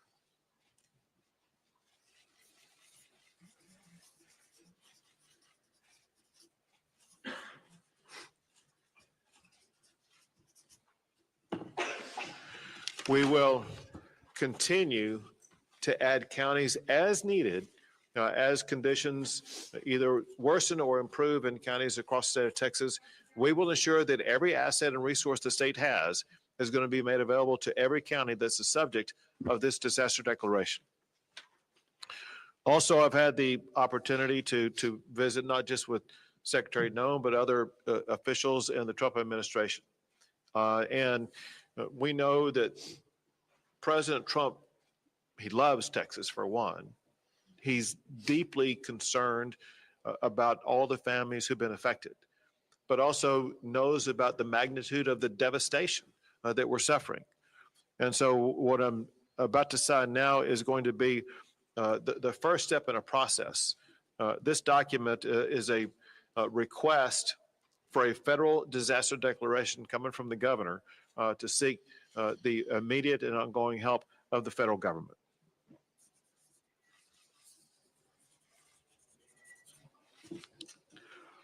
I want to express my gratitude in advance to President Trump for his entire administration for their devotion to the state of Texas.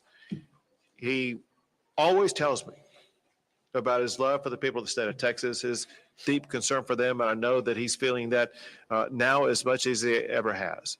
And there's no better way to show that than the fact that he wanted to ensure that he and his entire administration was represented here today by Secretary Kristi Noem, to whom I would like to turn things over at this time. Well, thank you. Thank you, everyone, for being here today. And I want to thank Governor Abbott for his leadership, and know that President Trump is absolutely heartbroken by what has happened here in Texas, and the loss of life is absolutely devastating to him and Melania. This morning, I talked with him several times, and he wanted to make sure that all of you know how much he loves Texas, how much he's grieving for your families that have lost someone, and the beautiful children that we're still looking for and hoping to return to their families, and that he is absolutely committed to using all the resources of the federal government to help unify families, rescue all those that were still missing, and return those who maybe we will recover back to their families as soon as possible, and that we will be here walking alongside each other and helping throughout this entire crisis. And know that I'm extremely grateful as well for the leadership of Nim Kidd, who's a fantastic emergency operations manager and has been well known throughout this country for leading through such a time as this. And this tragic situation is something that is unprecedented. We recognize that at the federal level. We also recognize that when something like this happens to a community, happens to a state, that the best responders are those locally, because it's your family members, it's your community members that are being impacted, and you can respond quickly. And the role of the state is to run and manage that emergency, but the federal government needs to be here for the support and extra resources on the ground as well. And that is what we are doing and what President Trump has dedicated to continue to do. I've visited with the president already about this federal disaster declaration that the governor was going to sign here this morning, and he has indicated that he will honor that and that he will accept that. So that response and that relief will be coming. And we also have had assets here on the ground since the beginning of this crisis started, since this weather event did start. And even before it came, we were alerted. We did have Coast Guard assets here that were helping to rescue people. We're thankful for the airframe that showed up and those coasties that were here walking alongside our DPS, and the emergency responders that were here, the Texas assets that were deployed already, and that coordination was seamless, and I appreciate them for putting that request in right away. We also had our BORTAC team from Customs and Border Protection out here helping with rescues. They are a specialized, trained force to come in these types of situations and bring their skill set to bear. That is a resource that's incredibly important to the Department of Homeland Security, but also in these types of situations when we need emergency management response. We also did have a CBP advisory interdiction specialist here that was helping with some coordination of air assets that has been present. And then we are looking at the other entities that are under the department, what can be utilized. And of course, FEMA is standing at an enhanced level right now, which means that they are plugged in to the State Operations Center. We are engaged, and then as this response goes forward, that their role will continue to be filled as it always is in these situations, and will be timely and responsive as to what the governor requests and what is needed here on the ground. I do know that the state of Texas is amazing in how it responds to disasters. Not every state is like that. Many states do not do what the people of Texas do. And you are an example to the nation of getting through these difficult times, but also know that you're not alone, that you have the entire country's hearts and are with you and are walking alongside you. And at the department, we will continue to bring more resources. We just, at the request of a previous conversation less than an hour ago, in visiting with him and with the governor, requested more fixed wing aircraft from Coast Guard to come and help us. Making sure that we're going out and locating individuals as fast as possible that we know are still missing, and that we also will send more airframe as far as helicopters that have the ability to come in, and some will be equipped, and the fixed wings with thermals so they can continue to work all night long. Some of the assets that other agencies may offer don't have that kind of equipment, but the Coast Guard does have it, and so that will be deployed so that the search and rescue efforts don't stop even when it does get dark at night. We'll continue to stay engaged, and I'll be here. I'm going to go up to the camp, Mystic, and I'm going to go around town and spend some time here today, and make sure that when I am calling and talking to the president throughout the day, that he has timely information, and that the requests that are coming here from the leadership on the ground are met immediately, and that we can take care of these families and take care of these folks right away. We do know the number one priority now is people. Is making sure we're finding people as fast as possible, and we're returning them to their families. And then also, throughout the process, we'll get into what damage was done to public infrastructure, what may have been done to, I know we have 1,800 people that are still without power. What I understand is people still have water, but we do have damage to bridges and to roads. Thankfully, dams held. But all of that is an assessment that we'll continue to work with you on to make sure that you recover as quickly as possible. So again, thank you all for being strong and being an example for people. Someone told me a long time ago, over 30 years ago, that to never get angry on behalf of yourself, get angry on behalf of the other people, to always go out and get up every day and go work for other people and help them. And so I know many of you that are out there responding and helping your neighbors had losses too. You're hurting because you're grieving somebody that may have been lost. We were created to serve people. God created us to serve each other. And now is a wonderful time to go find somebody you can help, somebody that you can take care of and get them through this process. And that will make us stronger and better into the future. So our prayers are with you. President Trump wants you to know that he and Melania are praying for you and love you. And with that, I'll turn it back over to the governor. Sure. Well, thank you very much. Thank you so much for being here. Thank you for the assets and resources you and the Trump administration are providing. One thing that Secretary Noah mentioned was the fact that recoveries and rescues are being made. And what has happened over the past 36 hours is really amazing. When you look at what the local officials have done, working in collaboration with multiple state agencies as well as our federal partners, in 36 hours, they have rescued or recovered more than 850 people, some clinging to trees to save their lives, others in other precarious situations. It's just sheer heroism, the way that we've seen our first responders rescue so many people. And now I would like to turn things over to Senator John Cornyn. My thanks to President Trump and Secretary Noem for responding so quickly to Governor Abbott's request for a federal disaster declaration. And particularly, Madam Secretary, thank you for being here in person. It's really important and I think sends a very important message.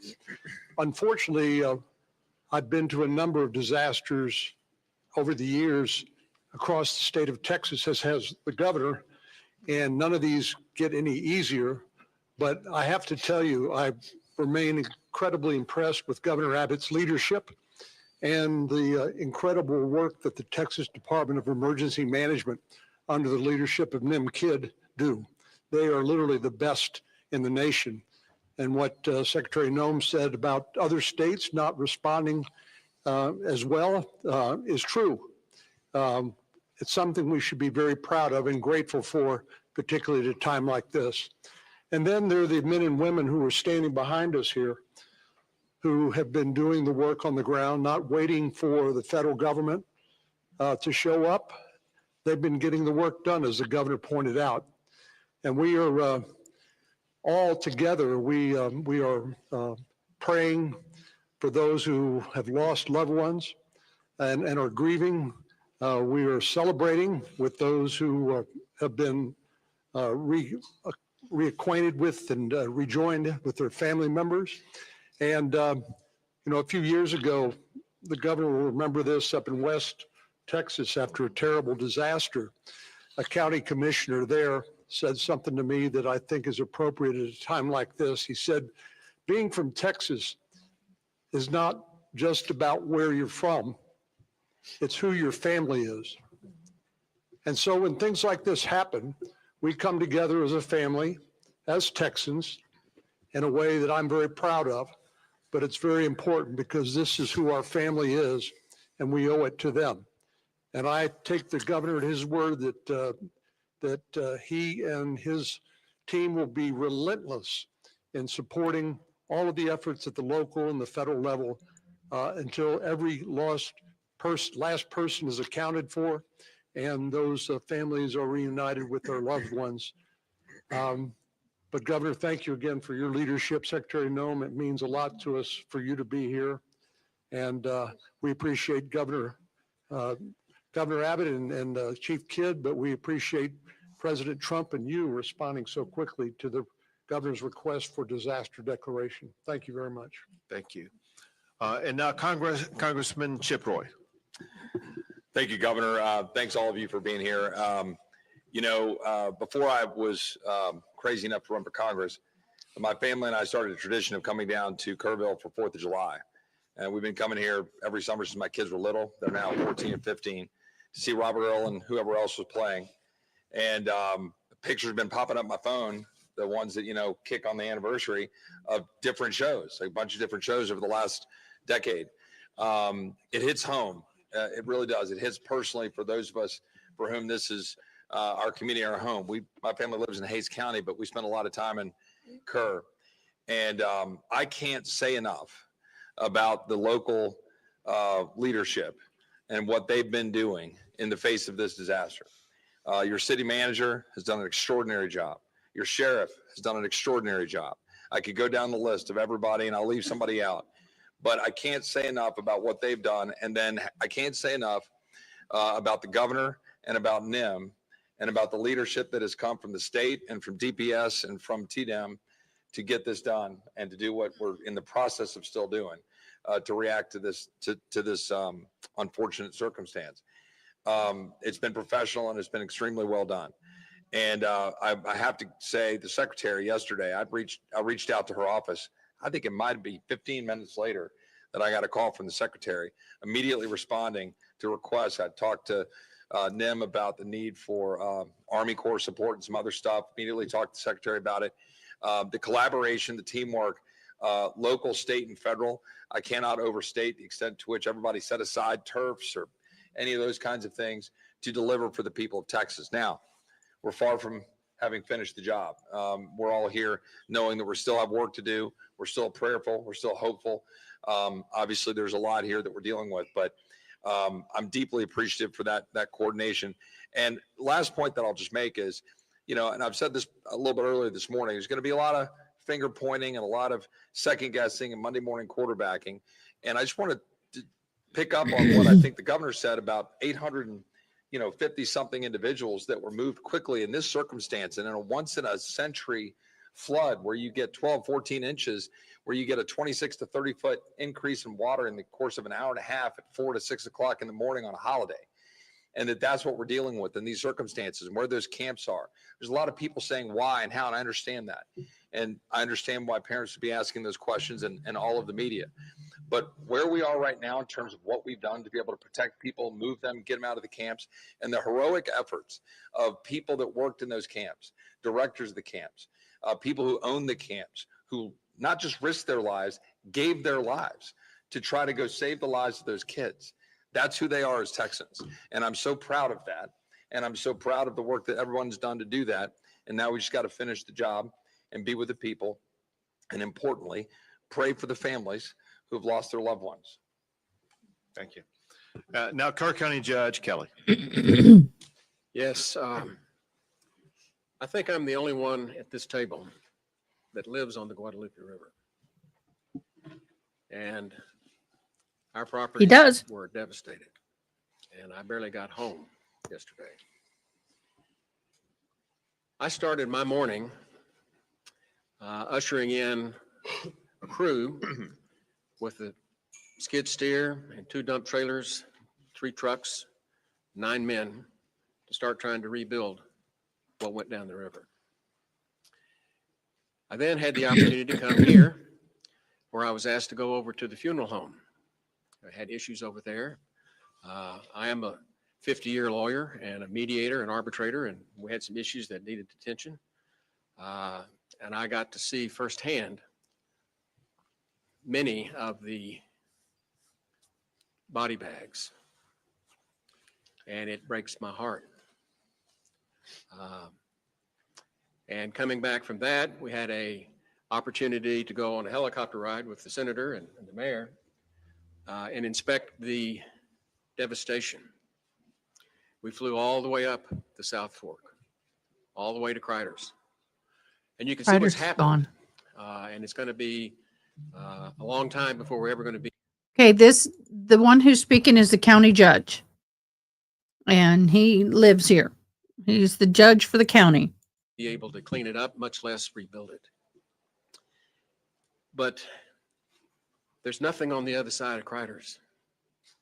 It's just hill country. And we didn't know. We know we get rains. We know the river rises. But nobody saw this coming. And hey, Justice Jane.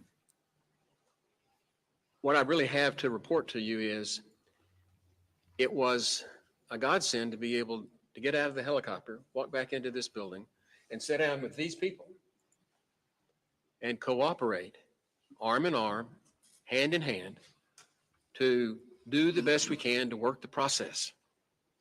The rescue has gone as well as can be expected. It's getting time now for the recovery. And that's going to be a long, toilsome task for us. And what I would reiterate that I've heard others say is as long as we stay together, we'll get this done. Thank you. Thank you very much. And now, Mayor Herrick. I want to start off by saying thank you on behalf of the city of Kerrville and our 25,000 citizens. I want to say thank you to the federal government, the state government, county government. You know, as I look around the room in the Emergency Operations Center, I don't see different agencies from the state, the federal, the county. I see one team working together. It's important for our community to know it's one team. We will rescue those in peril, and we will find those who are lost. I continue to ask everyone who sees this today to pray for Kerrville and Kerr County. We need your prayers. And thank God we have the help of the federal government and the state government in this horrible, horrible crisis.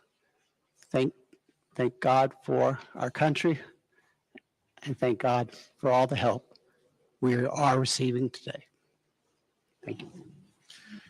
Now, TDM Chief Nimkid. Thank you, Governor. My heart breaks. It's broken for those families that have lost their loved ones. And that fuels our drive to continue to search for them. And we will not stop until we find every one of them. I have to start by thanking our local first responders. Those men and women on the streets live here, they work here, their families are here, yet they got on the truck and they got in the car and they got in the ambulance and they went out and they did everything they could to save their neighbors. You also have volunteers all over this county that do the job for free, that were out there. We have 7 volunteer fire departments within a 30-mile radius. Working to save lives, many times putting their own lives and their property at risk. Our state partners have been phenomenal, nothing short. Madam Secretary, your federal team has been nothing short of remarkable and impressive. I'm grateful for that. Every time I've reached out to you or your staff or Acting Administrator Richardson or the Acting Regional Administrator, I don't think the phone has rang twice before you've answered. Thank you for doing that. Thank you for being here with us. Life safety continues to be our #1 priority. We will continue the search until all those that are missing are found. We will start cleanup and property damage assessments as soon as possible. Our teams from FEMA have been in the State Emergency Operations Center since before we started operating on this event. They are exactly where we need them to be, doing exactly what we need them to be doing. Our Border Patrol partners have been here, and I'm so grateful for the U.S. Coast Guard. Acting Administrator Richardson and Regional Administrator Stoller have been great partners to us. We continue to work forward. And if I may, I'd just like to run across a few more of the numbers. 1,331 state additional personnel that have been added to this response on top of all your local responders. Over 906 state assets here. That's 125 from our agency, 172 from the Urban Search and Rescue Team at Texas Task Force 1, over 160 from the Department of Public Safety, over 250 from the Texas Department of Transportation, 170 from the Texas Wildlife Department, Military Department 136, and the A&M Forest Service here with 115, and almost 190 people on the health and medical side. Governor, our team stands ready to assist this community. Thank you very much. One last thing, and that is, there is a word that's been the most common word that's been spoken over the past 36 hours, and that is the word prayer. It's been repeated by the people who are watching this as we speak right now. Yep. It's repeated often on social media, through phone calls, through texts. And those prayers are answered in so many ways. Answered by that child who was being swept down the river and happened to find a tree to cling on and was able to continue with uncommon strength to be able to remain clinging to that tree until a helicopter was able to descend upon her and lift her out of that harrowing situation. It could have been the reason why water stopped rising into a home or a cabin or something that would have caused an entire building to float away. It could be the reason why there have been so many people have been located wherever they were down the river basin. Could be something that prevented somebody from getting into the water to begin with. All we know is that prayer does work. Your prayers have made a difference. We ask for continued prayers as we continue our efforts to locate everybody who's been affected by this, and pray so much for the families who have lost a loved one, who are going through challenging times that they never imagined on the 3rd of July that something like this would happen. Prayer matters, and we thank God Almighty. God has blessed Texas and will continue to bless our great state. We'll take a few questions. Have the numbers changed? 27 dead and 27 missing from Camp Mystic. Sure. What I can tell you is there's still 27 missing. We have recovered some additional bodies at this time. We're trying to identify at this time. What I can tell you, an update, there's 32 deceased. 18 of those are adults and 14 are children. 5 of the adults remain unidentified and 3 children remain unidentified. We are still working on that this time. As I said earlier this morning, the numbers are going to continue to change. They're going to continue to change till we're done. It's been a very good day as far as being out there and being able to do some things, and we've got a lot done. But you can, early on, there was a lot of conflicting information about the search, about the number of fatalities, the missing, even a lot of families and parents were rightfully concerned and more importantly, confused about all this information. We just heard the judge refer to this as a shift from rescue to recovery. Can you clarify what that means? Thank you, Hilda B. About these missing people no longer believed to be alive? You'll need the judge to answer that piece. Our state assets and local partners are continuing to search for live victims. Is there any indication that there are still people out there alive? Any evidence? History would tell us that after a certain time period, those chances diminish. And we can talk about all of the numbers and the metrics Greatly. on that. Our hope and prayer is that there are still people alive that are out there, and we are still actively searching for them, and we will continue.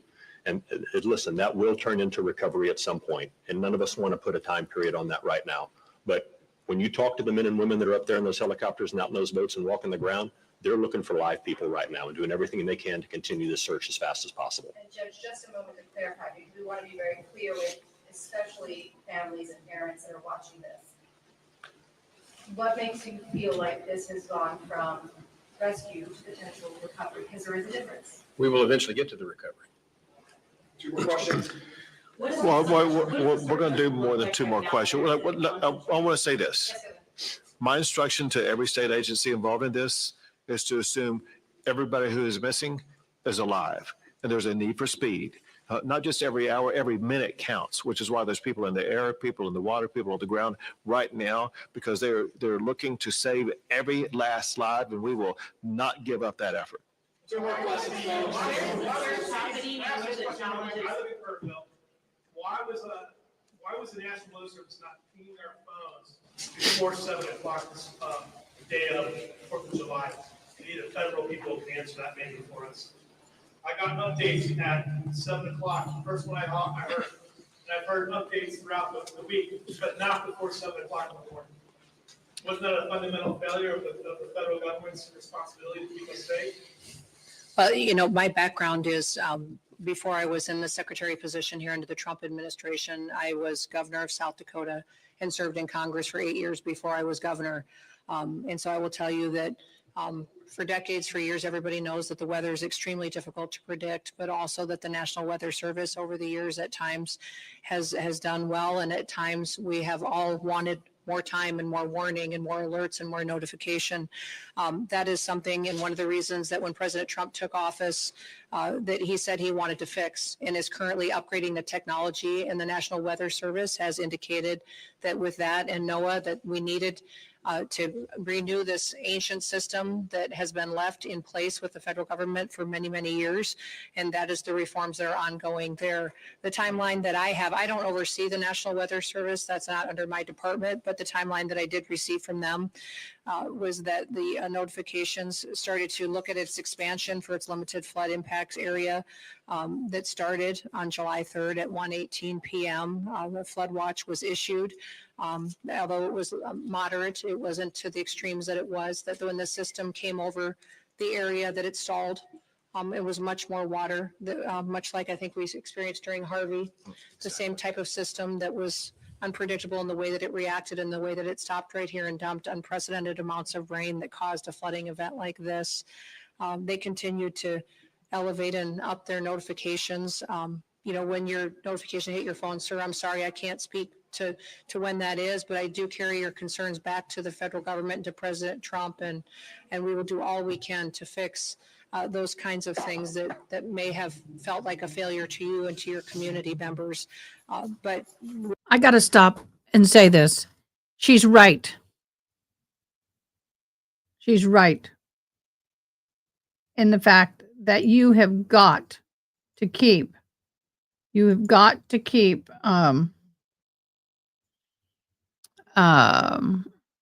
phone alerts on. You need to pay attention to those alerts. Don't ignore them. Like the woman said that was interviewed, I got alerts 5 days before that we were going to have raining and possible flooding. So, and I got alerts that day, the day before that day, and I didn't think it was going to get this bad. That's what you get for thinking. You got to pay attention to these alerts. It's important. We know that everybody wants more warning time, and that's why we're working to upgrade the technologies that have been neglected by far too long to make sure that families have as much advanced notice as possible. But One more question, folks. Can you please speak to the search efforts and where that's happening and what the challenges are? Question was search efforts. Where it's happening, challenges, what it's looking Yeah, like. the entire river is being searched from the northernmost impact all the way as we run down. You have assets in the air that are still doing searches. You have boats that are in the water doing searches, and you have ground crews doing searches. As the water recedes, new areas being uncovered and searched, and you have human and canine that are working those banks and will continue. It's a grid situation where we've got maps in there in the EOC where you can see what group is assigned to what area and reporting back to command if they find or if they continue to clear. And that process is going to keep going. We are not stopping until we find everyone that's missing. Thank you, everyone. That's all we got time for. Go ahead. As far as the resources people who are trying to recover, we have FEMA, we have the state. What can people depend on from the federal government and the state government in this time of need? There's a lot of that. Well, as in every emergency situation, the local emergency responders put together what the request is through the state, and the state coordinates all of the response and what assets may be necessary and makes a request to us. So now that the governor has already requested this federal disaster declaration, they will start to tell us what the needs are, and the federal government will do all that we can to support. And will there be direct assistance? Well, there already has been direct assistance. I mean, when you look at having Coast Guard assets here on the ground, we just requested more assets to be here, Border Patrol here. If there's more individuals and federal law enforcement officers, if we need, any assets that I may have under my purview, I've made available to NIM. And so he knows that if he needs something, it'll be here. Great. Thank you, everyone. Appreciate it. Thank you, folks. Okay. This is such a true comment. I don't think there was any type of alert system that could have had a fair warned anybody of this type of flood. You're correct. Once again, there's a difference from normal floods in this country come straight up and spread out. This was a total wall of water that came down 25 to 20 feet-ish thick wall of water. And there was no forewarning of this kind of water coming down. Where I live, there's tornado alerts or wind alerts that folks pay attention to. Yes, we got alerts on our phones. We got alerts on the news. We got alert on everywhere that there was potential flooding. But once again, the type of flooding that we're used to, it rises and it's, we're mindful of it. We know some bridges may not be crossable and things like that. But this, Ryan Hall reported that 6 inches of rain was expected. That's right. He himself said he didn't expect 16 feet.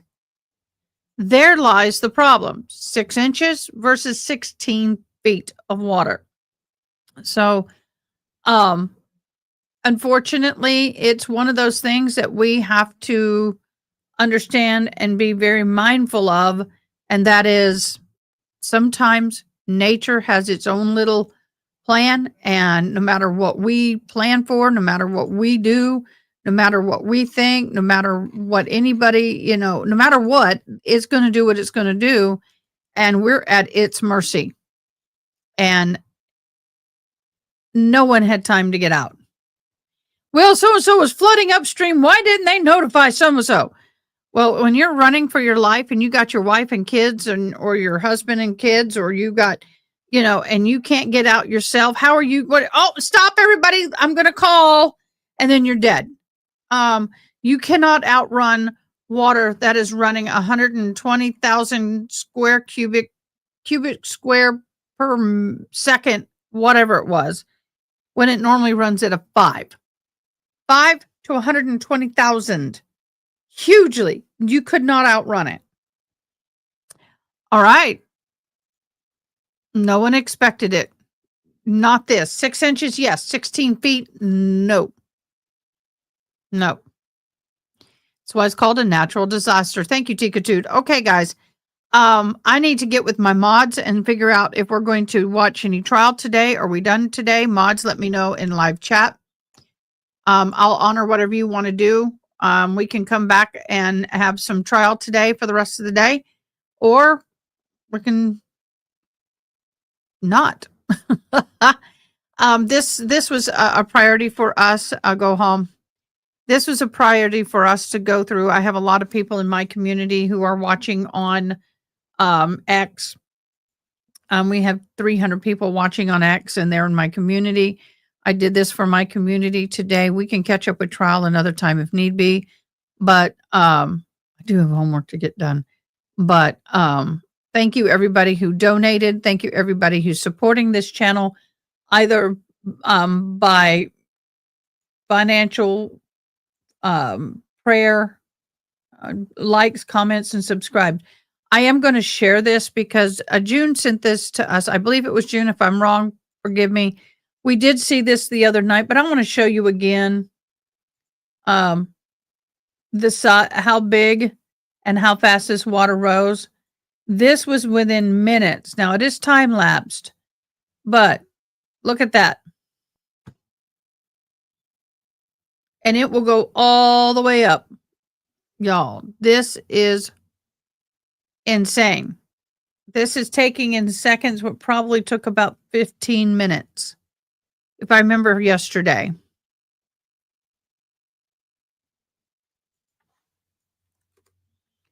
So, yeah, look at that. So thank you so much for sharing that with us, June. We greatly appreciate it. But I think what we'll do today is take a break for the rest of today. Okay, that video was submitted to us for a dear friend in the channel, Karate Cat Mom. Thank you, Karate Cat Mom. I don't know why I kept thinking June did it. Maybe, no, June, didn't you share that with us the other night? You shared that with us, I believe, the other night, last night.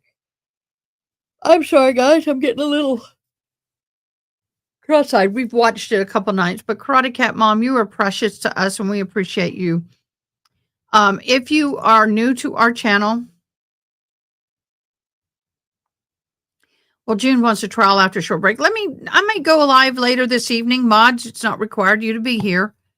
But we'll see how I feel. We may go a little later. I do need to get a break. But go to our Discord. And we do have a section where you can make suggestions. It's a member info drop is what it's called. So if you have anything court-wise, if you have anything that has to do with this disaster, or anything that you see that you would like to share or think I might want to see, put it in the information drop-off or drop. That would be fabulous. That gives you a place. Hold on. Yeah, people, I'm getting a lot of neighborhood alerts on my watch. I apologize, Karate Cat, but I think June did give this to me last night. And that's why I was thinking it. Okay, guys. Oh, Sandy, we love you. We will stay safe. I am on call, so I do know tomorrow I'm going to spend most of my day tomorrow probably with some of the families. I've already got some appointments with some of the families as a chaplain, so I will be doing that. So I will be busy tomorrow. We will not be live tomorrow, but we will be live for sure Monday morning at 9 o'clock for the trial. We'll get everything figured out on the trials and figure out how we're going to do it. But we will be live. Okay. Everybody, I just want to say a huge thank you for all those who checked in with me. I want to thank everybody who has prayed for us as a community, prayed for me. Thank you guys who donated. We raised almost $400. That will be going to the local relief fund that will go 100% into the pocket of the victims. So that'll be awesome. Then we'll be helping out some of the victims. Been at it for a while. Don't feel bad about leaving. Well, I know, but if anything major happens, what I may do is I need to start learning how to do shorts. So maybe I'll come on and do some shorts and update y'all on the victim count and the recovery efforts. So I'll do that. I'll come in and do shorts. I can come in and do shorts. All right. Thank you very much for joining me. Again, this is Ada K. your deaf courtroom commentator. We appreciate you being here. Hopefully we'll see you again Monday. If I bored, don't have anything to do tonight, and I want to watch the trial, I'll stream it because I want to watch it, but no one's required to be here. It'll be for me for fun. But in the meantime, get some rest, get some food, hug your loved ones, be grateful that they're next to you, because as you can learn, they may not be here tomorrow. Thank you so much, Blasey. I appreciate that so much. See ya Monday at the latest. Bye. Thanks for watching. Please comment, like, share, and most importantly, subscribe. I hope you have an awesome day. Till next time, take care.